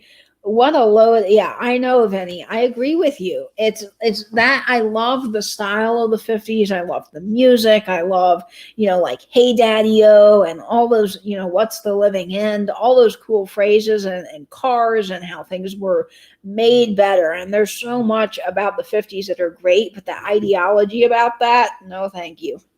My husband is lucky if I've gotten out of my PJs by the time he gets home, right? I mean, nowadays it's just totally okay to be comfy. We have embraced comfy as a society. And there is nothing wrong with that, because nobody needs to be wearing a girdle at 9 o'clock at night in their house unless they want to, you know? I love the clothes and furniture of Mad Men. Yeah, Mad Men has some awesome, awesome clothes. I love how a lot more casual our society is. Me too, Vinny. I mean, I do miss the whole idea of getting dressed up to go someplace nice. We don't really do that anymore. I mean, I like, like the theater is a perfect example of that. I was raised in the theater a lot. I was, went to school for theater, and we were raised that you got dressed to go to the theater. You go to a show, and because that's your way of showing respect to the actors, is you dress appropriately. And I see people now, and I'm not saying this is wrong necessarily, but they come in t-shirts and flip-flops to see a Broadway show. And there is a little part of me that I always get dressed, but I do miss that aspect. Now, I love how casual we become. I mean, there's, the whole don't wear white after Labor Day and all those fashion rules and stuff are kind of going out the window now, and people just do what they want. And they're saying to heck with fashion and being uncomfortable, like I'm in it to be comfortable. And I like that. I think it's definitely a good thing, but I do miss getting dressed to go somewhere. Like you go to the theater and you get dressed up. It's kind of fun. Or showered, right? Yeah, some days during the pandemic, I'm usually a night shower. I take my shower at night and I go to bed. But then there were some days that I was a little bit lazy when we were in real lockdown, and I was like, I'll, wait until later. Yes, clothes and furniture from Mad Men are great. Yeah, the styles in some of those old shows. Do you guys find that when you're watching old movies or shows set in a particular era, you're pausing the TV and looking at the screen and just taking in the scenery and the props? And like I did that with I mentioned it, The Shape of Water, one of my favorite movies, Shape of Water. I paused it and I was like, oh my gosh, look at those telephones and those cars. I just loved it. We had dinner every day at 4:30. Dad got home at 4:15. Yeah, Karen, my grandmother, my mommy's mother anyway, I don't know about my dad's mother so much, but she was really big on having a schedule, still is. And every day, dinner, and when she would visit us in the summers, dinner would be ready by 7 o'clock on the nose. She'd spend all day cooking, and she was a wonderful cook. Her food is delicious. She made really good meatloaf, and she made all kinds of yummy things, but she was big on that schedule. Dinner was ready by 7, and we always ate at that time. Katie, have you ever watched the Jasmine Chiswell on TikTok? She's all about the 50s. Yes, Justin, I follow her on TikTok. She is great. There are so many TikTokers that do vintage. And I know a lot of people are like, oh, TikTok, it's just the political stuff or the dumb dancing. But Jamie knows this because she's in the chat. And I got her following a lady that collects Pyrex, and now she's all into what she, saw this, and she's like, oh, I might have to get TikTok now. And I literally only I do follow Doug the Pug because I like the pug videos. I have to say they're cute. But I follow these 50s people, and even Dingo 588. I think a lot of us watch Dingo here on YouTube. He has a TikTok, and that's how I discovered him. So there are some vintage people on TikTok for sure. Let's see what I'm missing here in the chat. Yep, I'm all about the 1950s style, but I'm also a feminist and not about the male-dominated society BS. Right, Jamie, exactly. Let's see. I'm glad the times have evolved to allow women to equal and homemaker is a full-time job now. Yes, I totally agree, Peterson. Joanne saying, what was the name of the TV show that was about a couple of years ago, 50s everything, had something to do with airlines? Joanne, I don't know. That's I'd have to get more context. I'm sorry. I might know what it is. Louie, she's over there scratching the couch. Don't scratch the couch. You're being naughty. The good things are always recalled over the bad things. That's right, Zeno. I agree. I have never seen someone who can talk on screen so long. Katie, you sound a little scruffy. Turn us off and get some shut-eye. Yes, I have been talking for 3 hours now. I grew up in the suburbs in the 70s. My mother's friends were a little Betty Draper. Oh, yeah, in the 70s. Oh my gosh, I thought it was a night owl. Still going, I see. Polly says, yeah, we're still on. I'm loving chatting with everybody. I remember getting used to people to dress up for air travel. Yeah, now Louie, hey, don't do that. Apologize to all the people on YouTube. You're being loud. I love you. I love you. Yes, I do, but you're being crazy. You're being crazy. That's a good girl. Okay. I think Louis settled now, hopefully. Yeah, we don't do that on the airlines anymore, but the airlines are a little bit, you don't want to be in all that when you're traveling on a 14-hour flight, I know what you're talking about, but I can't remember the name. I know is something about airplanes and 50s, but I don't know. Getting dressed up is rare nowadays. I think the last time I dressed up was for a funeral. Yeah, the last time I dressed, I think, was for New York when I went out to dinner. My friend and I picked one nice restaurant to go while we were there, and we got dressed up for that. It was a Bobby Flay restaurant, so I was really excited about that because I'm a big lover of some of the Food Network programs, and it was fun to go to a Bobby Flay place. Yeah, I don't like that either, Katie. I think we could be a little fancier. Yeah, it's just, and I think being cozy and comfy is good. Like, I love that about our society. We don't have to feel like we have to get totally dressed up every day to go out to the grocery store. Like, there's no need. But I do think with theater and certain things, it's just nice to get dressed. And it doesn't have to be super fancy. Like, it could be business casual, but just putting on a nice iron shirt and, nice slacks. I just think there's something about that. Agreed. Girl about dress for evening events, theater and concert. Yes, getting dressed is kind of fun. I'm old school. I'm used to people wearing their best clothes for the theater. Me too, Fancy Panda. I grew up, that's what we did. And I saw people going to our theater, like I said, in flip-flops and t-shirts for rent. And I was like kind of floored a little bit. I'm not saying that that's wrong if you do that, but I just feel like it's good to do that every once in a while. I'm not saying like you need to get super dressed to go to the store. I mean, no, but definitely some things are nice to get dressed up for. Let's see. I want to get remarried just so I can wear a vintage dress. Wouldn't that be cool? Louie, I'm sorry, folks. She's going a little nuts. I always check the backgrounds for things that they have. Good, I'm not the only one, Jamie. I'm glad that you do that too. But we can be too casual. I was appalled to see people in shorts at a funeral. Oh, yeah, TFing that. That would floor me too, I think, a little bit. My dad always wanted to dress nice, even for the 10-hour drive to the grandparents. Oh, wow. Yeah, sometimes when you're stuck in a certain time period you grew up and you're used to certain things. Hey, Louie. I think one of the biggest things for my grandmother, she moved from Missouri and she moved down here. And I think she was really surprised to see how people dress. Because in Florida, we don't follow traditional clothing rules. She grew up with those fashion rules, like you don't wear white after Labor Day. And you that's too fall or that's too summery. And in Florida, people just sort of wear what they want here because the weather changes so drastically here.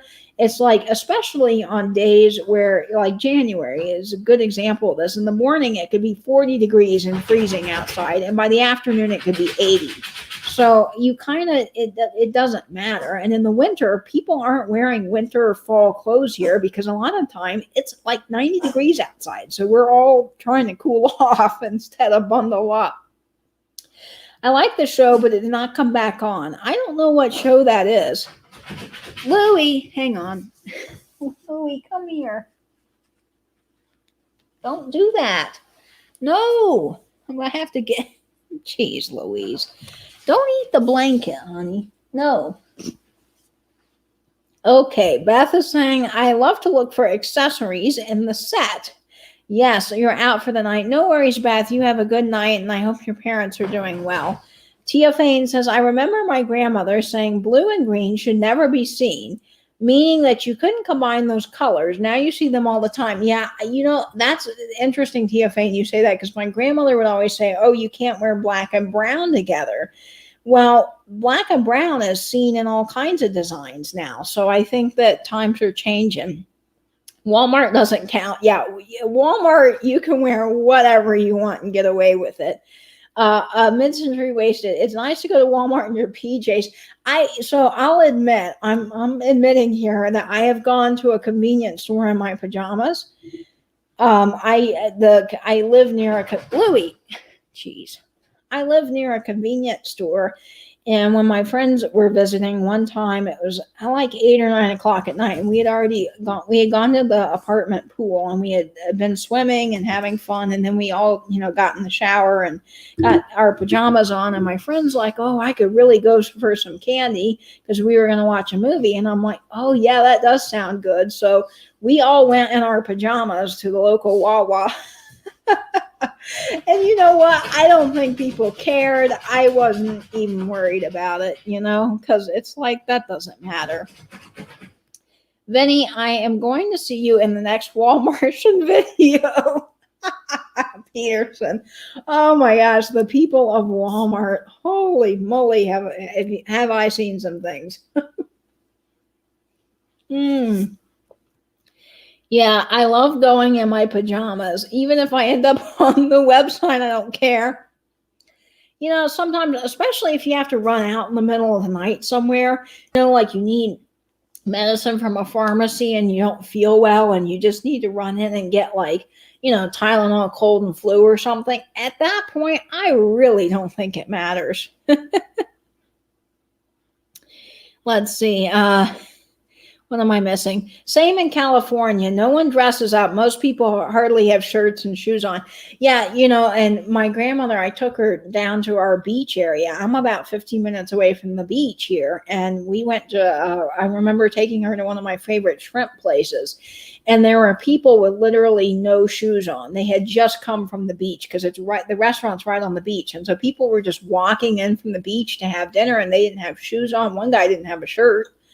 And just swim trunks. And my grandmother was like whispering to me. She's like, "Oh," she was kind of horrified because in her day and age, people didn't do that, but it's the beach and it's Florida and people they wear what they want, which is, totally acceptable now. But back then you can imagine to someone that grew up in a time where you didn't do that. It's like, oh no, very shocking. Yeah, she wants more attention.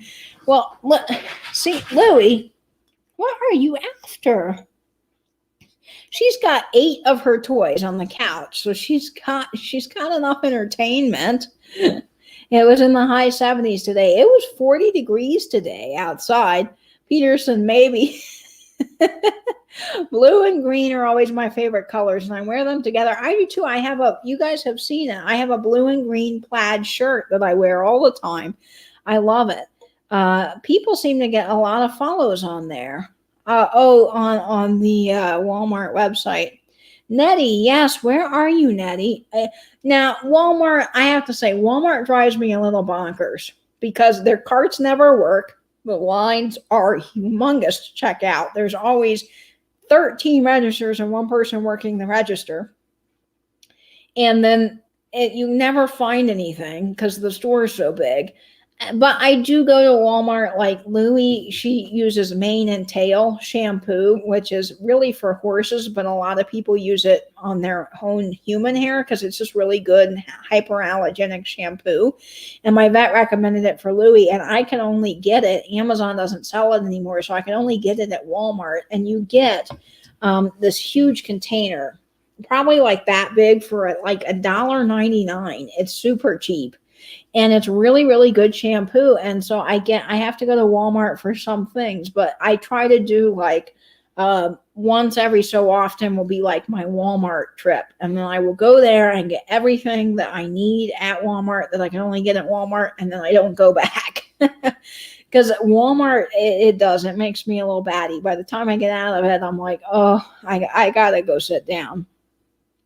Okay, Vinny, I will get the face recognition software going.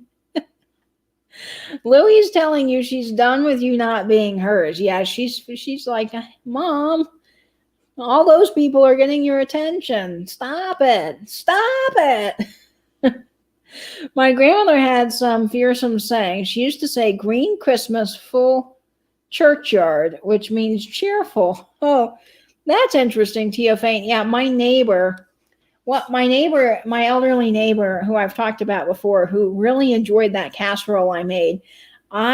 She says things. Oh, she'll always say when I call her, and I'll say, "Oh, Maybell, I'm so sorry I didn't call you back." She goes, "Oh, that ain't nothing. It don't amount to a hill of beans."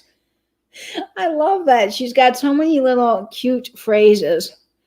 My Walmart is great. I have two of them in town, and they take some dough from me each time I go. Vinny, I'm glad you have good Walmarts because our Walmarts are really run down. Yeah, they're awful. No bargain is worth such an unpleasant shopping experience. I know, sometimes I think your time is money. And so your time to drive out of the way to deal with all the frustration, to wait in line forever and ever to check out is just not worth the couple of cents where you could go to another closer grocery store that's a lot nicer. That's personally. Yeah, see, ours does not open the self-checkout. They have the self-checkout open and it's in kind of a bad area, so they shut down the self-checkout and it's just a zoo. Yeah, some people feel that way about Walmart. It was so warm here today. It really felt like summer. We had all the windows open and some sun. How nice. It was rainy here today. We had a really bad thunderstorm. Walmart vids embarrass me. People are a little cringy. I'm not gonna lie. And some of those Walmart videos are like, ooh, I've seen them too. I've seen the pictures. And also, I went to school. When I went to school, there was a Walmart near me and a really kind of rural. I can never say rural. That's not coming across well, but you guys know what I mean. An area of town. And I saw some really interesting things there. One night I was in Walmart. I was trying to buy glue for this project. We had to have super glue, and I always ran out of it.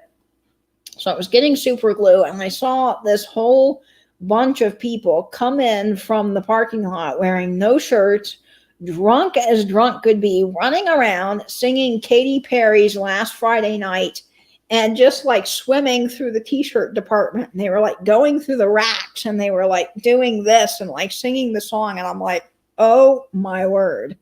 Okay, that's I've had that's Walmart.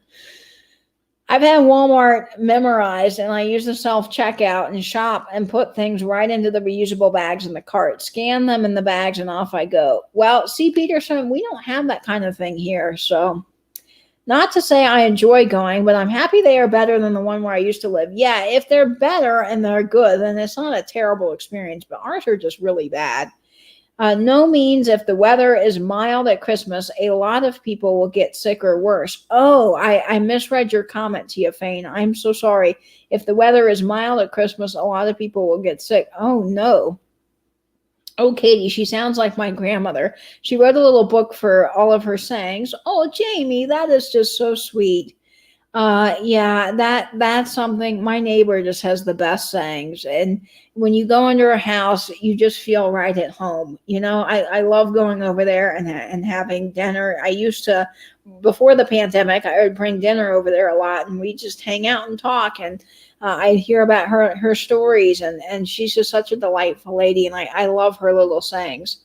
Thanks, everyone. You are right. I was reading Google instead of the comments. I remember they would have to change the clothes before the husbands came home. Yes, they did. And I just think that, yeah, rural juror. Oh my gosh.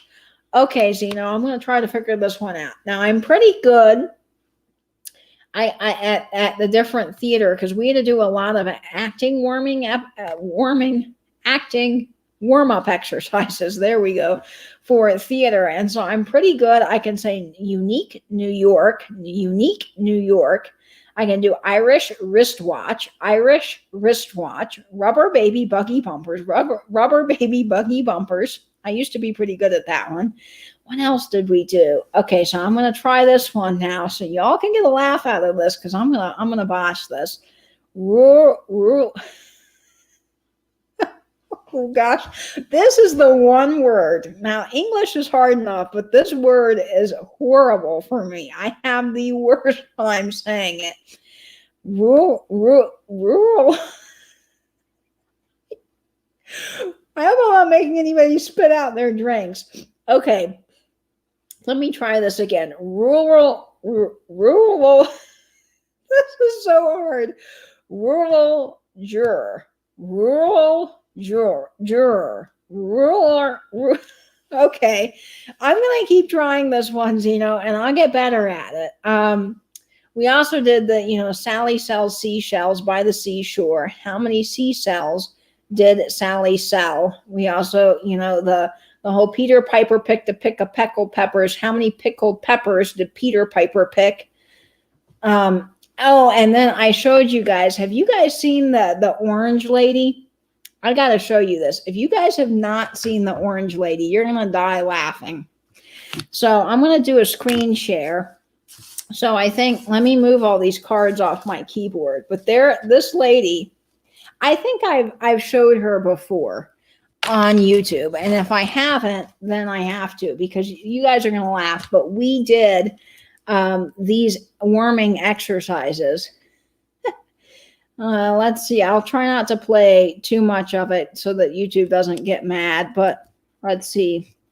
Peel the avocado. The song is called it's Peel the Avocado. And the lady, you can't say it either. I'm glad. Sounds like a car trying to start. Yeah, I know it's bad. Come on, Katie, you can do it. Okay, all right, Nettie's got it phonetically spelled out here. Earl. Rue. Oh gosh, why is this word so hard? Earl. Rule. I don't know. I will never be able to say that word.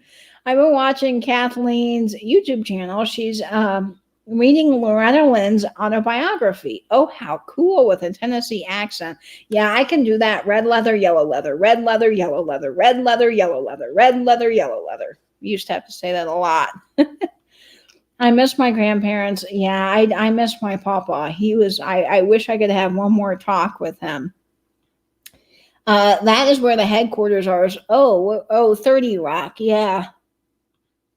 Okay. So let me show you guys. You just say rule. That I can say. So let me show you guys the Peel the Orange lady. So we used to rural juror. Oh, it's from 30 Rock. Okay. I've never seen 30 Rock. So I've heard that it's a good show, but I've never seen it. But that's hard to say. So, okay, we used to do this acting warm-up exercise in school when I was doing theater. And I think it's hilarious and it makes me laugh. And I've seen this lady, so I'm going to share her with you. So I'm going to do a screen share. Okay. Yeah, share the screen. All right. My entire screen. So I'm going to share this woman with you. So you guys, can you see? Okay, you can see this. Now, here's this woman.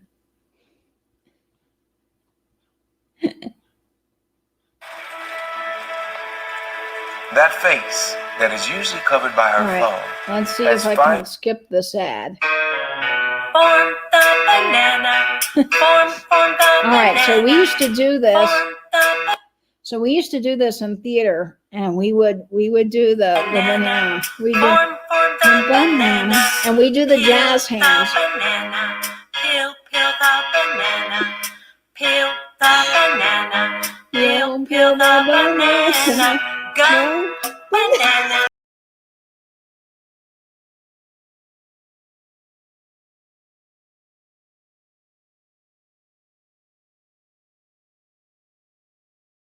Corn.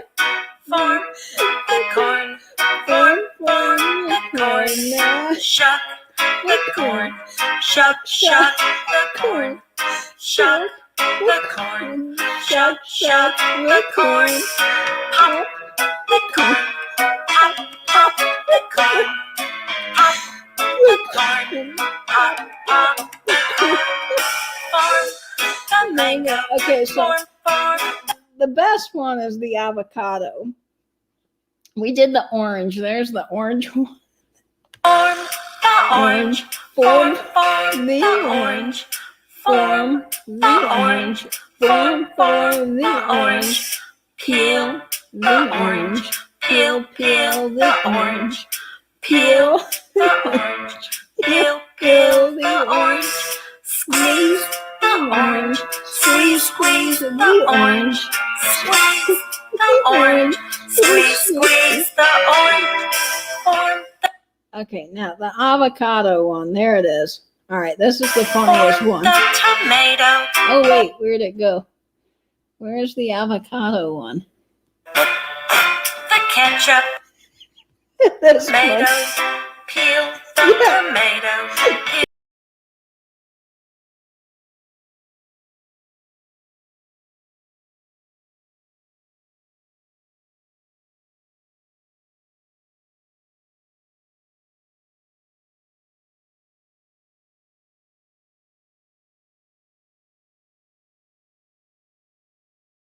And we did all of this. Now the avocado one's hilarious. Okay, here it is. avocado. Form the avocado. Form the avocado. Form the avocado. Peel the avocado. Peel the avocado. Peel the avocado. Peel the avocado. Guacamole. Guacamole. Guacamole. Oh my Lord, yeah. That's what we used to do in theater school. So there you go. Before every performance, we'd all get in a circle and do that. So for all of you guys that are just tuning in, you're probably like, what in the world is this? I know. Oh my gosh. Yeah. Oh, peel the bananas or peel the bananas. Oh, I'm laughing now. The ketchup one. No, Zeno, I promise not. But we did this. This was an acting warm-up exercise. And at the beginning of every show, before everything, we'd get the actors in a circle and we would do the, red leather, yellow leather. Red leather, yellow leather, red leather, yellow leather, unique New York, rubber baby buggy bumpers, rubber baby buggy bumpers. And then we'd all do the whole, and then we do, she didn't have it on that video, but we do the form the mohawk. So we'd go form the mohawk, form the mohawk. Now rock the mohawk, rock the mohawk. And it's just a way to get loose. Go bananas if you had to do that.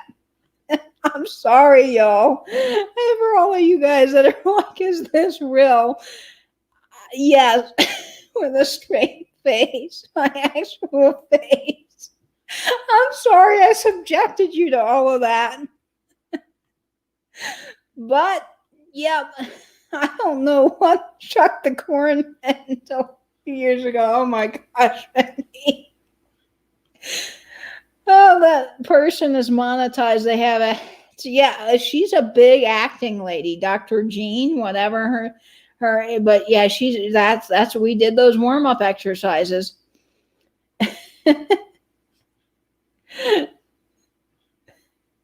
Squeeze the lemon, squeeze the lemon. I'm sorry y'all had to see that. Yeah, Angela, I think I've shown that on your live. Yeah, I'm sorry, but how embarrassing would it be to get a strike for this video? Yeah, for that would not be good. I'd have to take it down. Well, I all know what song will be stuck in my... I'm sorry, guys. I got that stuck in your head. I feel like I hopped on at a very random time. Christine, you did. I'm sorry. I don't think you're sorry. It's so strange and so funny that I had to share that with you all. Mistake. I mean, you could do it with anything you wanted. Yeah, Uh, oh, 983. Yay, congratulations. She probably did make $1 million off of that dumb exercise. I fell asleep and I woke up. Oh no, Sharon, I'm sorry to laugh. Oh my gosh, that's terrible. I didn't even watch it. I couldn't take my eyes off it. Oh no, I think you're scared for life, Benny. I think you are. I was expecting something really inappropriate to be thrown into that song. Did you laugh through it? Yes, every time. And the whole idea was to get loose and to get silly. And so we would laugh. But yes.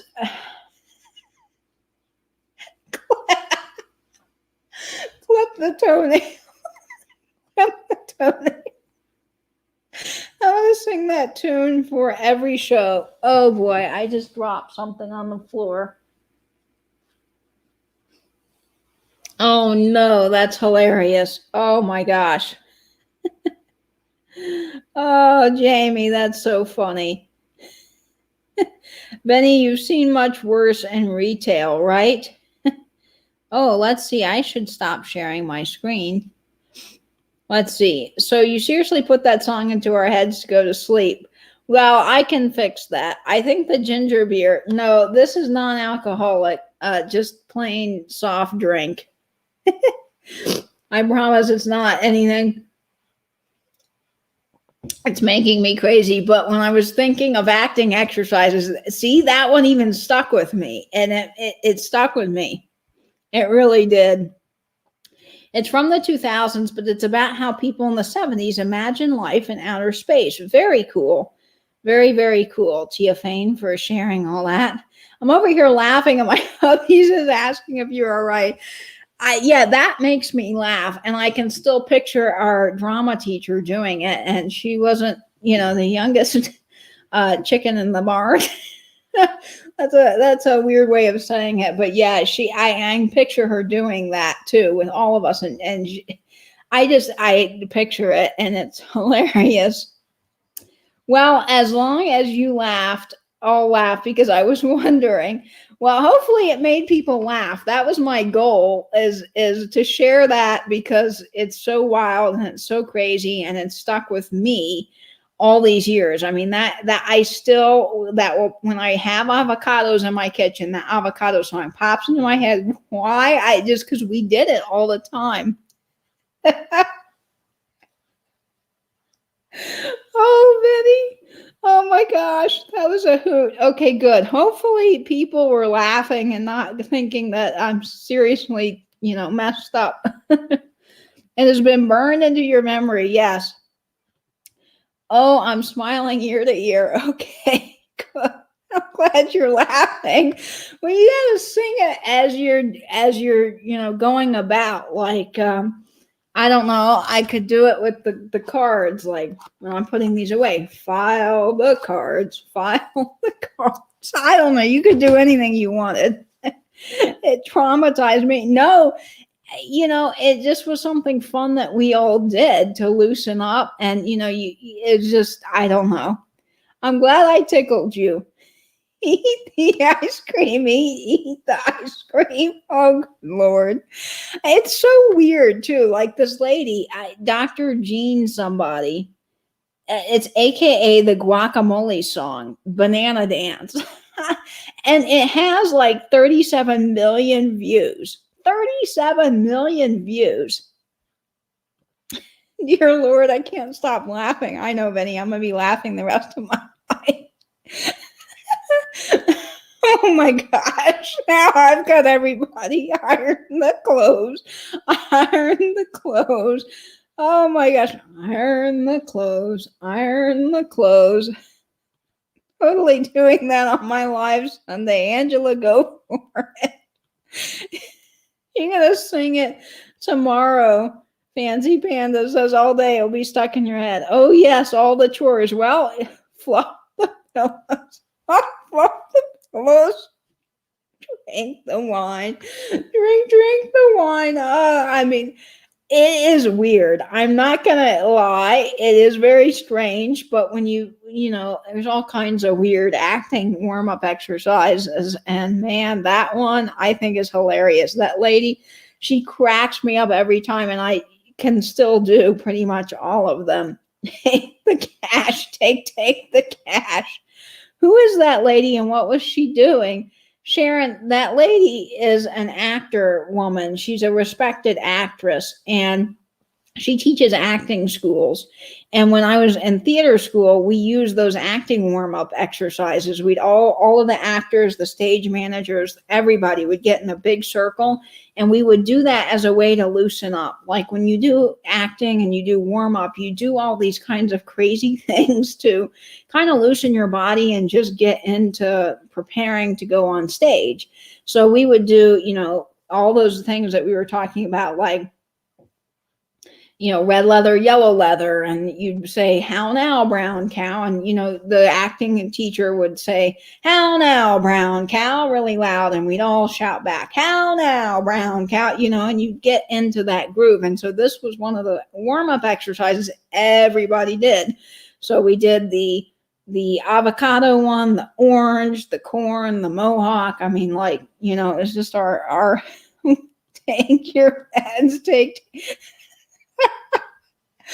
beat. Oh, Benny. This is definitely 2 a.m. kind of content, I'm telling you. If you're here at 2 a.m. and not subscribed, please do so. Yes, because I have just subjected myself. Lady.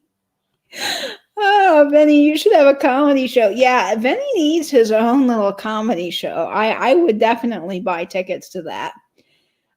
This community is seriously the best, and late night chats are my fave. Yeah, they get a little derailed at 2 a.m. in the morning, but what have you started?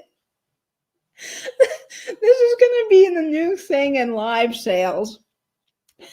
Oh, I got one for you. You could say, let's go shopping. Let's go shopping.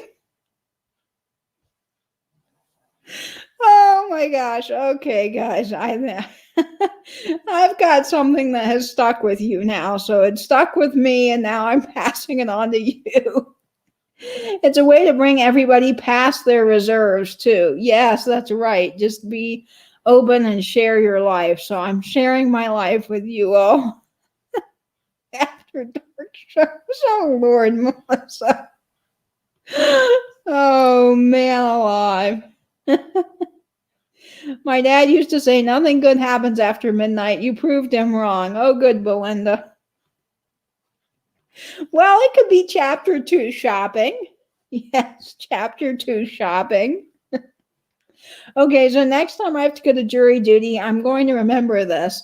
Might as well. Oh man.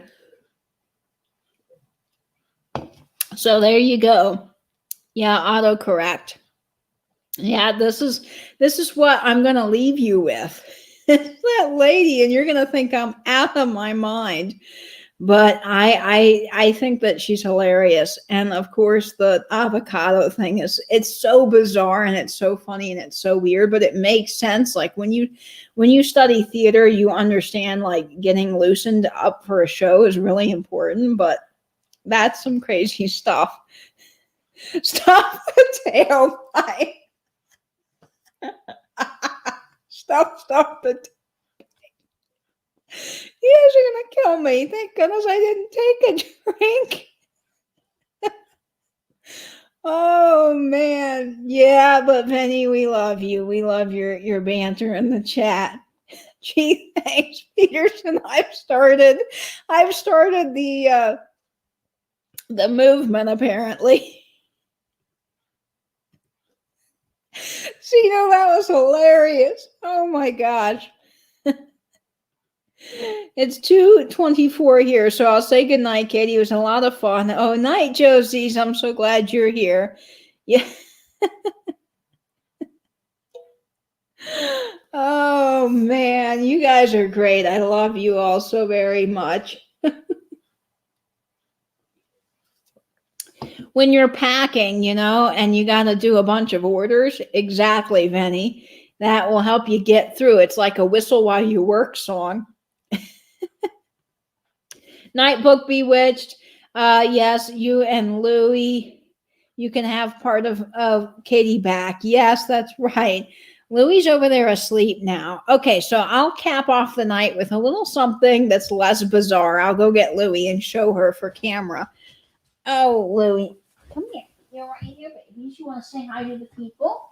Okay, we're going to say goodbye to everybody. We're going to wrap this up now. Okay, now here is the dense little nugget, Zeno, saying hello and goodbye to all of you guys. Let's see. Go to bed. Go to bed. Oh, boy. Okay. So here is little Louie. She's doing much better. Thank you all who asked. I am so grateful, guys, for all of you who have been with me tonight through all of the fun and the craziness. It has just been a delight being live with you on camera, right, Louie? It has. You love all the people, don't you? Yes. So thank you guys so very, very much. I appreciate it. Thank you to everyone who's new to my channel and subscribed. We got a lot more fun. Thank you all for hanging out with me in the absence of Fat Bird Finds. And I can't wait to see you all on the future chats. Louie, what do you have to say? You wave? Wave. Say I love you all guys so very, very much. Yes, I do. Yes, so Louie says goodbye. I say goodbye. I thank you all so much for hanging out with me, for all the new subscribers and friends. It has just been so fun. I'm glad that everybody got a chance to laugh. Yes, kiss the pug. Kiss the pug.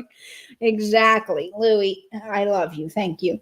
So, yes, it has been so much fun. Thank you again to everyone who subscribed and hit the subscribe button, the thumbs up, and the notification bell. I so appreciate it. You guys are awesome. It has been fun hanging out with you. I'm going to get going and get some rest. I'll see you in tomorrow's chats. Let's see. Tomorrow is Saturday, so don't forget Vintage Venny has his sale tomorrow. I don't know if Corey the Thrifted Artist is doing a sale, but go check the schedule for that. Dee at Thrill the Thrift is having a sale at 1 p.m., so that is exciting and lots of fun. So I will, guys, see you in the chats.